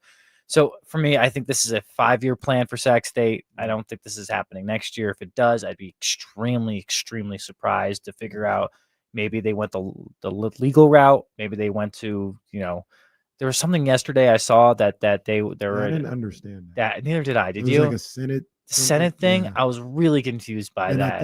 I think the gist of it is whatever's going on with, I forgot the name. House versus House. Oh yeah, it's an act going on. They're saying they'll delay that. Like, I'm not going to approve this until you do what's right by Sac State. I don't know how much. But like, how is that going to? Right. Two different powers that be. Right. So I think we all, the common denominator is this, Kenny. I think we all want to see Sac State go to the FBS because we believe that the school can do it. Mm-hmm. And they have the resources, they have the fan base, they have the necessities to make it happen. It's who's going to pull the trigger to make it happen. I feel like that's just a Sacramento thing. I hate to tell you that. Like, as an outsider, like, just let's do it. Right. Like, get the stadium done. Let's build a bigger arena. And let's find a conference in the next 2 years and be really smart and strategic about it. So by 2028, we're at a FBS level. We have the conference affiliation. Let's go. Yeah. What's the good news? What do you mean? You said you were giving the bad news first. Okay. The good news is this. Damn, you said, what do you mean? Yeah. I thought you mean about that story. The good news is, here's the good news. Let's scare us. Sac State has been, the football team, and Brendan Marion they're a little noisy, and people are noticing. I think they had Big Sky Media Days this past week. I had a couple friends on the ground there that let me in on what was going on over at Sac State. Let's just say they ruffled a little feathers within the Big Sky. I think the comments by the president about playing in JV. I think they don't let that go. I don't think people are going to let that go. Yeah. I think that's number one. I think number two, the amount of big signings they have made and said that we are going to be moving to the FBS has rubbed people the wrong way a little bit. And I also think Brendan Marion, and I give him credit for this, that man's got swag. All right. He's an aura. You know what I mean? When he walks into the room, you feel it, right? Yeah. I don't know if that has ruffled a couple of feathers within the coaching ranks of like, who is this guy, right? And what it is straight up. But here's the thing. I think they have talent, abundance of it at Sac State. My biggest question is, can you bring that talent together to work cohesively? Football is an 11-man sport, or on each side, 22 people on the field, 11-man in the huddle right now. If you can't get everyone on the same page, it's going to look dysfunctional. So if I'm Brendan Marion, I'm not worried about the talent. I'm worried about the process. How do we get everyone bought in, everyone come together, and let this thing fly when things happen in September? Because you're right, Kenny. They have everything to win an FCS championship. I think they're going to go on a run this year. I think they're going to leave the Big Sky with a championship. I'm You going think to tell so? you that right now. Big Sky championship. I'm gonna think Tim Plow over UC Davis will have something to say about it. I know they though. will. I know what, because There's a kid over there. They ready. Do you know the kid's name that's going to be the quarterback over at Davis? It looks like. No, but you can tell me off. Caden Pinnock. Caden Pinnock. Yes, from Del Oro, up in Loomis, man. Okay. This kid, look at his high school highlights if you have a second. This kid, there's 22 players on the field. He was the best player out of every player on that field, and he dominated. The amount of times he would just go, whoa, whoa, whoa, whoa, whoa, bing, for a touchdown. I'm tapped in. Tap in. I'm looking at it, man. Jake, you're the man, dog. Thanks for having me. Man. Appreciate I you, man. appreciate you, man. And anytime you need your boy, man. You already Hey, I was know. saying, Sports Sunday, you free? Let's do it. Okay. Let's Say do it. less. Let's make it happen. Say less. All See you right, then. Jay Gaten, CBS 13. We've got Drew, the local guy, making his D-Lo and KC Is that debut. that's actually happening? That's happening next. Oh, Yes. I gotta listen to this. On I gotta listen to ESPN this. 1320.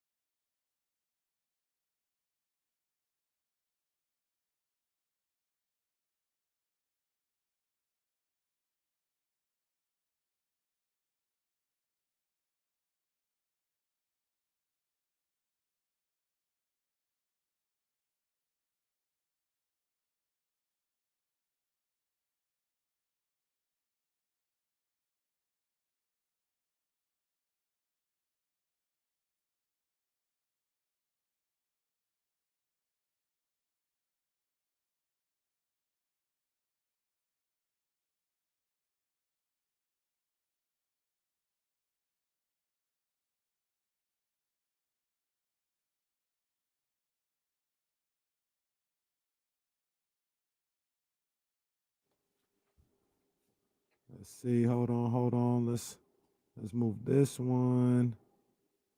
Let's get him in here. There he is. There he is.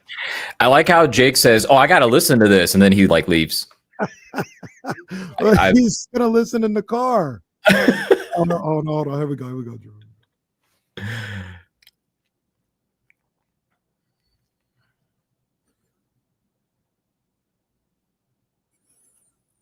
Yes, sir. D-Lo and KC, ESPN 1320. And let me get the hair horns out right now. Come on, man. The first time ever in D-Lo and KC history. We got my guy, Drew, the local guy. Come on, more air horns. More fire. Drew, what's up, baby? Not much, man. I'm just enjoying the off season. You know how draining the regular season can be when the team's not playing well, especially too, right? So it was weird down the stretch. I was kind of just talking to everybody who I talk to often about the Kings. They're just like, I think I'm ready for the season to just be over. And it's been nice. And Summer League was a big positive, I think, overall. So, and I'm sure we'll talk about that. But yeah, man, been good. And I hope you're doing well too. And I hope Jesse's doing well too. I told Jesse when he emailed me earlier that he made a huge mistake giving me his email because now I'm just going to spam it all the time. All good. I'm going to sign him up for some of the most ridiculous marketing emails that you can imagine. For Arby's exclusive club member, Arby's. Wait, Jesse said he was already a part of that. Oh, you know their slogan, Casey? What is it? You tell me. You tell me, Jesse. What is it? They got the meats. There goes that endorsement. Hell no, we gave Arby's a free ad right now. Don't work with us. Oh man, Drew, I'm so happy you were able to do this, man, because one of the things I want to do, it's the middle of summer. There's not a lot going on. And I'm from like the school of, number one, I listened to a lot of radio growing up, but I'm just I got a radio show now or whatever. And I'm not even trying to say like I'm super a big deal or something like that, but I'm just like everybody else, man. I was on Twitter, I was, just commenting, and, the right people saw what I did and wanted to talk to me. And now I'm here in this situation. So I always have an affinity for just going back to what I call the roots, man, talking to the people on Twitter, on Kings Twitter, on Niners Twitter, all this other stuff. And you're one of the kings of Kings Twitter, man. So I wanted to. I don't know. Get you in here, man. I don't know about all that. One of the Come kings. on, man. I don't know about all that, but I appreciate you for saying that, man. That means a lot coming from you. Yeah, man. I think that's where Twitter really is kind of like a game has been a game changer for fan bases and really like our community is just incredibly unique. I think Sacramento is such a tight knit, small community. We have, we always say, oh, there's only one major show in town. It's the Kings. Like everybody's always talking about the Kings. And it has been a pretty incredible arc from me just messing around and tweeting about the team and occasionally doing like X's and O's stuff to this point now where it's like, oh, I've been told by like people in and around the organization, like, yeah, they're acutely aware of what you do on the internet, which is terrifying, but also flattering at the same time. And as a person who's listened to your show and, has followed like your career, Damian, for a long time, James and Kyle as well. It is a little surreal sitting here right now, being able to be on the show. Nah, man, you're a natural. Would you please stop tweeting, yo, that's crazy what I just heard. Like, all right, man, come on, man. Because I know you be knowing people. No, I know you be talking to people. Man. No, so here's the thing. I did that last summer a lot just because when the DeMar stuff was happening, I was, we were hearing stuff. Yeah, so I did that just to mess with the DeMar stuff. I told myself this summer, I'm like, I'm gonna stop doing that because I was legitimately like people were threatening to like harm me. Like they were like, hey man, if I see you at the California Classic, like it's a wrap. And I was like, I should probably stop. Yeah. So it's low key one of the funny things, not that part, that's extreme, but like, like you're prominent Kings, you can't be doing this stuff. We so that's laughing every time. That's the Marvin Bagley thing that you guys always talk about. Like, how are you gonna tell me what to tweet? It's my Twitter. So I kind of get where Marvin's coming from that perspective because I'm like, why are people yelling at me for tweeting things from my own personal account? I'll never understand that. But I said I'd cool it this summer. And for the most part, it's been pretty calm. I still get some pretty ridiculous stuff said to me, but it's not that big a deal. It's just the internet. So that's all it is, man. But yeah, it's one of those things where even now with the job that I have, like when I wasn't just at Twitter for just KC, I'm whether I like it or not, I'm still representing a company and a station and all this other stuff. I was like, man, I gotta, if I say something, it's gotta carry weight. I can't just be tweeting anything out. I remember before I got this job, I used to get so frustrated with like the way things are reported, especially with Twitter and stuff like that. And I would say, how did this rumor even get started? You know what I'm gonna do? I'm gonna start a rumor. Like once a month, I'm just gonna try and start a rumor, see if it catches fire, and see what happens. And it never really caught on, but I realized once I got here, I was like, I can't be doing that. Like, the rumor will happen, and I'll be the basis of it. And I ain't trying to mess with these guys, man. Like all these athletes, man, I got the utmost respect for them and what they do. So I ain't trying to do nothing crazy.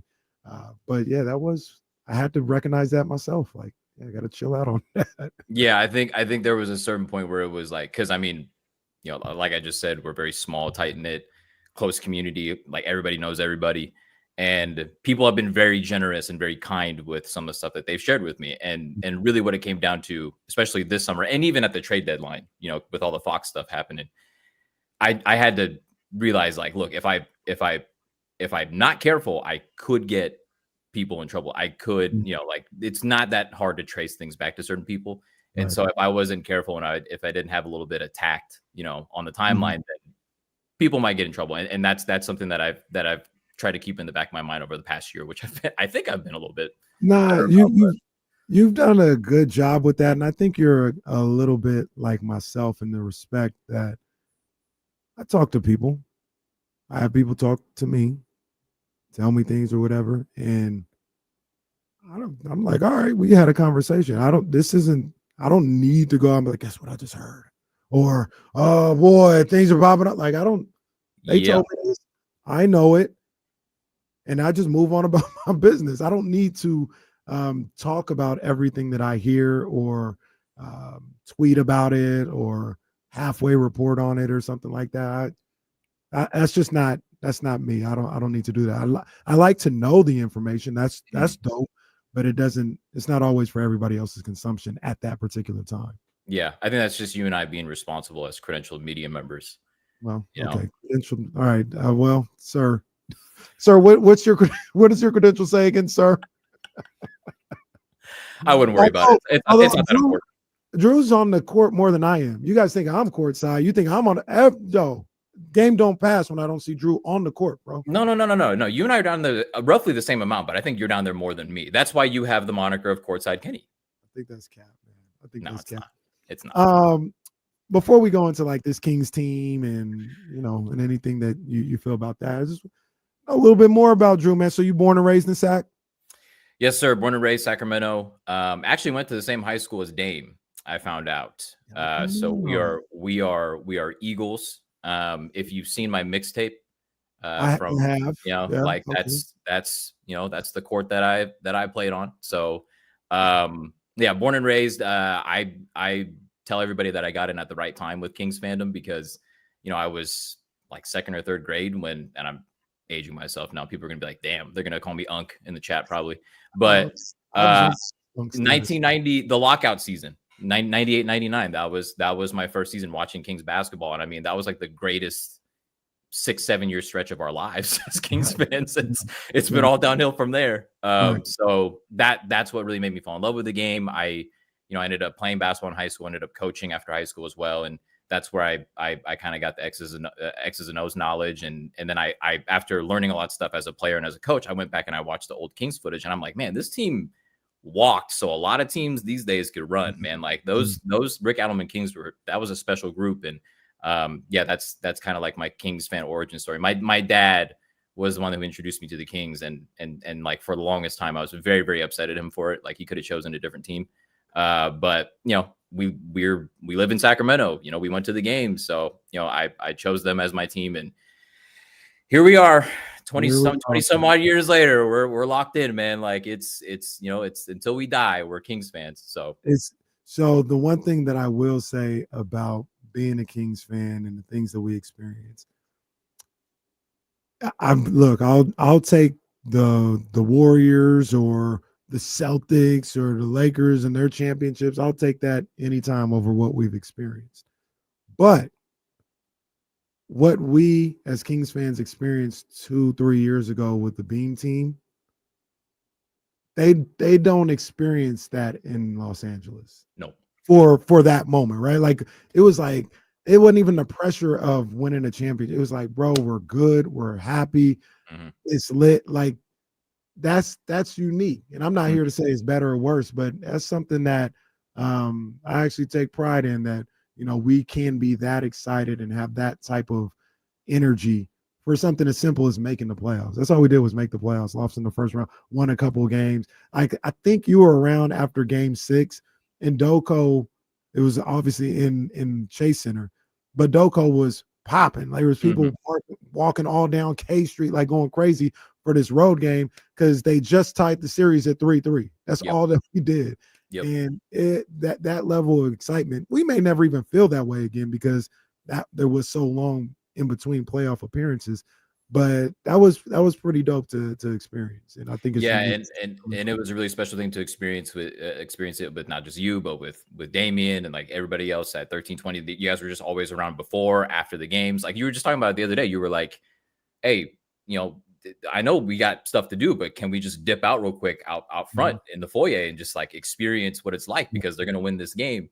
Games 1 and 2, before and after the games, man, like there will never be another thing in my life that I will experience like that ever again. And it's so hard. It really is. It's difficult for other fan bases to kind of know what that feels like because they live in bigger markets or they root for these teams with such like, Steph Curry's a legendary figure. You can't get within like 50 feet of the guy, without security tackling you, right? Like it's a different thing around here where the players are so accessible.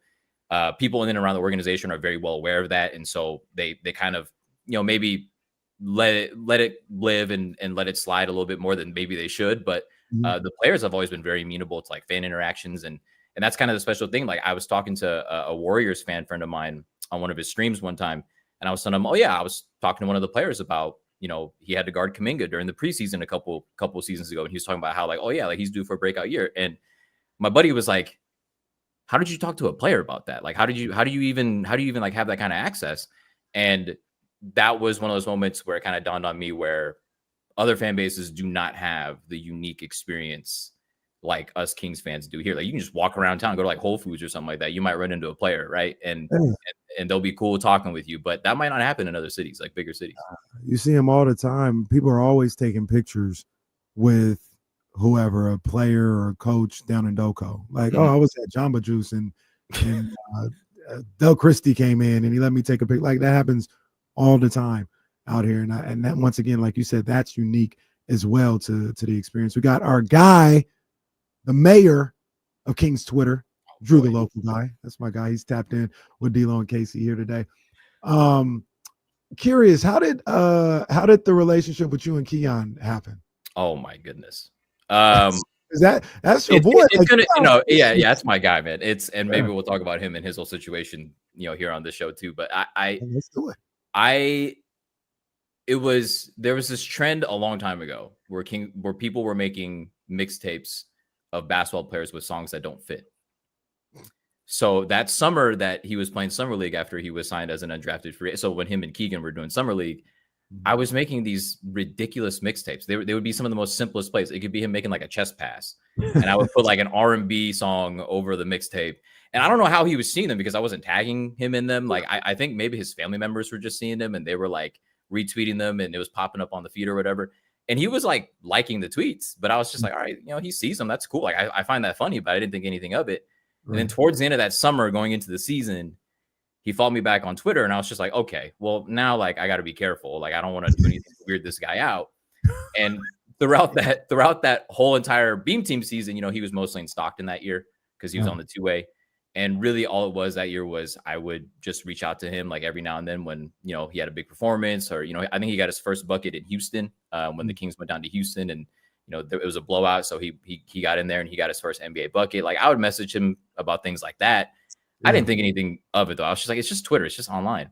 Right. Eventually though, I met him at the California Classic summer 2023 and it became pretty apparent like, oh no, like he's a cool guy and we get along. And he is like at every turn has reminded me like, I can't always interact with it. I'm not comfortable liking some of the stuff that like you post, but I'm aware of it. And he just thought that it was funny. And it's been kind of surreal. He was just an undrafted free agent that I was very high on, like, me and my guy, King's Film Room, KFR. We were watching tape. What was that? I said, my guy. Yeah. Oh yeah. Yep. Our guy. We were watching tape on him like, December, January. I mean, the Kings weren't playing for nothing at that point. So we were just watching college hoops, getting ready for the draft. Mm-hmm. And something about him was just like, no, like he's an NBA player. It's kind of wild that at first he was slated as a second rounder. Eventually he became a UDFA. And the fact that the Kings were able to get him was crazy. And then obviously, 2 seasons ago, that was when he kind of announced himself to the league as like, no, like he's an NBA player and he's going to stick around. And so that season was pretty surreal because I don't know if, as high as I was on him as a player, I'm not quite sure I could have predicted that season going the way that it did for him. And, obviously he's proven himself to be a key piece of this organization now and hopefully moving forward. Yeah. And you talked about how like you guys, have a relationship, have interaction, but then, you get the business of basketball and, you get your fandom and they kind of cross paths a little bit. So like, how was this past summer for you specifically, knowing that Keon as as a guy, as a person, and like still being Drew and talking about the organization and should he sign and all this other stuff? Did it ever get murky during that time, or was it all still cool? I mean, if anything, my frustration lied with the organization, which I have no ties to or anything, right? So it was fine. I mean, the thing with him was like, I think before this summer, the only time we ever talked about a contract or anything money related or anything, because that's just something that I do not want to talk about when it comes to these guys and their financial situations, was when he got his standard contract, was when he got elevated from a two-way to a standard. I was like, hey man, congrats. I also asked him if I could have $20. He's not giving me a straight answer on that still. So we'll see. But now this summer, it was kind of like, I was hanging out with him about a month or so ago, and it was just kind of the elephant in the room. So it came up, and we talked about it, and I do get the sense that, you know, he probably does feel a way about how things went down, because I think, you know, not just him, but his camp, they're acutely aware of the fact that if he was on the open market this summer as an unrestricted free agent, he would be in line for a fairly big pay raise, right? Like players like him have value around the league. There's a reason why every time somebody brings up a Keon Ellis hypothetical trade, Kings fans are like, you know, they're throwing rocks at these people that are even like throwing out those trades, because they're like, no, he's too valuable. And other people around the league, you know, other fans of teams, like there's a reason why they want the guy, because he's very, very valuable. So between me and him, I mean, it's fine. Like I think there's an understanding between both of us as friends. Like, yeah, man, it's the business. Like at any second you could leave Sacramento. Like that's just how the business is. That's the game. Will that ever change? Like how like me and him being buddies and stuff like that? Absolutely not. And if anything, I was, even if he didn't stay here in Sacramento, had the option been declined and he became a restricted free agent and somebody came in with an offer sheet and he went somewhere else, I wouldn't like hold that against him or anything like that. You know, like that's just the business. I would be happy that he got paid and paid his worth. And I think that was kind of the biggest thing for me that really made me frustrated, was like, all right, like regardless of whether or not he stayed here, it would have been nice for him to get the pay raise that he definitely deserved. Absolutely, man. And Keon, you talk about when his name gets put up in trade scenarios and stuff like that.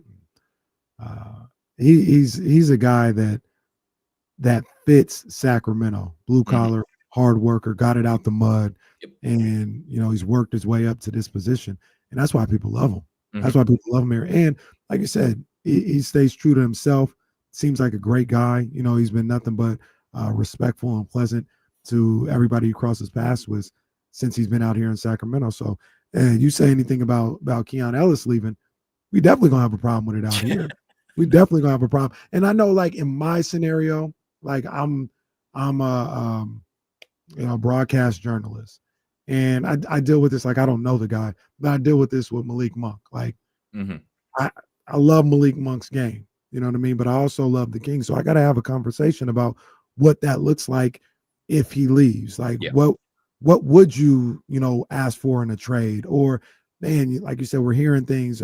I don't know what the market's looking like. I know we love him. I love Malik, but it doesn't seem like a lot of people are like chomping at the bit to get him right now. And people take that as, you don't like him no more. You got it. I'm just doing my job. I'm just providing information. And that's all it is. Even with Keon, if he's in a trade conversation, I don't want Keon to go anywhere. I want these guys that are here to figure it out and be a good team. But I also understand that may not be the case.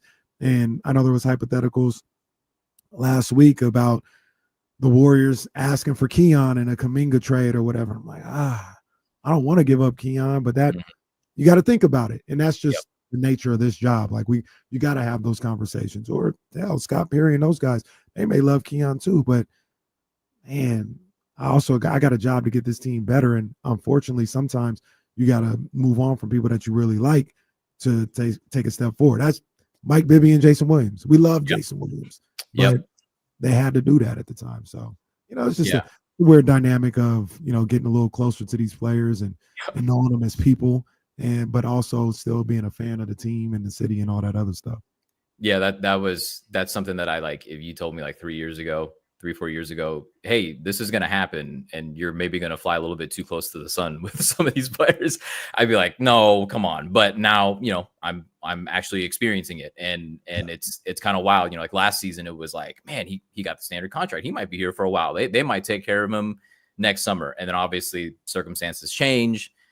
Other players move on, you bring other players in, the cap sheet starts looking different. And then now you can't. And really my hope is for him is, personally, hopefully his feelings personally towards the organization, towards the front office, remain fine. It's solid. Hopefully he's not too hurt about the situation.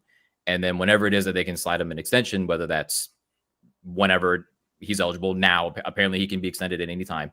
And if that's not true, then, if he gets something slid to him in February, maybe he'll say, okay, like, yeah, that sounds good to me. But him being able to test unrestricted free agency next summer is a little worrisome, because you did have the leverage to kind of keep him, and then you willingly gave that up. That's kind of where I got a little confused with that decision. My dog Drew, the local guy here on D-Lo and KC, the mayor of King's Twitter. What's been your, let's stay there real quick with King's Twitter real quick. What's been your most memorable Twitter moment outside of Keon, like meeting him and stuff like that? Like, was there a tweet that went crazy? Was there like a moment? Like, what do you have a favorite moment from being a part of King's Twitter? Man, there are a lot. Because a lot of the moments have led to me meeting people like you and like Damian, Jesse, people in the chatty house. Like, so many of us have become friends because of all the stupid stuff that I've done on Twitter. I'm trying to think. There was one where, and it's funny because Keon told me that he saw this when he probably should have been getting ready for a game. But one time I tweeted out that I was doing a meet and greet, and then I canceled it. And then people, you did that recent. Where were we at?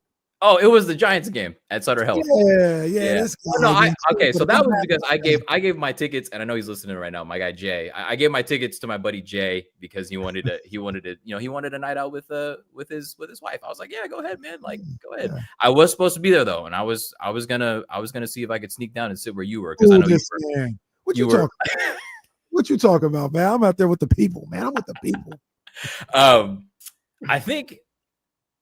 It happened fairly recently. It's when the No Kings protest was happening. And then I quoted my buddy's tweet because my buddy was actually out there working like for the State Hornet, like covering the No Kings protest. And I quoted him and I was just like, that's right. The people have had enough, man. Get this horrible basketball organization out of our city. And it went crazy. And my friend like hits me up and he's like, dude, seriously? Like I was trying to do some serious journalism and you just like ratioed the hell out of me. And I didn't think it was gonna, that's usually how it works is you don't think those tweets are gonna, blow up or take off or whatever. But I was like, oh wow. And then I felt a little bad. And he was like, do you feel bad enough to delete it? And I was just like, no. So, I would say that's probably been the funniest. Yeah, tweet. It's cooking right now. I'm sorry, buddy. It's gotta stay up. Exactly. Stay up there. Four digits here on the likes, man. It's gotta stay up there, man. Yeah, it's not going anywhere. Sorry.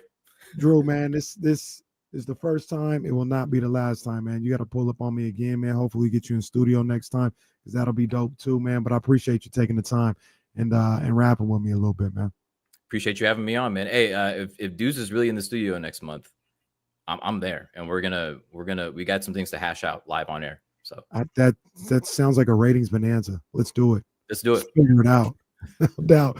Drew, the local guy, man. When I come back, I got another local legend, my guy, Lem Adams of Game Fit of Sac State, man. He's going to pull up on me, man. We're going to talk a little football and a little life, man. It's D-Lo and KC, ESPN 1320, Sacramento's #1 sports station. Drew, man, you killed it, bro. Now you need to do this in real life, bro. That's what everybody. Deuce has been trying to get me to do that for years. I'm like, I don't know if I do because it once it becomes a job, it's not as fun. Like to me, at least. To me, that's what I thought about Jim Boy's Tacos. My mom was like, "You eat it so much, you should go get a job there." I was like, I won't like the tacos anymore if I work there. Well, yeah, I understand. I'm bummed we didn't get a chance to talk a little bit about the Niners and Giants. Well, the Giants are kind of whatever, but training camp started, man. I know. So before football season starts, you come back through. Okay, let's do it. Figure it out. All right. Do it. I appreciate you, fam. Thank you, bro. Appreciate you too. Thanks, Jesse. Yeah, peace out, Drew. Yeah. If I was talking Kyle Matson right now. Got you. Let's get my guy Lem in here, man. Lem, what up, boy?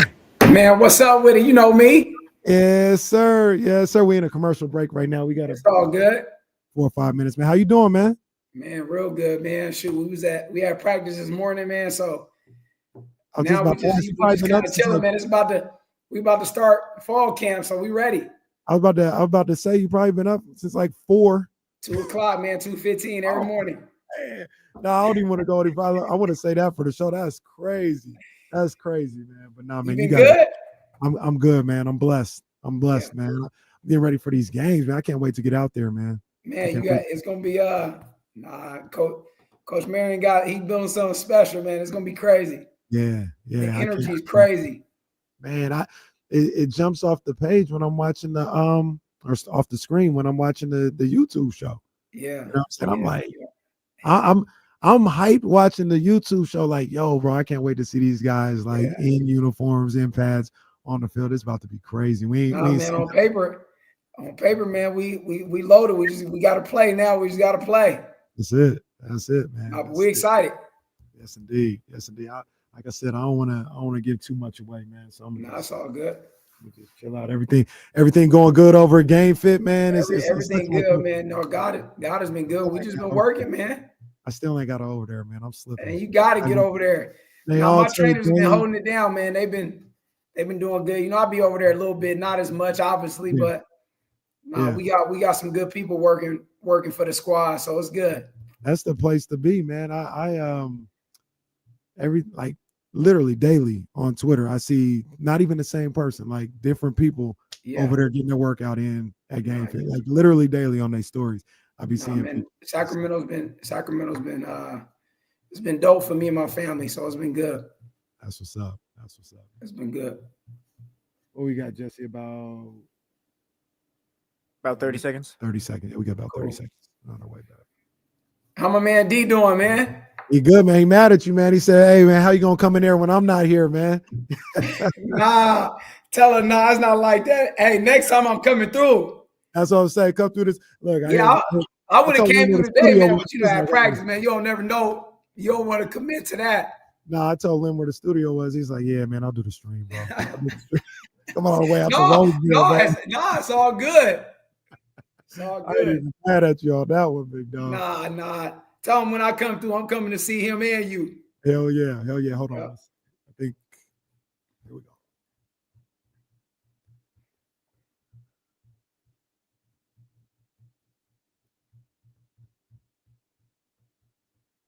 Yes, sir. D-Lo and KC, ESPN 1320. KC and Friends today continues.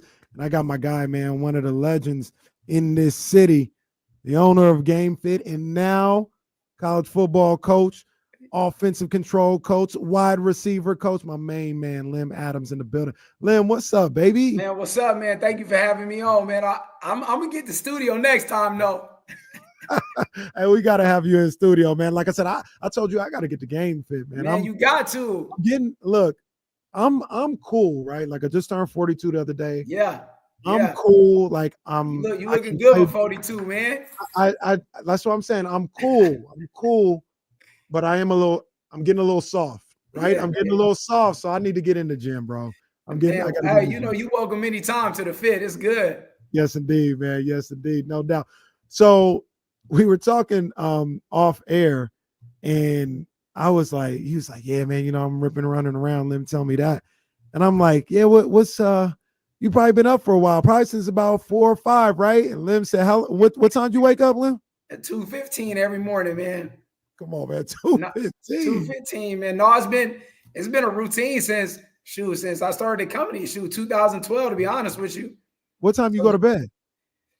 On average, like 9, 10 o'clock. I don't sleep too much, man. I take naps. I feel you.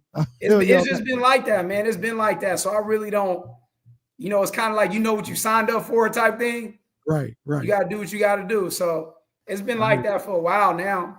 I hear you. So I watched both of the episodes of Go Football on YouTube, man. And it tripped me out at first because, they got the guys, they walking into the facility, they working out. You out there with the guys, they stretching, all this other stuff. Yep. And I was just watching that and just observing that and appreciating that. And everybody is just up, right? Like everybody's up, energy's up, all this other stuff.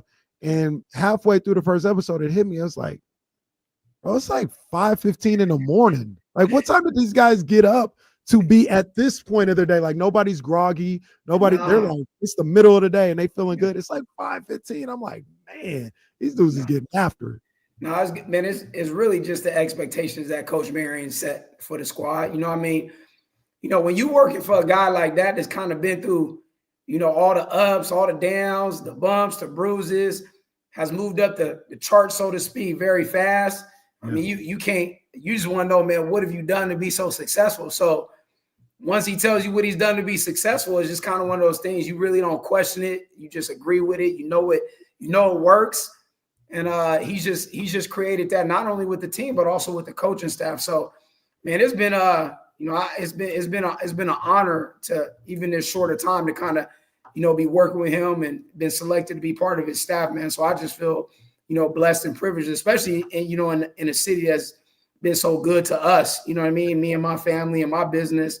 Yeah. I mean, you can't help but just say, hey, we got to go all in, all cards on deck, so to speak.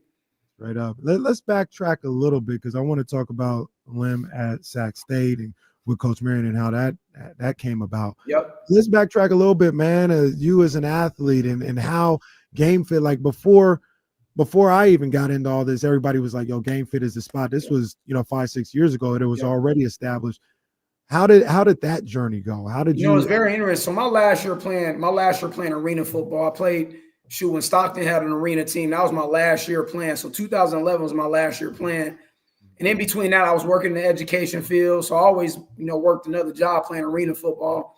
So I kind of played arena football off and on from 2001 to 2011 pretty much. So I've been doing that, but I knew right when I was working in the education field, I knew it was something that, I didn't feel like I wanted to do forever. I knew football wasn't something I could play forever, right? But I always knew I wanted to start up some type of athletic training facility where I can work with athletes and develop athletes and, not just work with football athletes, but work in speed and agility. So I said, hey, you know what? I started in my garage. I started training a few athletes, and next thing you know, man, it was pretty one of those things where it's kind of like you tell yourself, you speak it into existence. You say, hey, man, one day I'm gonna have a facility. I'm gonna be training all these athletes. Yeah. I was telling kids that, and it kind of just happened, man. I was working in the education field one day. I was talking to my boss, and I said, hey, I think I'm gonna put my notice in. She said, if anybody could put your notice in and start a successful company, I think it'd be you. And that just kind of, that confidence that she had put in me kind of initially was like one of those things where it was kind of like, you know what, I got to do this. Yeah. And obviously, when I first started, it was a lot of struggles. You know what I mean? Well, I started off Del Paso Boulevard in Colfax, which was an area where I think that it just kind of thrived. We started training a lot of youth kids and athletes. Then Terrence Mitchell and James Sample came through the doors when they were still kind of in college, and trusted in me to develop them. And, and then, they kind of made it to the league. And then after that, it was just kind of Shaq Thompson and Saquon Thompson. All those guys started kind of coming in and working with me. And then we just started developing young athletes and, high school athletes and college athletes and pro athletes. And it just kept grinding, man. It was one of those things just, no different than anybody that's trying to really be the best in what they're trying to do. Mm-hmm. They just got to, just kind of work at it. And it was just great. The community supported it. And, then it kind of grew to, to what it is today, so to speak. And that's kind of how Game Fit kind of really rocked. It was the city, man. It was the city and the people in the city and the families in the city that trusted, me and my trainers to kind of work with their athletes. That was really what built it, man. Right. So was T Mitch like the first guy that kind of like was on a big time level as a college player, then got to the NFL and kind of stamped like Lem Adams Game Fit is like, this is where I'm at? And kind of he was, it was because he was at University of Oregon when I met him, when his dad introduced me to him, and people was, so, he was like, man, you got to get with this kid from Burbank. And, I was like, absolutely. And we just kind of hit it off, just as people, and just kind of, I know he was trying to accomplish some things in his career and still, had a chip on his shoulder, so to speak. And, I was trying to really do stuff in my career, and it was great for him. He trusted in that. And then after that, James Sample was back, from University of Washington. That situation didn't work out for him. And, his brother introduced me to him, said, hey, man, my brother's trying to still want to play ball. He wants to play, but he's not sure how all this is going to pan out, man. We just started working, and I said, man, we'll start reaching out to schools. And, fortunately, University of Louisville came and was like, hey, man, we like this kid. And a whole bunch of different schools just reaching out. I was like, man, I told you, man, you still got what it takes, and just recording videos, man, workouts. And they just loved it. Obviously, he had a successful high school career, was a U.S. Army All-American, and did some good things at the high school level. And, his potential was up. He said, hey, Lem, I want you to train me. So, and it just kept building, man. It just kept building. People just kept trusting in what we were doing and the direction we were trying to do it in. And you know, a lot of hard work, you know, a lot of blood, sweat, and tears, and, you know, just grinding. So and then it just took off from there, man, to be honest with you, with the different athletes, you know, the soccer athletes, the hoop athletes, the baseball athletes, and it just built into something special. And then obviously, you know, the youth and the parents have supported us with the youth development has been huge from the younger levels. Now we've been fortunate enough to have a lot of successful athletes of all guys, girls, all different sports. So it's been great for us. No doubt, man. My man Lem Adams, founder, owner, Game Fit, and now assistant coach at Sac State for the football program. And you talk about the journey and everything. And I know how you are, and hearing your story and just the way you go about it as an athlete and as a coach and a businessman. And I teach this to all the kids that I work with, and especially my son. Absolutely. No matter what it is you want to do in life to be successful, there is no shortcut. There is no skirting the work. You know, you're gonna have to have. When I got this job, before I got into radio, I had a podcast that I would put out every Friday, and it would go up on SoundCloud. And it was one of those things where if I got, you know, they show you your stats. If I got 25 plays, I'm like, oh, I was cooking this week. 25 people press play on this thing. I was cooking. Absolutely. I was working the state job. And on Thursday nights, it would always be, I'm up till about 3, 4 in the morning. Yep. Go to sleep real quick. And I had to be at the state job, and I had to be out of the house by 7. Yep. And I did Building that brand for years. Right. But it was something I wanted to do, and I understood like it's going to be hard work. And For to sure. your story and what you talk about and the way you work with these kids and these young athletes, I know you preach to them. There ain't no getting around the hard work. If you want to do it, this is how you got to do. You got to sacrifice sleep. You got to sacrifice hanging out. You got to sacrifice even sometimes with your family to achieve your goal, man. And I know that's what you've built your company on, and now working with these kids as well. Absolutely. No, it's been exactly what you said. There's definitely no shortcuts. There's no shortcuts. And always I knew what I signed up for, so I ain't going backwards. So I'm not going backwards. That just can't happen. I know what it felt like, you know, going backwards. You just figure out a way. You say, nah, I'm not going to do that. No more. So Coach Marion always talks about going right or going left. He says, hey, you can go left, but, you know, stay on that right trail. So now I use that. I'm like, man, I'm staying on that right trail. We're not going left. Yeah. So it's and you just keep that, you just instill that in the people around you. And it's all about leadership and people surrounding yourself with people that's on the same page. You know, there might be some disagreements and things like that, but at the end of the day, they want to be successful too. So I know that's what Coach Marion has going right now. And I'm just kind of, you know, he always talks about using your gifts, you know, using your gifts and what you're good at, and using your gifts. And you know, now I'm just using the gifts that I've had to help be successful for him. You know, I want him to be very successful. So I'm going to do what I need to do my part to make sure that, you know, at least I do what I need to do to give him the best opportunity for him to continue to grow. And then, you know, fortunately, hopefully, you know, God willing, I just continue to grow in this field as well. Yes, indeed. Let's go there, man.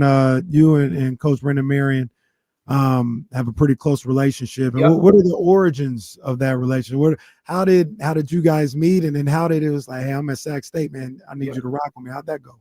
Yeah, you know, it's interesting because I met Coach Marion back in 2017, 18, when he was at the University of Pittsburgh, and he was recruiting some of my athletes. So, you know, this one, my job was full training, full, you know, recruiter, you know, trying to get my guys noticed. So I was always working with my athletes and letting them know what they need to do to reach out to college coaches and things like that. And, you know, obviously Coach Marion was one of the top recruiters, not only wide receiver coaches in the game at the time. So I said, man, let me reach out to him. So I started reaching out to him in regards to some of our top athletes, guys that could play at that level. Cause you know, University of Pittsburgh, that's big time college football. And he hit me back on Twitter. I still got the tweets back in the day. Yeah. And I was just talking to him about a few of our athletes. He was like, man, I want all 3 of them offered. And I was like, man, that's crazy. So and then we just built relationships. I just maintained relationships. Then he went to University of Texas. And obviously I was, you know, still recruiting some more of my athletes at the University of Texas, and just making sure. That's why I tell relationships are very important, and just making sure you maintain those relationships. So we just continue to build relationships. And then when I was training, I'd always reach out to them like, man, one day I want to coach, you know what I mean? But I'm still building my businesses. And at this time, you know, different coaches was giving me different opportunities, but I wasn't ready to, you know, really branch off. Because at the time I only had Game Fit Sacramento. I hadn't even opened up Reading yet, you know? So then I opened up Reading, and then, you know, then I opened up Dixon, you know? So I really wasn't at the point where I was like, hey man, God just kept giving me opportunities to expand that arena. But then I was like, man, at some point I can't train forever. You know, I can't train forever. I can still have the company, but I knew it was going to be a big thing. I was going to have to not be able to train high school athletes. So it had to be the right situation for me, right? I wasn't willing to do that. So I would always go in the off season and shadow coaches. You know, I would go out there and shadow Marcus Freeman, but I was always following Coach Marion. Yeah. And Coach Marion and staff always, him and Coach Merchant, who's now the quarterback coach, offensive coordinator with Coach Marion at Sac State, said, hey, man, you come shadow me. So UNLV, I would go out there, and people was laughing at me. Why you going out there, man? I don't know if they're going to have nothing. I would just shadow Coach Marion, just see how he worked.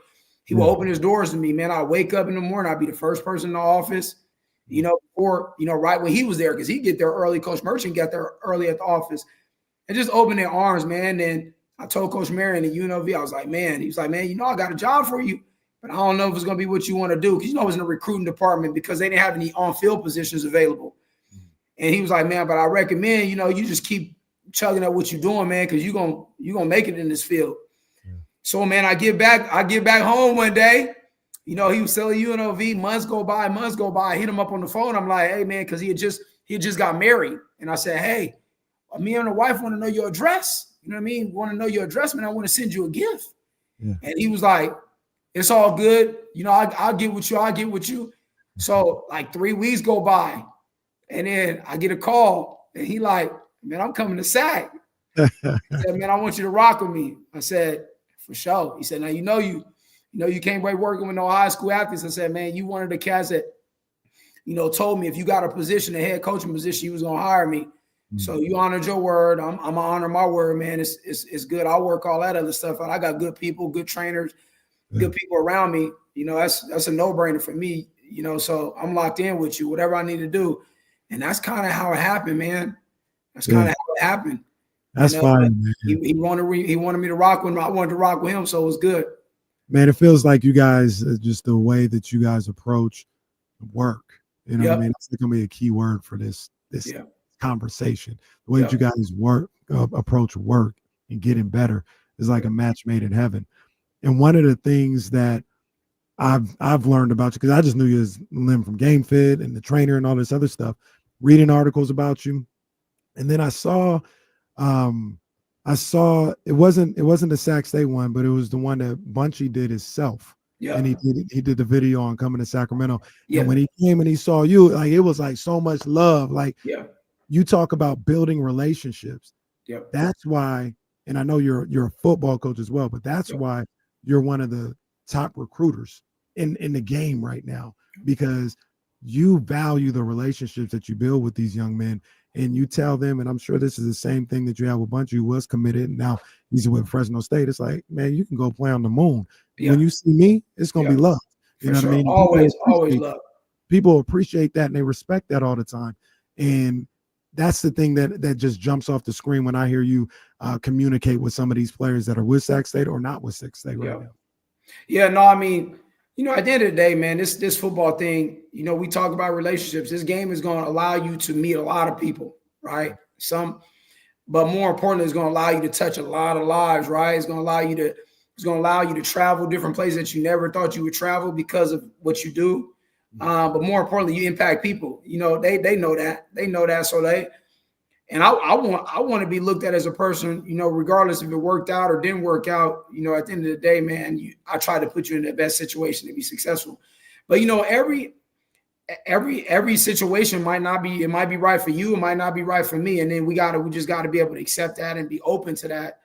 And then as long as people do it the right way, you know what I mean, and they communicate. I mean, you know, man, things cross different people's mind every day. and you're gonna stick to situations that you believe in, but then there might be some shifts. So who am I to question that? But I know I'm a really be a person that cares about people and shows mad love, regardless if you rocking with me or not. Because I think that's how you become blessed. I think that's how situations, put in your plate that work out for you more than not. Yeah, for sure, man. We talking with my guy Lem Adams, assistant coach at Sac State, wide receivers coach at Sac State. Also founder, owner of Game Fit. And how many Game Fits you got now? I knew you had another one. Yeah, I didn't know about the Dixon one. Yeah, so it's actually a great partnership. So so that one is dope. That's a great situation, man. That's right there in between, right there off Dixon, right off of 8 Mile Road. Is it 8 Mile Road? Pittsburgh School Road. Nice location, man. They did a real good job with that facility. Basically, what we did, we're building within a building. So it's a big Christmas tree farm. So they and then we have built a great relationship out there with them. And they have been trying to get me out there for a while. And I was like, let's do it. I got great staff out there. Brent, who owns the company, who owns the tree farm, and he has batting cages and everything out there. He's just, he opened his arms. It was a great fit. It was a great fit. So that was our third location. So we're kind of a brand within a brand at that location, but it's great for that community. So it's been good. It's been good. That's dope, man. That's dope. You've been familiar with the area for X amount of years, man, for a long time. You've seen everything that's going on. Yep. Have you ever seen or felt the energy around the city that you feel right now? I know you guys feel right now for Sac State football. This is special right now. What you guys are creating and the buzz that you guys are creating right now. Do you guys feel it within the walls of the football program, or do you kind of isolate yourself from that? No, we feel it. I mean, we feel it because it's what excites us, man. You talked about us getting up there in the office at 5 o'clock, 4:30 in the morning, or whatever it takes. Nah, it's the energy is crazy. It's just one of those things where it's like, and I love, I love energy. So anytime there's a place where there's going to be some energy at, you're probably going to find me up in there just being part of it. But Coach Marion, man, he's just done an amazing job. He's created a culture of excitement. And he has a way of doing it where you just sit back and you're like, dang, man, this cat is cold at this. Yeah. And it's his presence, you know what I mean? And he's instilled in every single player. And if you're not energized or energetic, he's gonna call you out.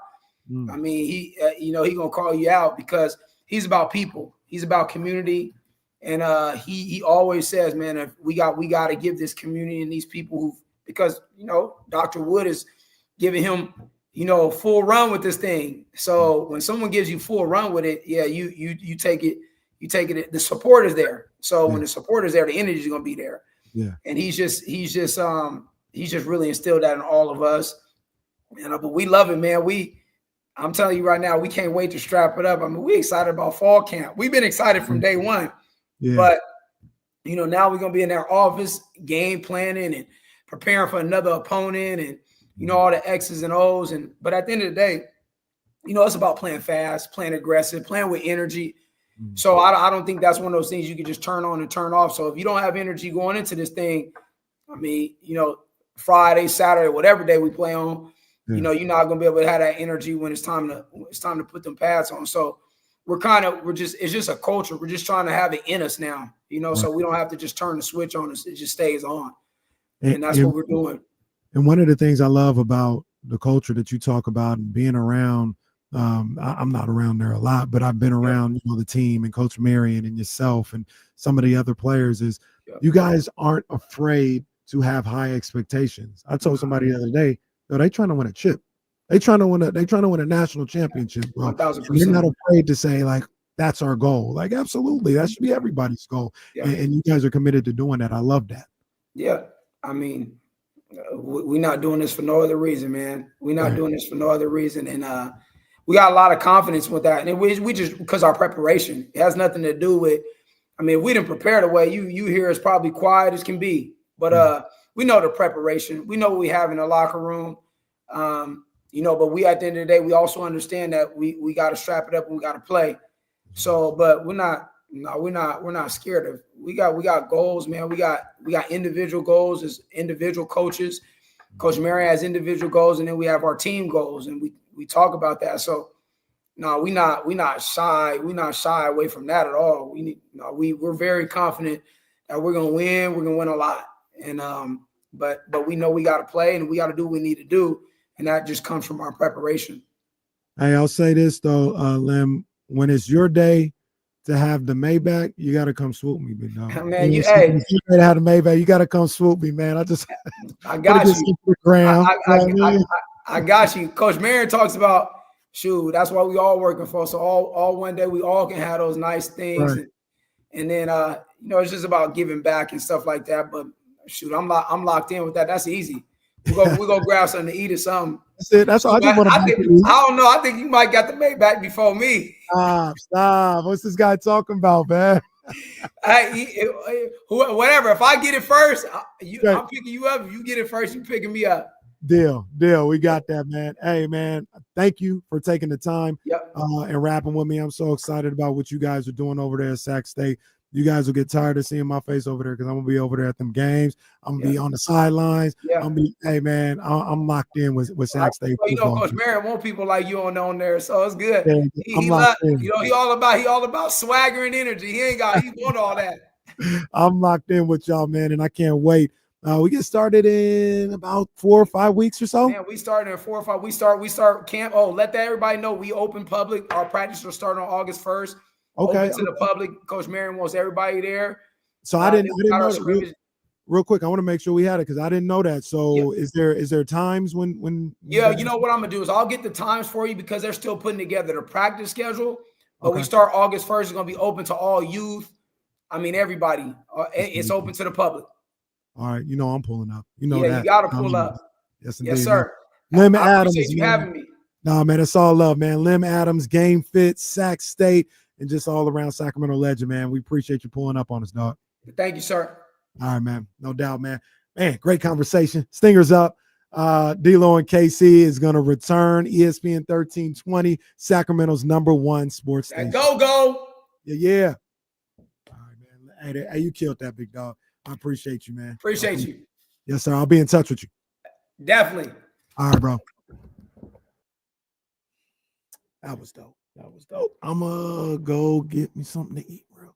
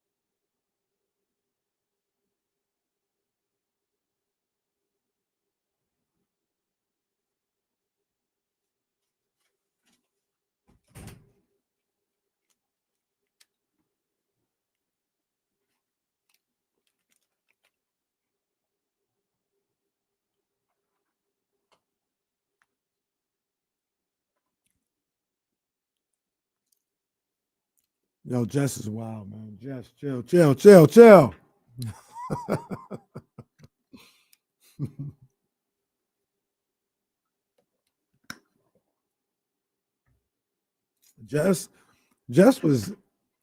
was at the rookies press conference. Like, yo, who am I dealing with? This is like, she like big time. I wasn't even at the rookies press conference. She really is like, she making moves out here.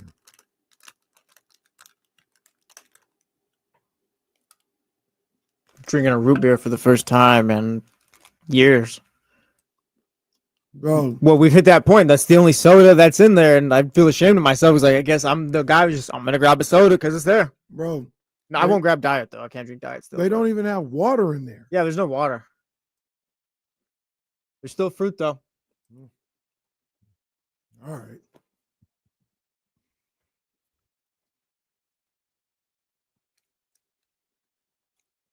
Yeah, Aldrin, that's gonna be. Oh, my bad. That's gonna be fire. That's gonna be fire. Mm-hmm. Zabel's not the worst root beer. It's fine. Yeah. It's a sweeter Dr. Pepper, I guess. If that makes sense.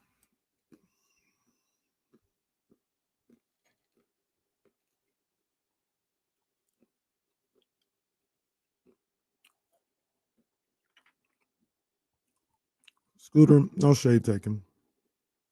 It's just style. That's all. There's this new trend that they do with the hats.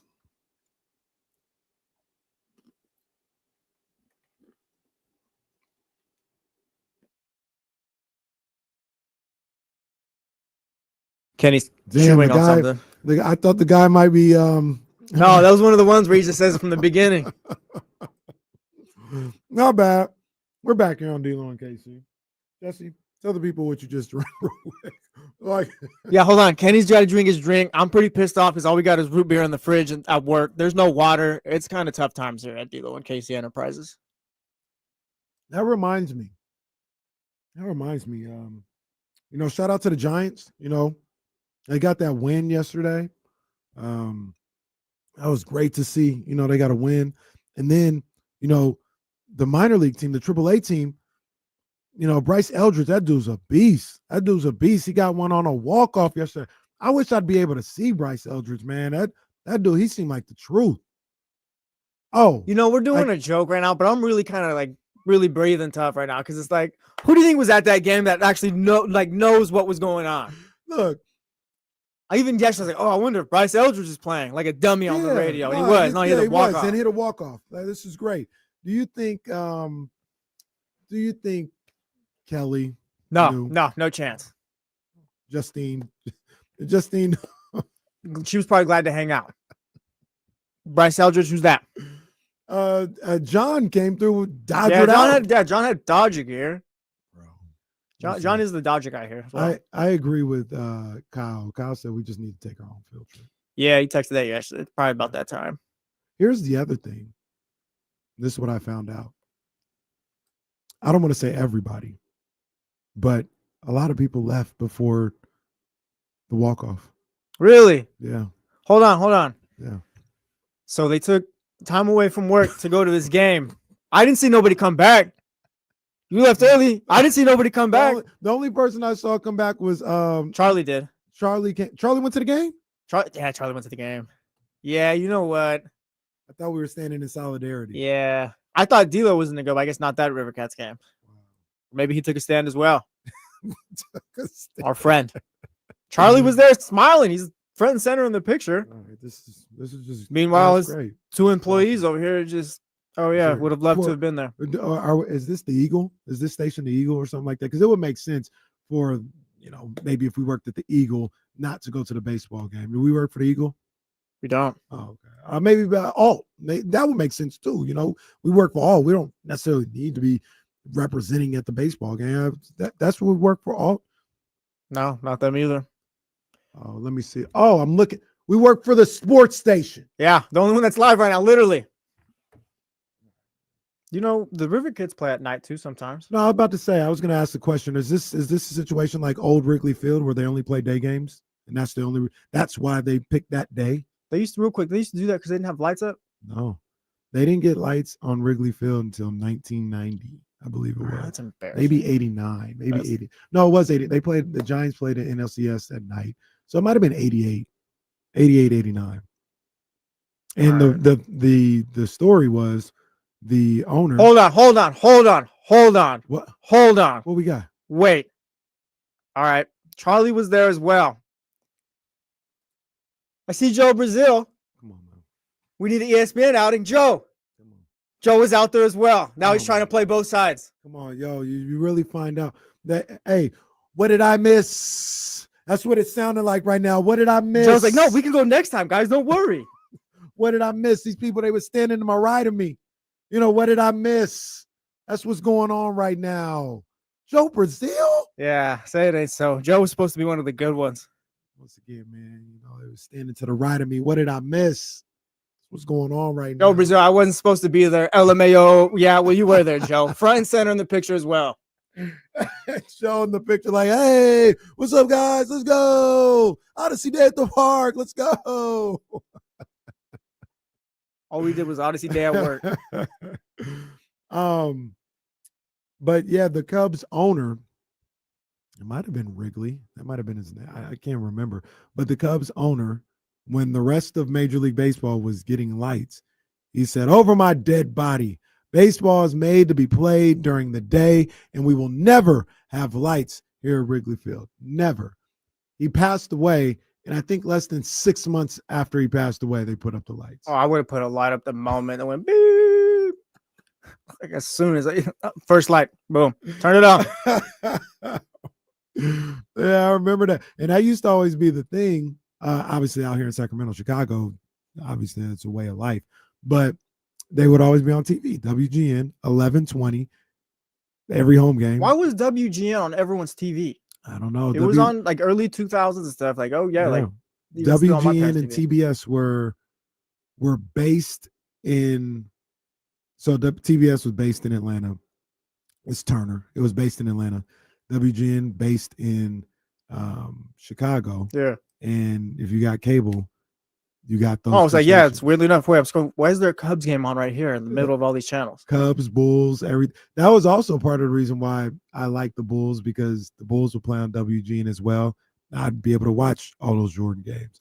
The interesting thing is like TBS, Turner Network, and they showed the Braves games. They were in Atlanta, but shout out Chipper Jones. They would show like Saved by the Bell. Like it was a lot of syndication national stuff, right? Excuse me. But WGN was like a news station, like a local Chicago news station. It would be like if CBS 13 was in Memphis. Yeah. Like why are we getting it? I would watch the news, the Chicago news on WGN. It was the weirdest thing. But yeah, every day they had a home game, 11:20 on WGN. I was watching with my Uncle Mel during the summer. Yeah, that's insane. Makes a little bit more sense why it took them so long to win a World Series. But I can make that joke because my team did it in less years than them. What was it, 89 years? For 86, I believe, 86 for us. 100 and something for the Cubs. How old were you when they won? The Red Sox? Yeah. Like 7. Yeah, 7, about to be turning 8. It's the young kid, you know? Come on, man. It's the young kid. On. What? How old are you? Come on, bro. Were you in college at that time? Yes, I was like 21, 22. Yeah. A little bit of a generational gap here. We're still millennials. We're still millennials. Still millennials. Still good. Still good. Oh, that reminds. This is what we could do right now, because I was about to think of some things we could do. So I'm going to play something, and this isn't shade whatsoever. This is just like sports. This is sports, and I love sports. I work for a radio company. I have a radio show. These things. You're gonna play something crazy right now, huh? I don't think it's crazy. I don't. Like, I think this is fantastic. But the 49ers started training camp yesterday or 2 days ago. They ended up playing, for the first time, had everybody out there. And my guy put this out here. This is why I feel okay doing this. And because it's love, man. It's all love. Hold on, let me get where I can is it about what Jauan Jennings was catching? No. That you saw that funny. One? Okay, yes. Yeah.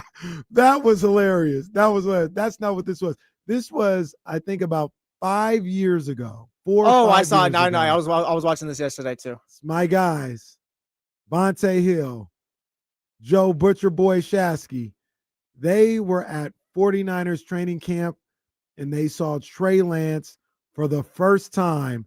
And here's what they said. Oh my goodness, Vontae. Where you want to begin?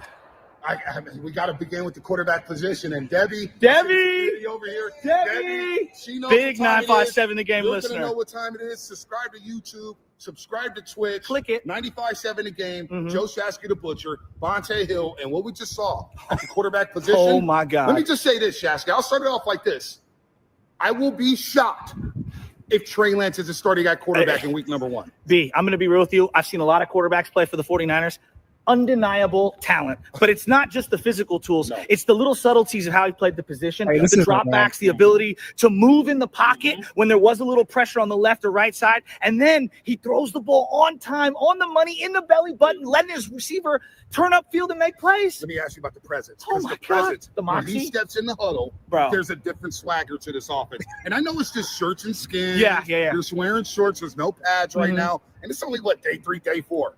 But the zip out of his hands, the way he can run and eat up yards and gobble up yards, it just looks different. And poor Jimmy Garoppolo. I'm not going to. All right, Not wrong there. Leave it right there. Hey, that's not right. No, so look, here's why I played that, and here's why I'm laughing at it. Because I felt the same way. No, I was going to say there's a Trey Lance jersey that hangs deep in your closet. Way. I thought Trey was the truth. There's video somewhere of me on draft day or the day after or the day leading up. The whole time I said, yo, if the Niners are going for the gusto, leading up to the draft, I said, you need to go get that boy Trey Lance. If you're going for the gusto, go get Trey Lance. And like I said, Bonte posted it, so that's why I'm okay putting it up there. And those are my guys. And Bonte posted and tagged them all takes exposed yesterday. yeah. Because and the other reason why I'm cool with that and I laugh at it is because we've all been there. It wasn't just Trey Lance. I'll tell you guys a secret. I don't think I've ever said this on air. It's not a secret, but you know who I was like, nah, it's official. This guy's gonna go hard. I ain't say he was gonna be like an all-star, but I was like, nah, they got him one. They got him one here. Take a guess. For the Niners? It's the Kings. Oh, for the Kings? Oh, Frank Mason. No. That was somebody else who said. Oh, yeah, someone else's. Okay. Yeah. I don't know. Nick Stauskas. Oh, yeah, that's They drafted Nick Stauskas. I said, oh, yeah. Let's go. Bro, I was telling Eric, I was like, no, we all they have got one. They got one here with Nick Stauskas. I think he said, oh, man, this is crazy. This is crazy. I remember having this conversation. And I said, yo, he kind of reminded me of Klay Thompson. All right. All right. Yeah, that's pretty bad. But like I said, we all got those stories. But it was crazy because Nick at Michigan, bro, the one thing I would say about Nick Stauskas, like, is he going to be athletic enough? I don't know. All this other stuff. Nick rocks. There we go. 1, 2, 3. Nick rocks. I said that I wasn't sure, maybe that would translate, but I was like, worst case scenario, this guy's gonna be a dead eye shooter in the league. Worst case. Worst case. Hell, I mean, look, we going worst case. There's video of me a year ago. The floor for the Kings is 52 wins. That's the floor. Yeah, you can put me in for 50 on that one. I was watching Dolphins Cowboys a few years, I don't know how many years ago, right? The Rosen one, Josh Rosen was quarterback. It was against the Cowboys. I'm watching the game with my dad. He completes like a little 20-yard pass to Devontae Parker. But I think right before that, it was like Jay Cutler was the quarterback the year before. It's been down bad for a little while. He completes the pass like an idiot. I turned to my dad. Oh, we finally got one. We got ourselves a quarterback. So the Dolphins traded a second-round pick from that year. It's like we finally got one. Not even a touchdown or anything. It's a little 20-yard pass to Devontae Parker. Oh, you see that? Never seen that before. We got one. And Josh Rosen's now at the league. Man, I believed in the Rosen one too. I believed in him. I thought he was going to be one of the best quarterbacks out of that class. Yeah, for real. I thought he was the truth, man.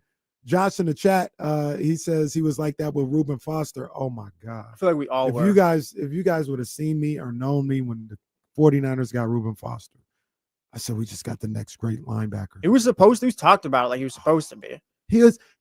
Like the way they just talked about Trey Lance.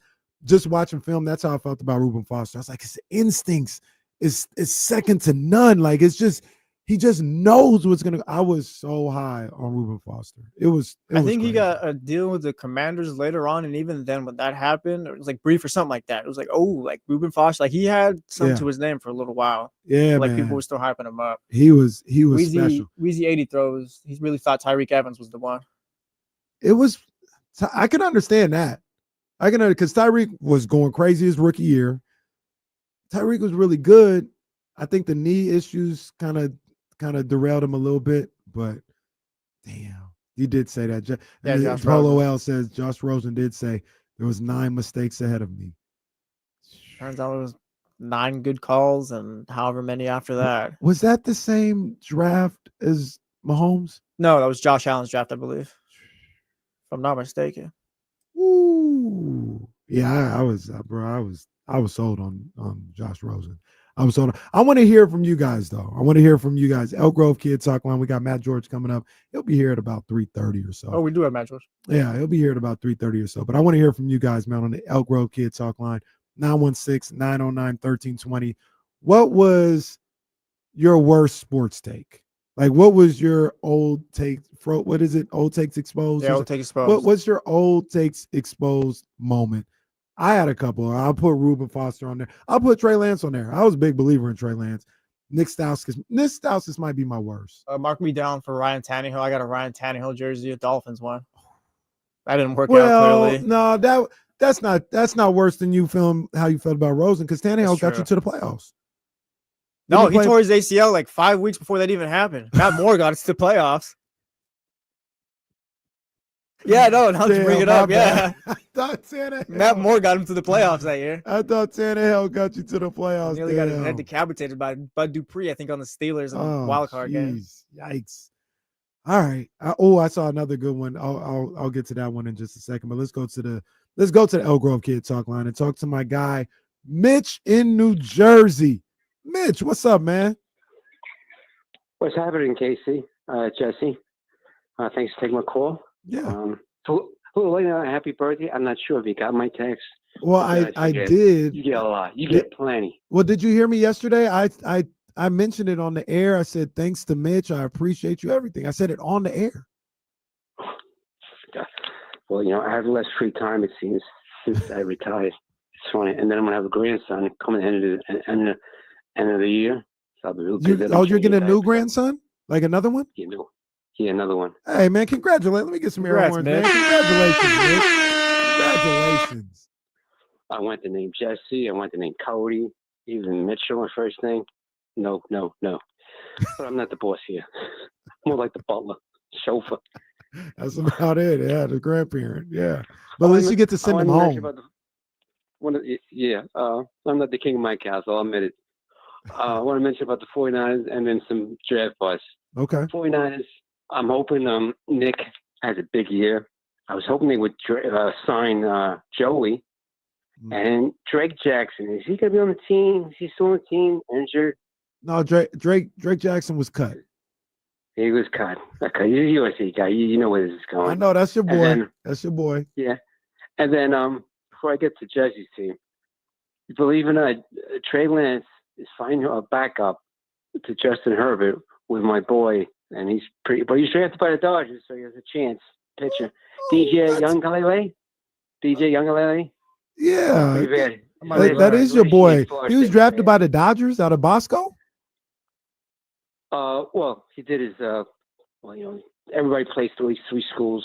First was Clemson, then he should have stayed at Oregon State, and then he transferred to Florida State. Yeah. And he seems to have gotten worse and worse. He didn't even get drafted. Oh, he's with the Dodgers now, is what you're saying. He's with the Chargers. Oh, okay. I got you. Yeah. Okay. All right, Mitch. And my guy that kind of bust up before I get to Jesse's point, Matt Lyon, he was bad. He should give back to Heisman. Well, let's not do that. You don't have to give back to Heisman.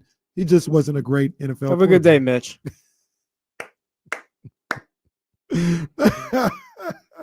Shout out to Mitch. I disagree. But some people might say that Reggie Bush was Reggie Bush was looked at as he was going to be the next one of the greatest players of all time. And he was good. He was really, really good. Won a Super Bowl. He was good, but I wouldn't put him in a bust category though. I wouldn't do that. We got Troy on the line. Has another bad take for him. Okay, shout out Troy, man. What's up, man? What's up, man? What's up, fellas? Y'all know I'm a Vikings fan, right? Yes, I do remember that. Yes, resident Vikings fan on D-Lo KC. There you go. How you feel about JJ McCarthy? Oh, he's gonna be the one. Okay, let's clip this. Take 5 years from now, but he's gonna be the one. Let's clip this one. What's your take though? Percy Harvins, man. I thought that man was Randy Moss and Jerry Rice put together, but that boy couldn't cut the cab downtown Manhattan. God damn. Percy Harvin, that's not even a bad take. No, Percy he was Harvin was nice. like, if you hear NFL players talking, he's one of them ones, but he had migraine issues. Yeah, and stuff. and He he kept was- getting hurt at the end too. I he think. had migraine issues, and he was a loose cannon. Yeah. He was a bit of a loose cannon. Percy Harvin was crazy though. Then he win like rookie of the year, offensive rookie of the year, or something like I'm not sure. I don't remember. I know he took a kickback in the Super Bowl, right? that. For the Seahawks. Yes, and he went during that Cold War between the Seahawks and the 49ers. He was like, "Oh snap!" They went and got Percy Harvin, and then that's when the Niners had to go get Anquan Boldin. Yeah. Yeah. Percy Troy, I won't call Percy Harvin a bust. Percy Harvin was pretty good. Now, Percy Harvin isn't a bust. He falls in the category of maybe like a Odell Beckham. And what I mean by that is how Troy said Percy was supposed to be like the next great one and had all the ability to do it, but it didn't work out. Yeah, he won offensive rookie of the year his first year. But Odell Beckham was supposed to be, he was on track to be maybe the greatest wide receiver or top 3 discussion, something like that. And now he's not even going to make the Hall of Fame. Yeah, no. I mean, Hall of Fame talent. Yeah.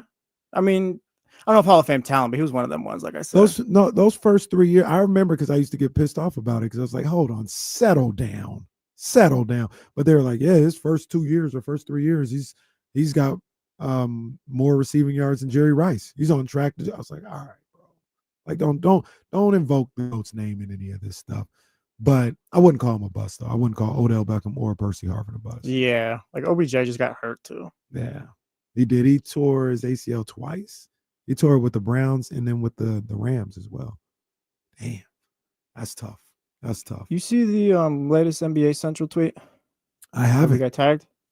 We got tagged. Hold on. I want to be shout out surprised. Scooter. He tagged us in this one. I want to be surprised here. It's from Brett Siegel. It says the Sacramento Kings, because they were talking, I think it was Shams earlier, was talking about Kuminga on NBA Today or one of those shows.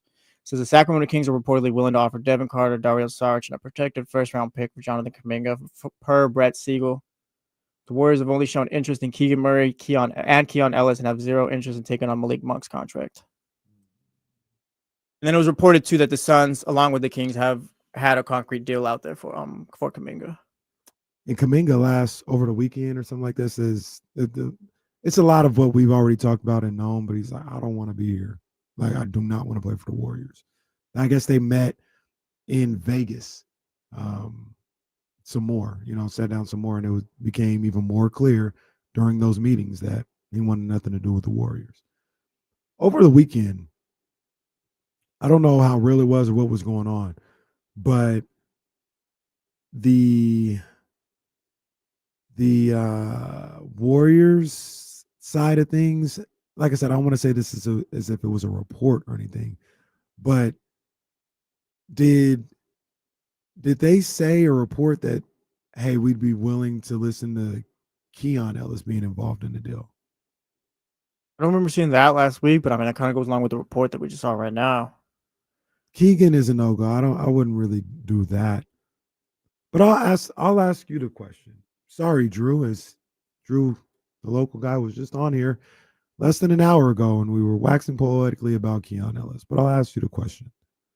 If the Warriors said, Dario, I really don't want you to ask me this question. I don't have an answer, but I don't like my thought. I think you do have an answer. I think that's why you don't want me. No, I don't think I do. I don't think you want to have this answer, but I think you do. If the Warriors said Dario, Keon, and a protective first, and we'll do the deal with Jonathan Kuminga, would you do the deal? I'm not gonna rush to an answer right now. Let's talk this out. Let's talk this out. I don't want to do the deal. I want Keon Ellis to stay here in Sacramento. Like Keon can hit the three, and he defends really well. Like, that's something.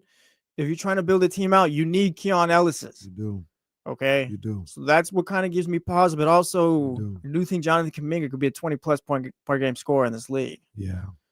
I don't know how efficiently that's going to work for this team and all that, but what would you do, Kenny? I'm waiting for you to answer. We'll sit here and wait till 4 o'clock for all I care. I'll get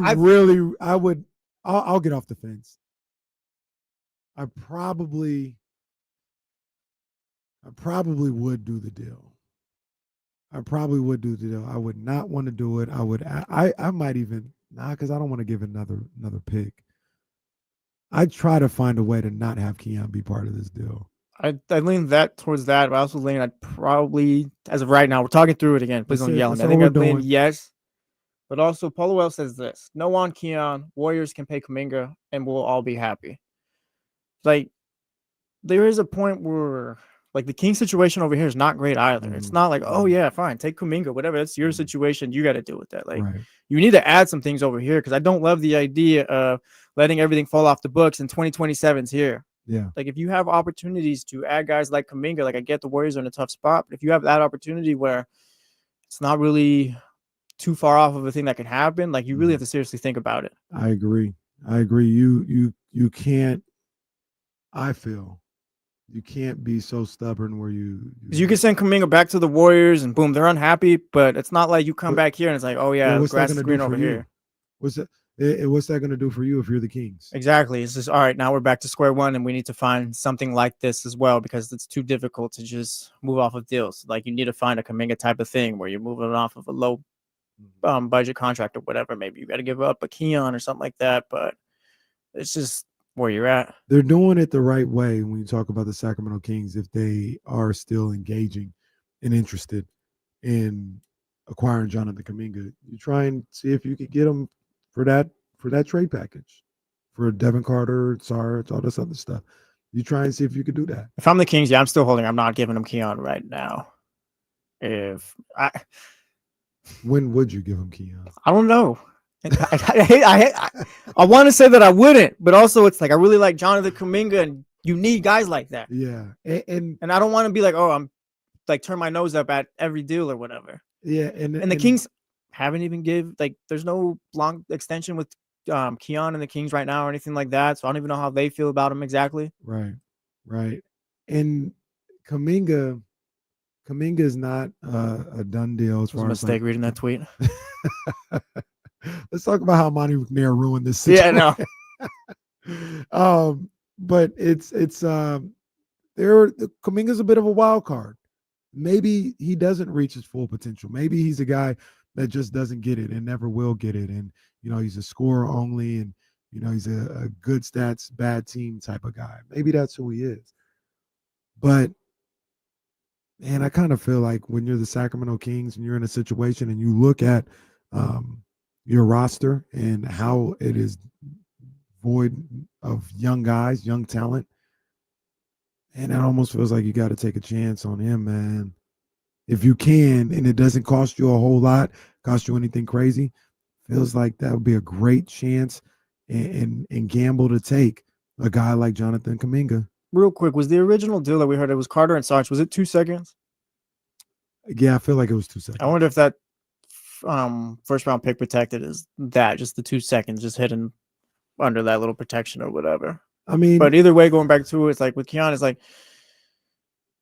I feel like, yeah, you are looking for a guy like Kuminga, so it'd be tough to just be like, nah, we're good, we'll pass on this. And ultimately, it just comes down to how the Kings feel about Keon, because like I said, like what he does on the floor is what you're looking for in the NBA right now.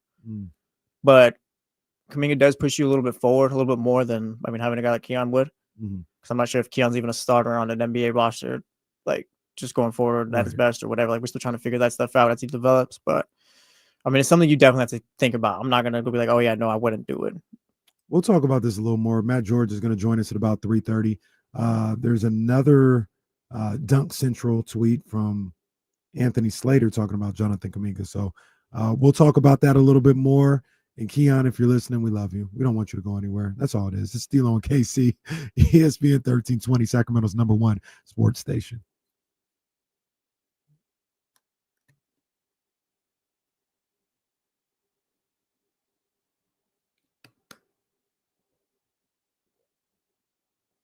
Damn. Luis Severino is 3-11 with a 5.10 ERA this year. Hey, whatever, bro. Get on the mound. Damn.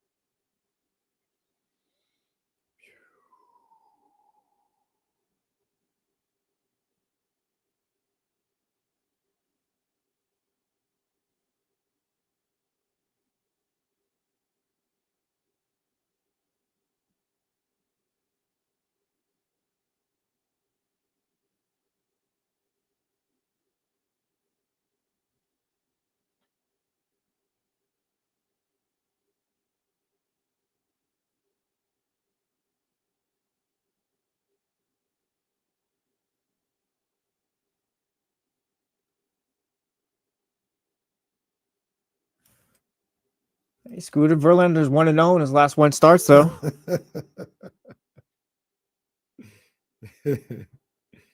JV, man, he's here, man. He's here.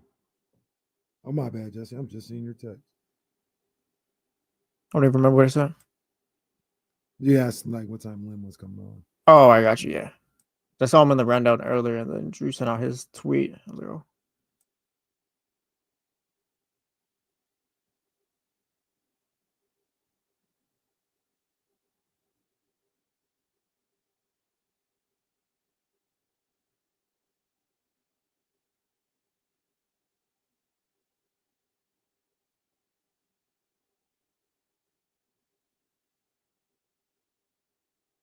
I think I'd do the deal. I'm still thinking about it. You said you would? I think I would if it came down to it. Push came to shove. Yeah, see, I'd go back to the negotiating table and be like, all right, what? Well, no, what yeah, else? like what else? You What can else have we got? Devin and like the deal that we presented or whatever, but if I don't know. If I wonder if Something like Devin- Keegan, Kuminga, Sabonis is looking pretty good. I wonder if Devin and you take the protections off just an outright first round pick might help. Like a top 15 protected. I don't want no more protections. Yeah, we couldn't do sure, anything for sorry. 3 years because of that stuff. I might never do a protected pick. Yeah, no protections ever. Ever again.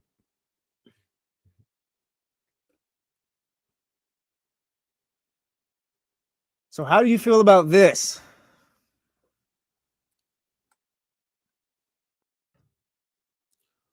You can try. We are like, hey, Devin, we're back. He can try. I think, to be honest with you, I think I'm making some other calls. I'm trying to work him in another deal. I'm trying to find You know what? Hey, something else. we're gonna send you Keon. You take Devin with him as well. No. I'm trying to like, oh, cool, we got that one out the way. Let's see if the Hawks won, Devin. Damn, Zabo. And that's the thing. You never have whatever it is at home. Mama says, oh, we got McDonald's at home. Like, who amongst us ever had McDonald's waiting for us at home? No one. That's the crazy thing is, damn, like this sounds a little wild. Like it sounds like, it sounds like if they offered Keon, the deal might get done. Pretty much. That's the way that reads. Well, yeah, they like Keon Ellis, it sounds. Yeah, Keegan, that's not happening. Like, Nah. no, I left you off the phone, but Hell no. I don't know. No, we still negotiating.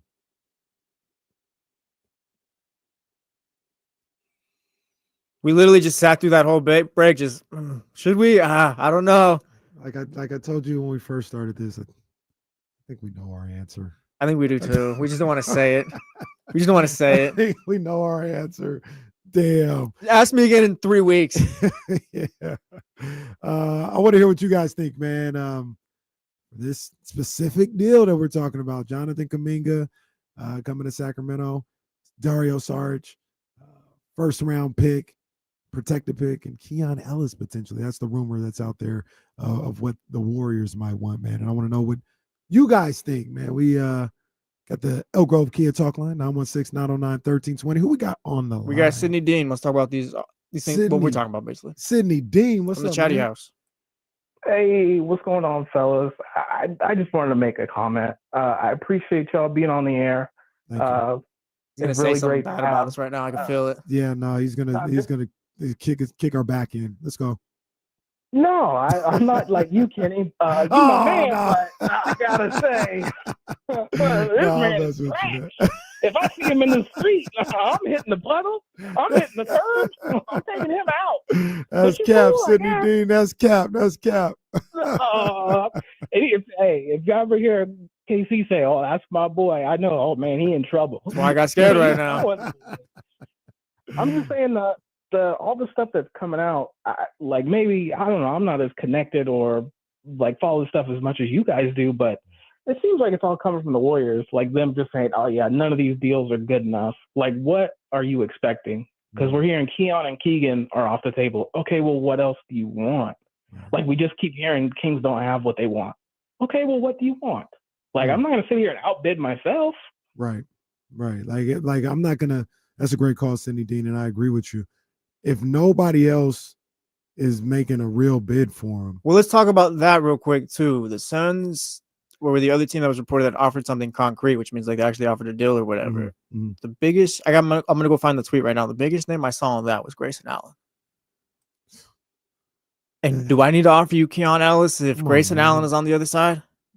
no, not at all. And then you're dealt with you're looking at the whole aspect of, well, we'll just bring him back. All right, you guys don't want to. He doesn't want to. Anthony Slater, I talked about it before the break. Dunk Central with a quote from, I guess, a story from Anthony Slater, ESPN's Anthony Slater now. He says, quote, Jonathan Kuminga is not interested in being a secondary option. Quote, beyond the contract demands, Kuminga is in search of a more guaranteed, consistent starting role and featured opportunity.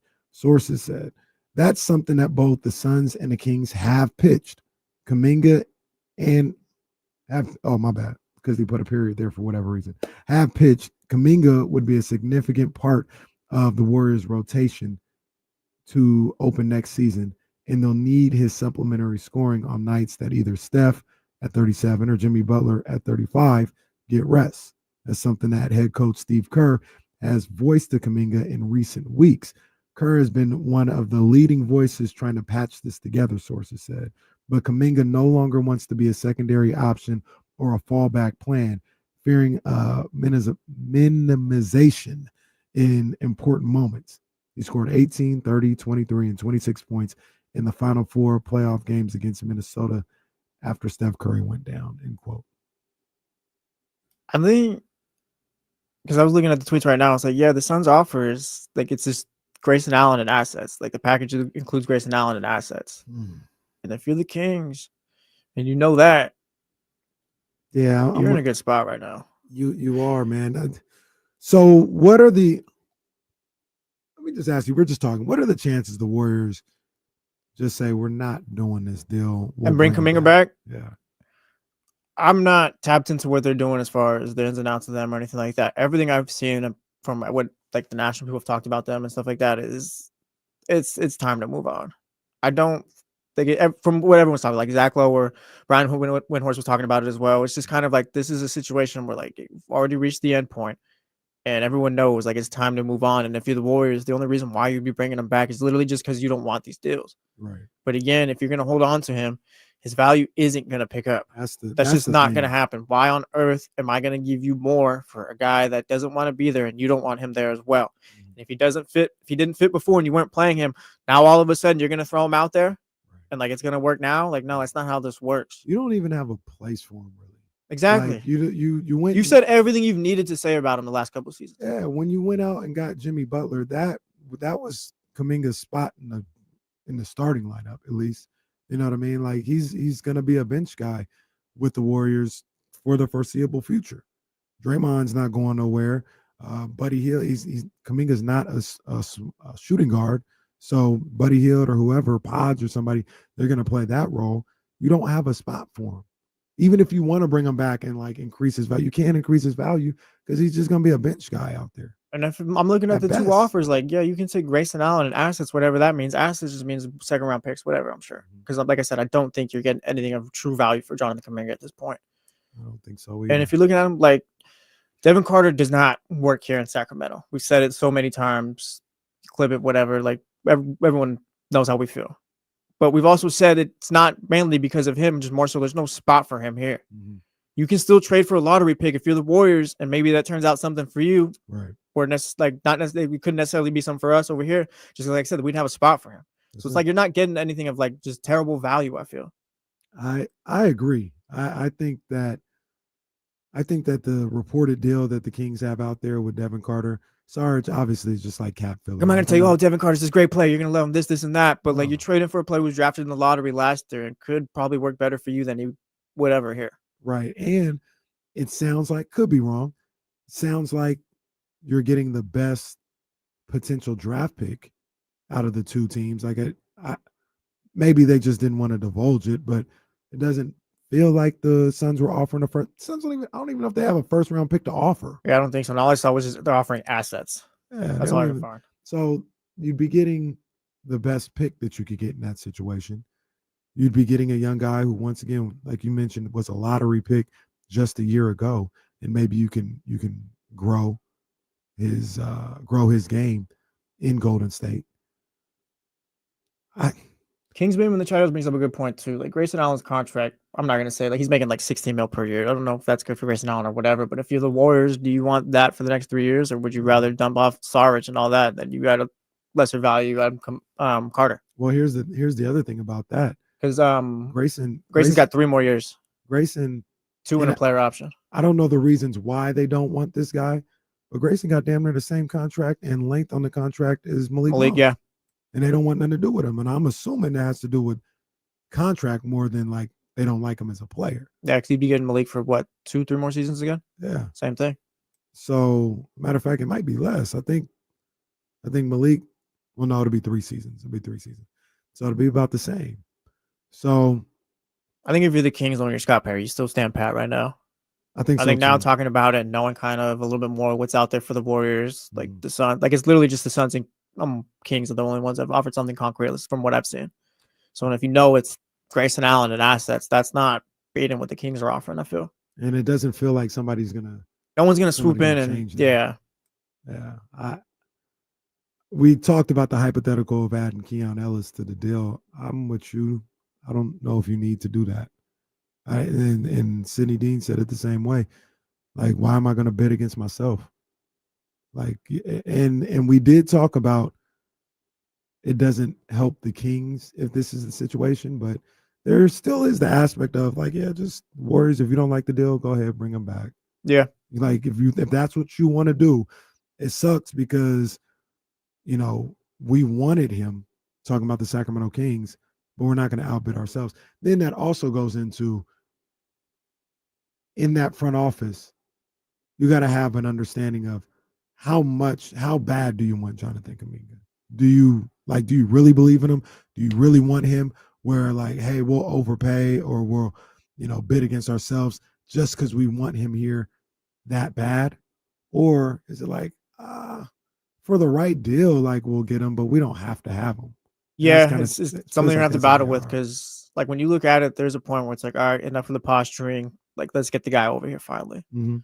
But ultimately, I think you just need to figure out how the Warriors feel about their situation and bringing Kuminga back. Because if you know, like, oh, they hate this and just this isn't going to work, then maybe the Warriors do eventually cave. Yeah, I'm not sure what the Warriors are doing with this situation. And then if you guys talked like last week in Vegas, talking about the Warriors and Kuminga, and you walked away from that meeting like, yeah, I still don't want to rock with you, and I'm not giving you this type of money. Feels like the Warriors are stalling right now. It feels like they're stalling for a better deal, of course, but it's not happening. No. Ultimately, just bring him back or trade him. Yeah, it's not like, it doesn't feel like you guys had productive conversations last week. So you're not anywhere closer, and it's almost more of a confirmation that this thing is done, like it's over. So now start wrapping your brains around the fact that, all right, we may have to trade him, and we may have to take a deal that a month ago we thought was laughable. Well, yeah, this is the situation that you created for yourself as well. Like the Warriors have no one else to blame but themselves. Like you could have traded him a couple years ago, last year or whatever, but all you did was tank his value, and now you want to come to the table and try to not big dog your way out of this, but just more so like try to run the negotiations here. It's like, no, everyone knows what this is. Right. You can take him back on a bad deal, or not a bad deal, but you take him back into a bad situation, try to force and play him when we know that's not going to work, or you can finally move off. Yeah. Man, it's time to the Warriors lost here. Yeah, it's time to concede to good old Scott Perry. Just concede to him. Or you could have Grayson Allen. All right. And assets. They could have that if they want that. Good for them. Going back to a conversation we were having earlier, as Matt George is going to join us at any moment now. Well, in the chatty house, Malcolm X says we were talking about why TBS and WGN were on cable stations.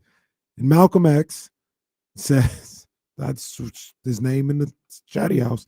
He says TBS was the first superstation in the early days of cable TV. Then Oprah helped catapult WGN. The third superstation, I did not know this. You learn something new every day. KTVU in San Francisco. I had no idea. Now, KTVU probably doesn't get as much notoriety for that because they didn't have any games. They didn't have like the Giants games. So yeah. Oprah is still a show? Is that still a show? No. No? No. Oprah's empire is on the bigger and better things. Oh, yeah. She got like a network now, right? Network, magazine, just a whole conglomerate of, I don't even know what. What was she before she did the show? I think I was born and like Oprah was already popping, so I've never. So yeah, by the time I really kind of got introduced to Oprah, it was because of the show. So I don't know if she did anything before the show. But yeah, the show took off. Absolutely took off. Hector said she was a reporter. That sounds right. That sounds about right. See, Jesse, you also missed the day when the talk show was. Yeah, I big don't. time. I feel like talk shows are gonna phase out eventually. They shouldn't. Like they need Jimmy to bring Kimmel it back. stuff. We need more. Nah. But Oprah didn't even start off like that. Oprah was like, she was like, yeah, my team wants to run away from home. It was like Oprah, Ricky Lake, Sally Jesse Raphael, Geraldo, Jenny Jones was popping, and then Jerry Springer came and took it to a whole nother level. But so you missed that era. Oh yeah, I did. I did. Crazy. I don't think I missed it, but I wasn't there for it. Oh, you missed I wasn't that there era. for it. Let's bring in Matt George. Maybe Matt George gets a talk show soon. Man. Maybe he gets, brings it back, revitalizes the talk show era. Probably not. Probably not. Look, I host a solo show for 30 minutes. I'm happy to bring up different people on to talk to, and it's nice to talk to another human being every once in a while. But I don't have the charisma I could give things away like Oprah, I guess, but I can't be footing the bill for that. I wouldn't say you don't have the charisma. You've done the many faces of Matt George, like McFoley on here. Yeah, I think he does. He's selling himself short a little bit. There's a reason why the bits only last a couple minutes and not a full show. I can only carry it so far. I was running out when I did my D-Lo impression. I was running out of material quick. Well, Matt George, ABC 10. You came in right on time because we got alerted to a tweet or a report from Brett Siegel talking about the Kings in pursuit or still pursuit. Nothing's really changed, it feels like, of Jonathan Kuminga, talking about the offer being Sarge, Devin Carter, and a conditional first-round pick, a protected first-round pick, and how the Warriors are looking for Keegan Murray and Keon Ellis. And it's like, all right, you can look for that, but it feels like the Warriors, and I know the Bay Area people hate when we talk like this, but we're literally just looking at the situation. They don't have many plays in this situation. Kuminga doesn't want to be there. They don't want to pay. They just met, I think, last week in Las Vegas, and basically reiterated on both sides how they feel about each other. It feels like this Sacramento deal might still be the best thing that they could do with Jonathan Kuminga. Well, our boy Bonte found me at Niners training camp yesterday and made sure to give me an earful about that. Love Bonte. Yeah, I mean, it's nothing new, right? Like Shams put it out there today that the Kuminga's not like in any kind of hurry to re-sign with the Warriors.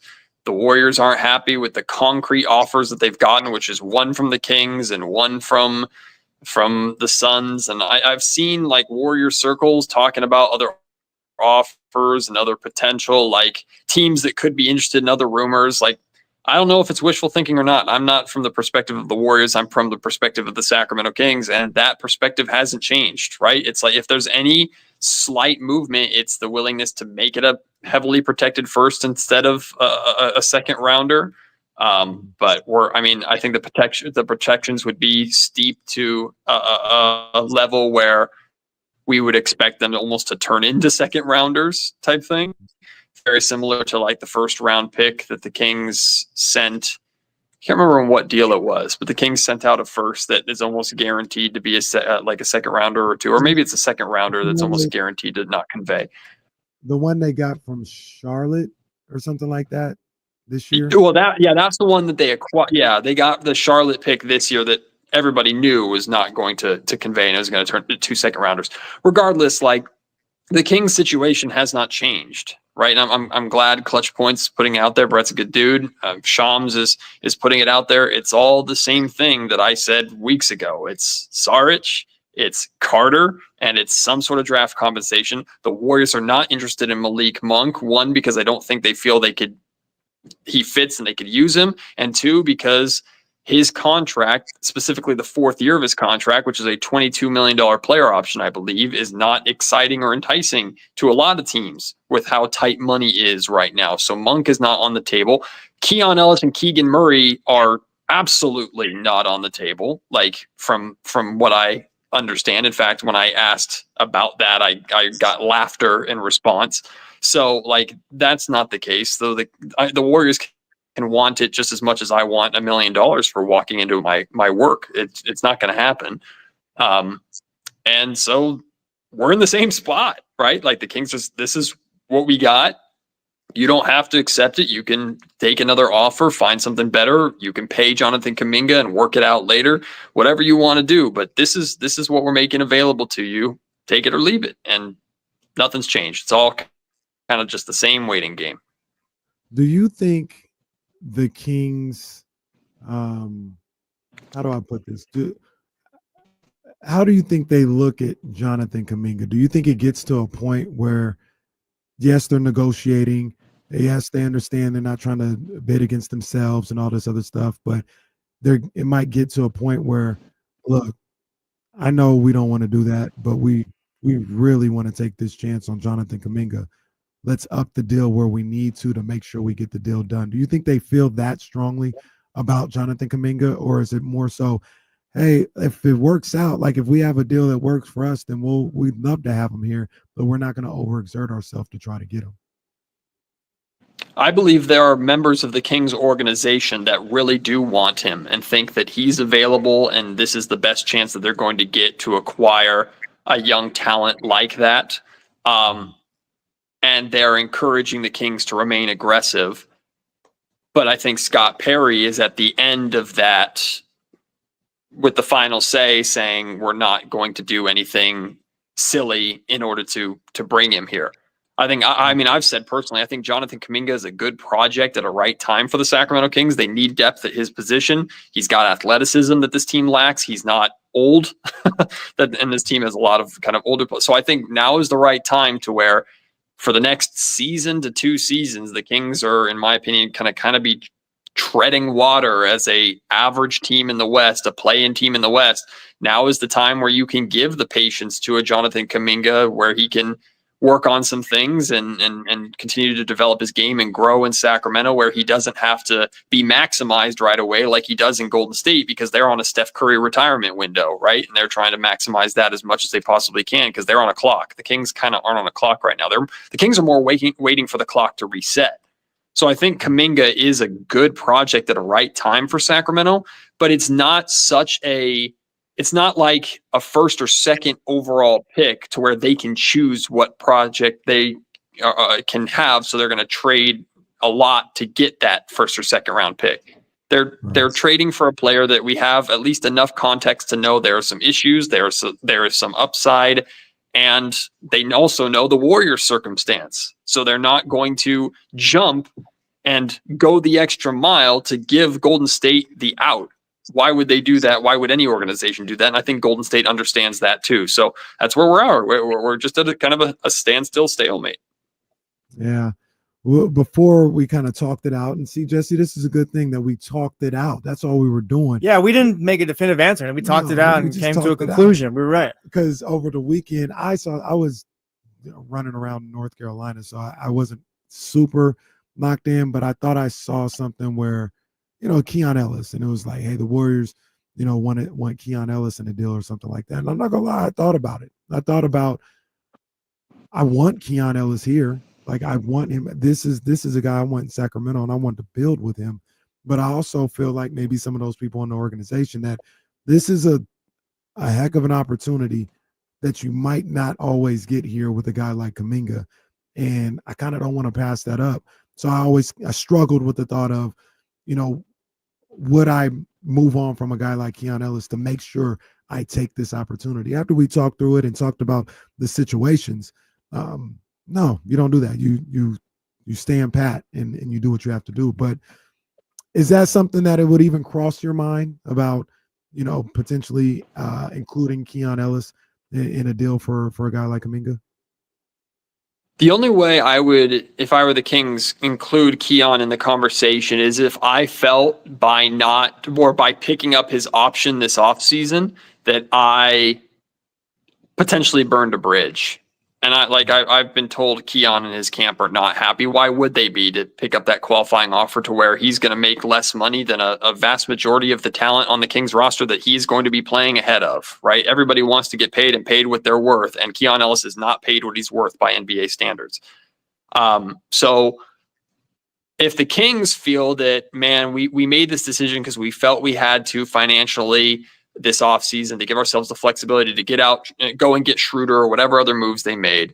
And we can argue that was the move to make any time. But regardless, they made that move. And if they feel like that burned a bridge to where Keon's not going to want to play ball going forward, then yes, can you turn Keon Ellis into something like Jonathan Kuminga before he leaves in unrestricted free agency? There's a route there.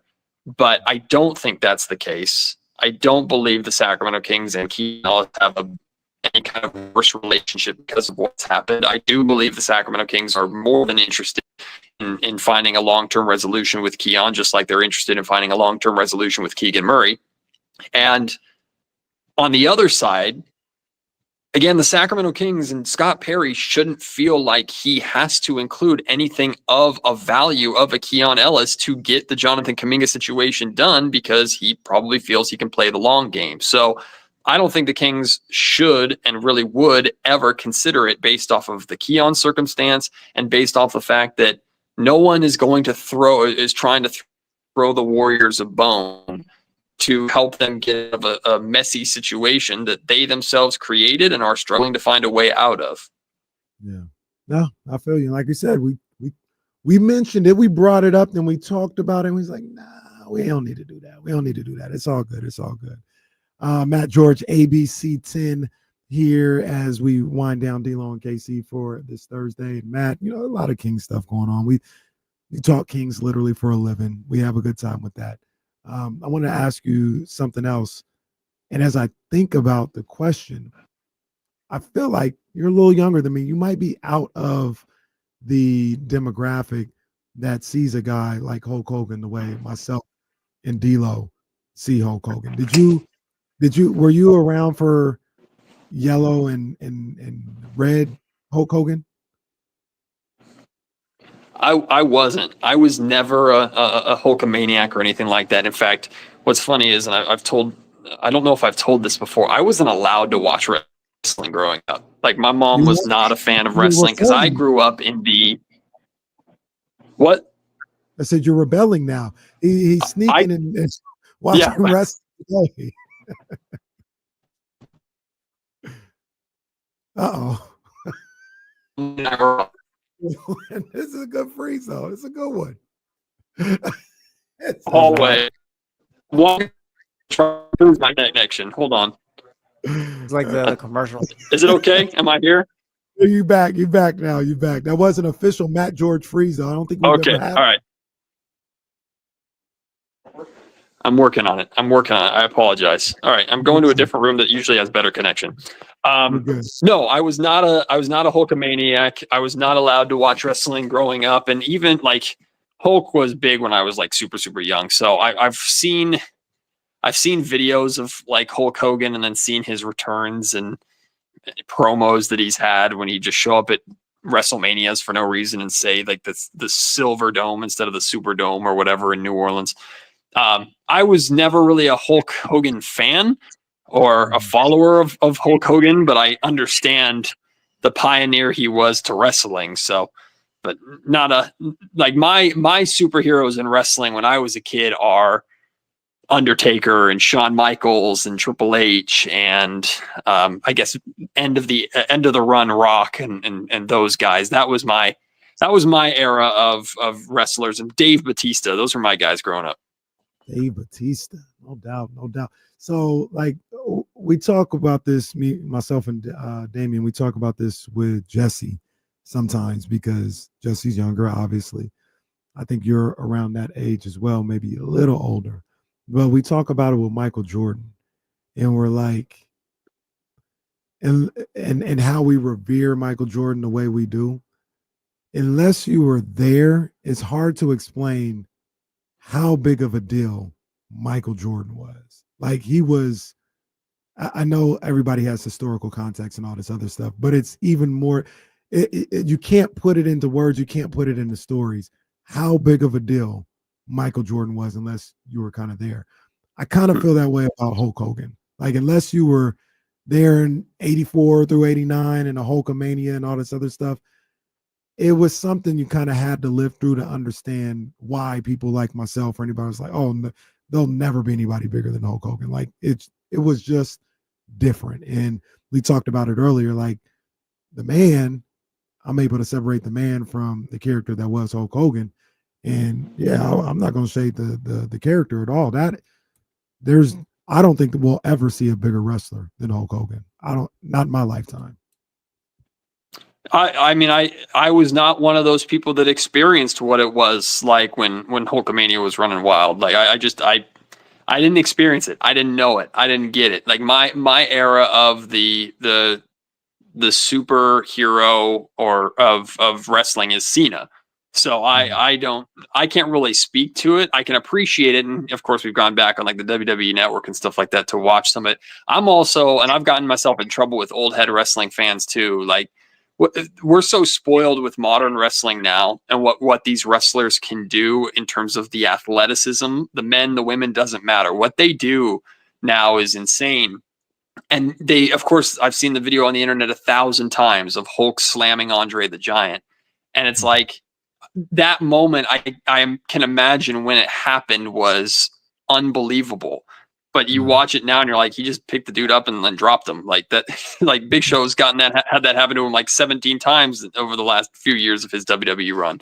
So I would call myself almost a spoiled wrestler fan because I didn't experience the OG days. I didn't even really experience like ECW. That was probably the reason why ECW was probably the reason why my mom wouldn't let me watch it. I can believe that. Yeah, ECW was crazy. That and the Nitro Girls, maybe that's why they. Hey, you put ECW on a long day, and yeah, no, it's like what the hell? Well, there was a vivid rivalry that I remember growing up with back in the day that ruined any chance of watching wrestling. Do you remember when Cena and Edge had their rivalry and Lita was involved? There was a specific segment that Edge and Lita did. Yeah, that was it. I was cooked, and there were things called. Well, I don't even want to say it. There were matches that the ladies would do in undergarments that were common as well. It was a different era that mom wasn't too cool with. Hey, you were shut out from wrestling during that time. I was gone from wrestling at that time. I had already you made the right choice at that time. I was like, it was like attitude era was over. This was ruthless aggression. Wouldn't you say that's ruthless aggression? When you left?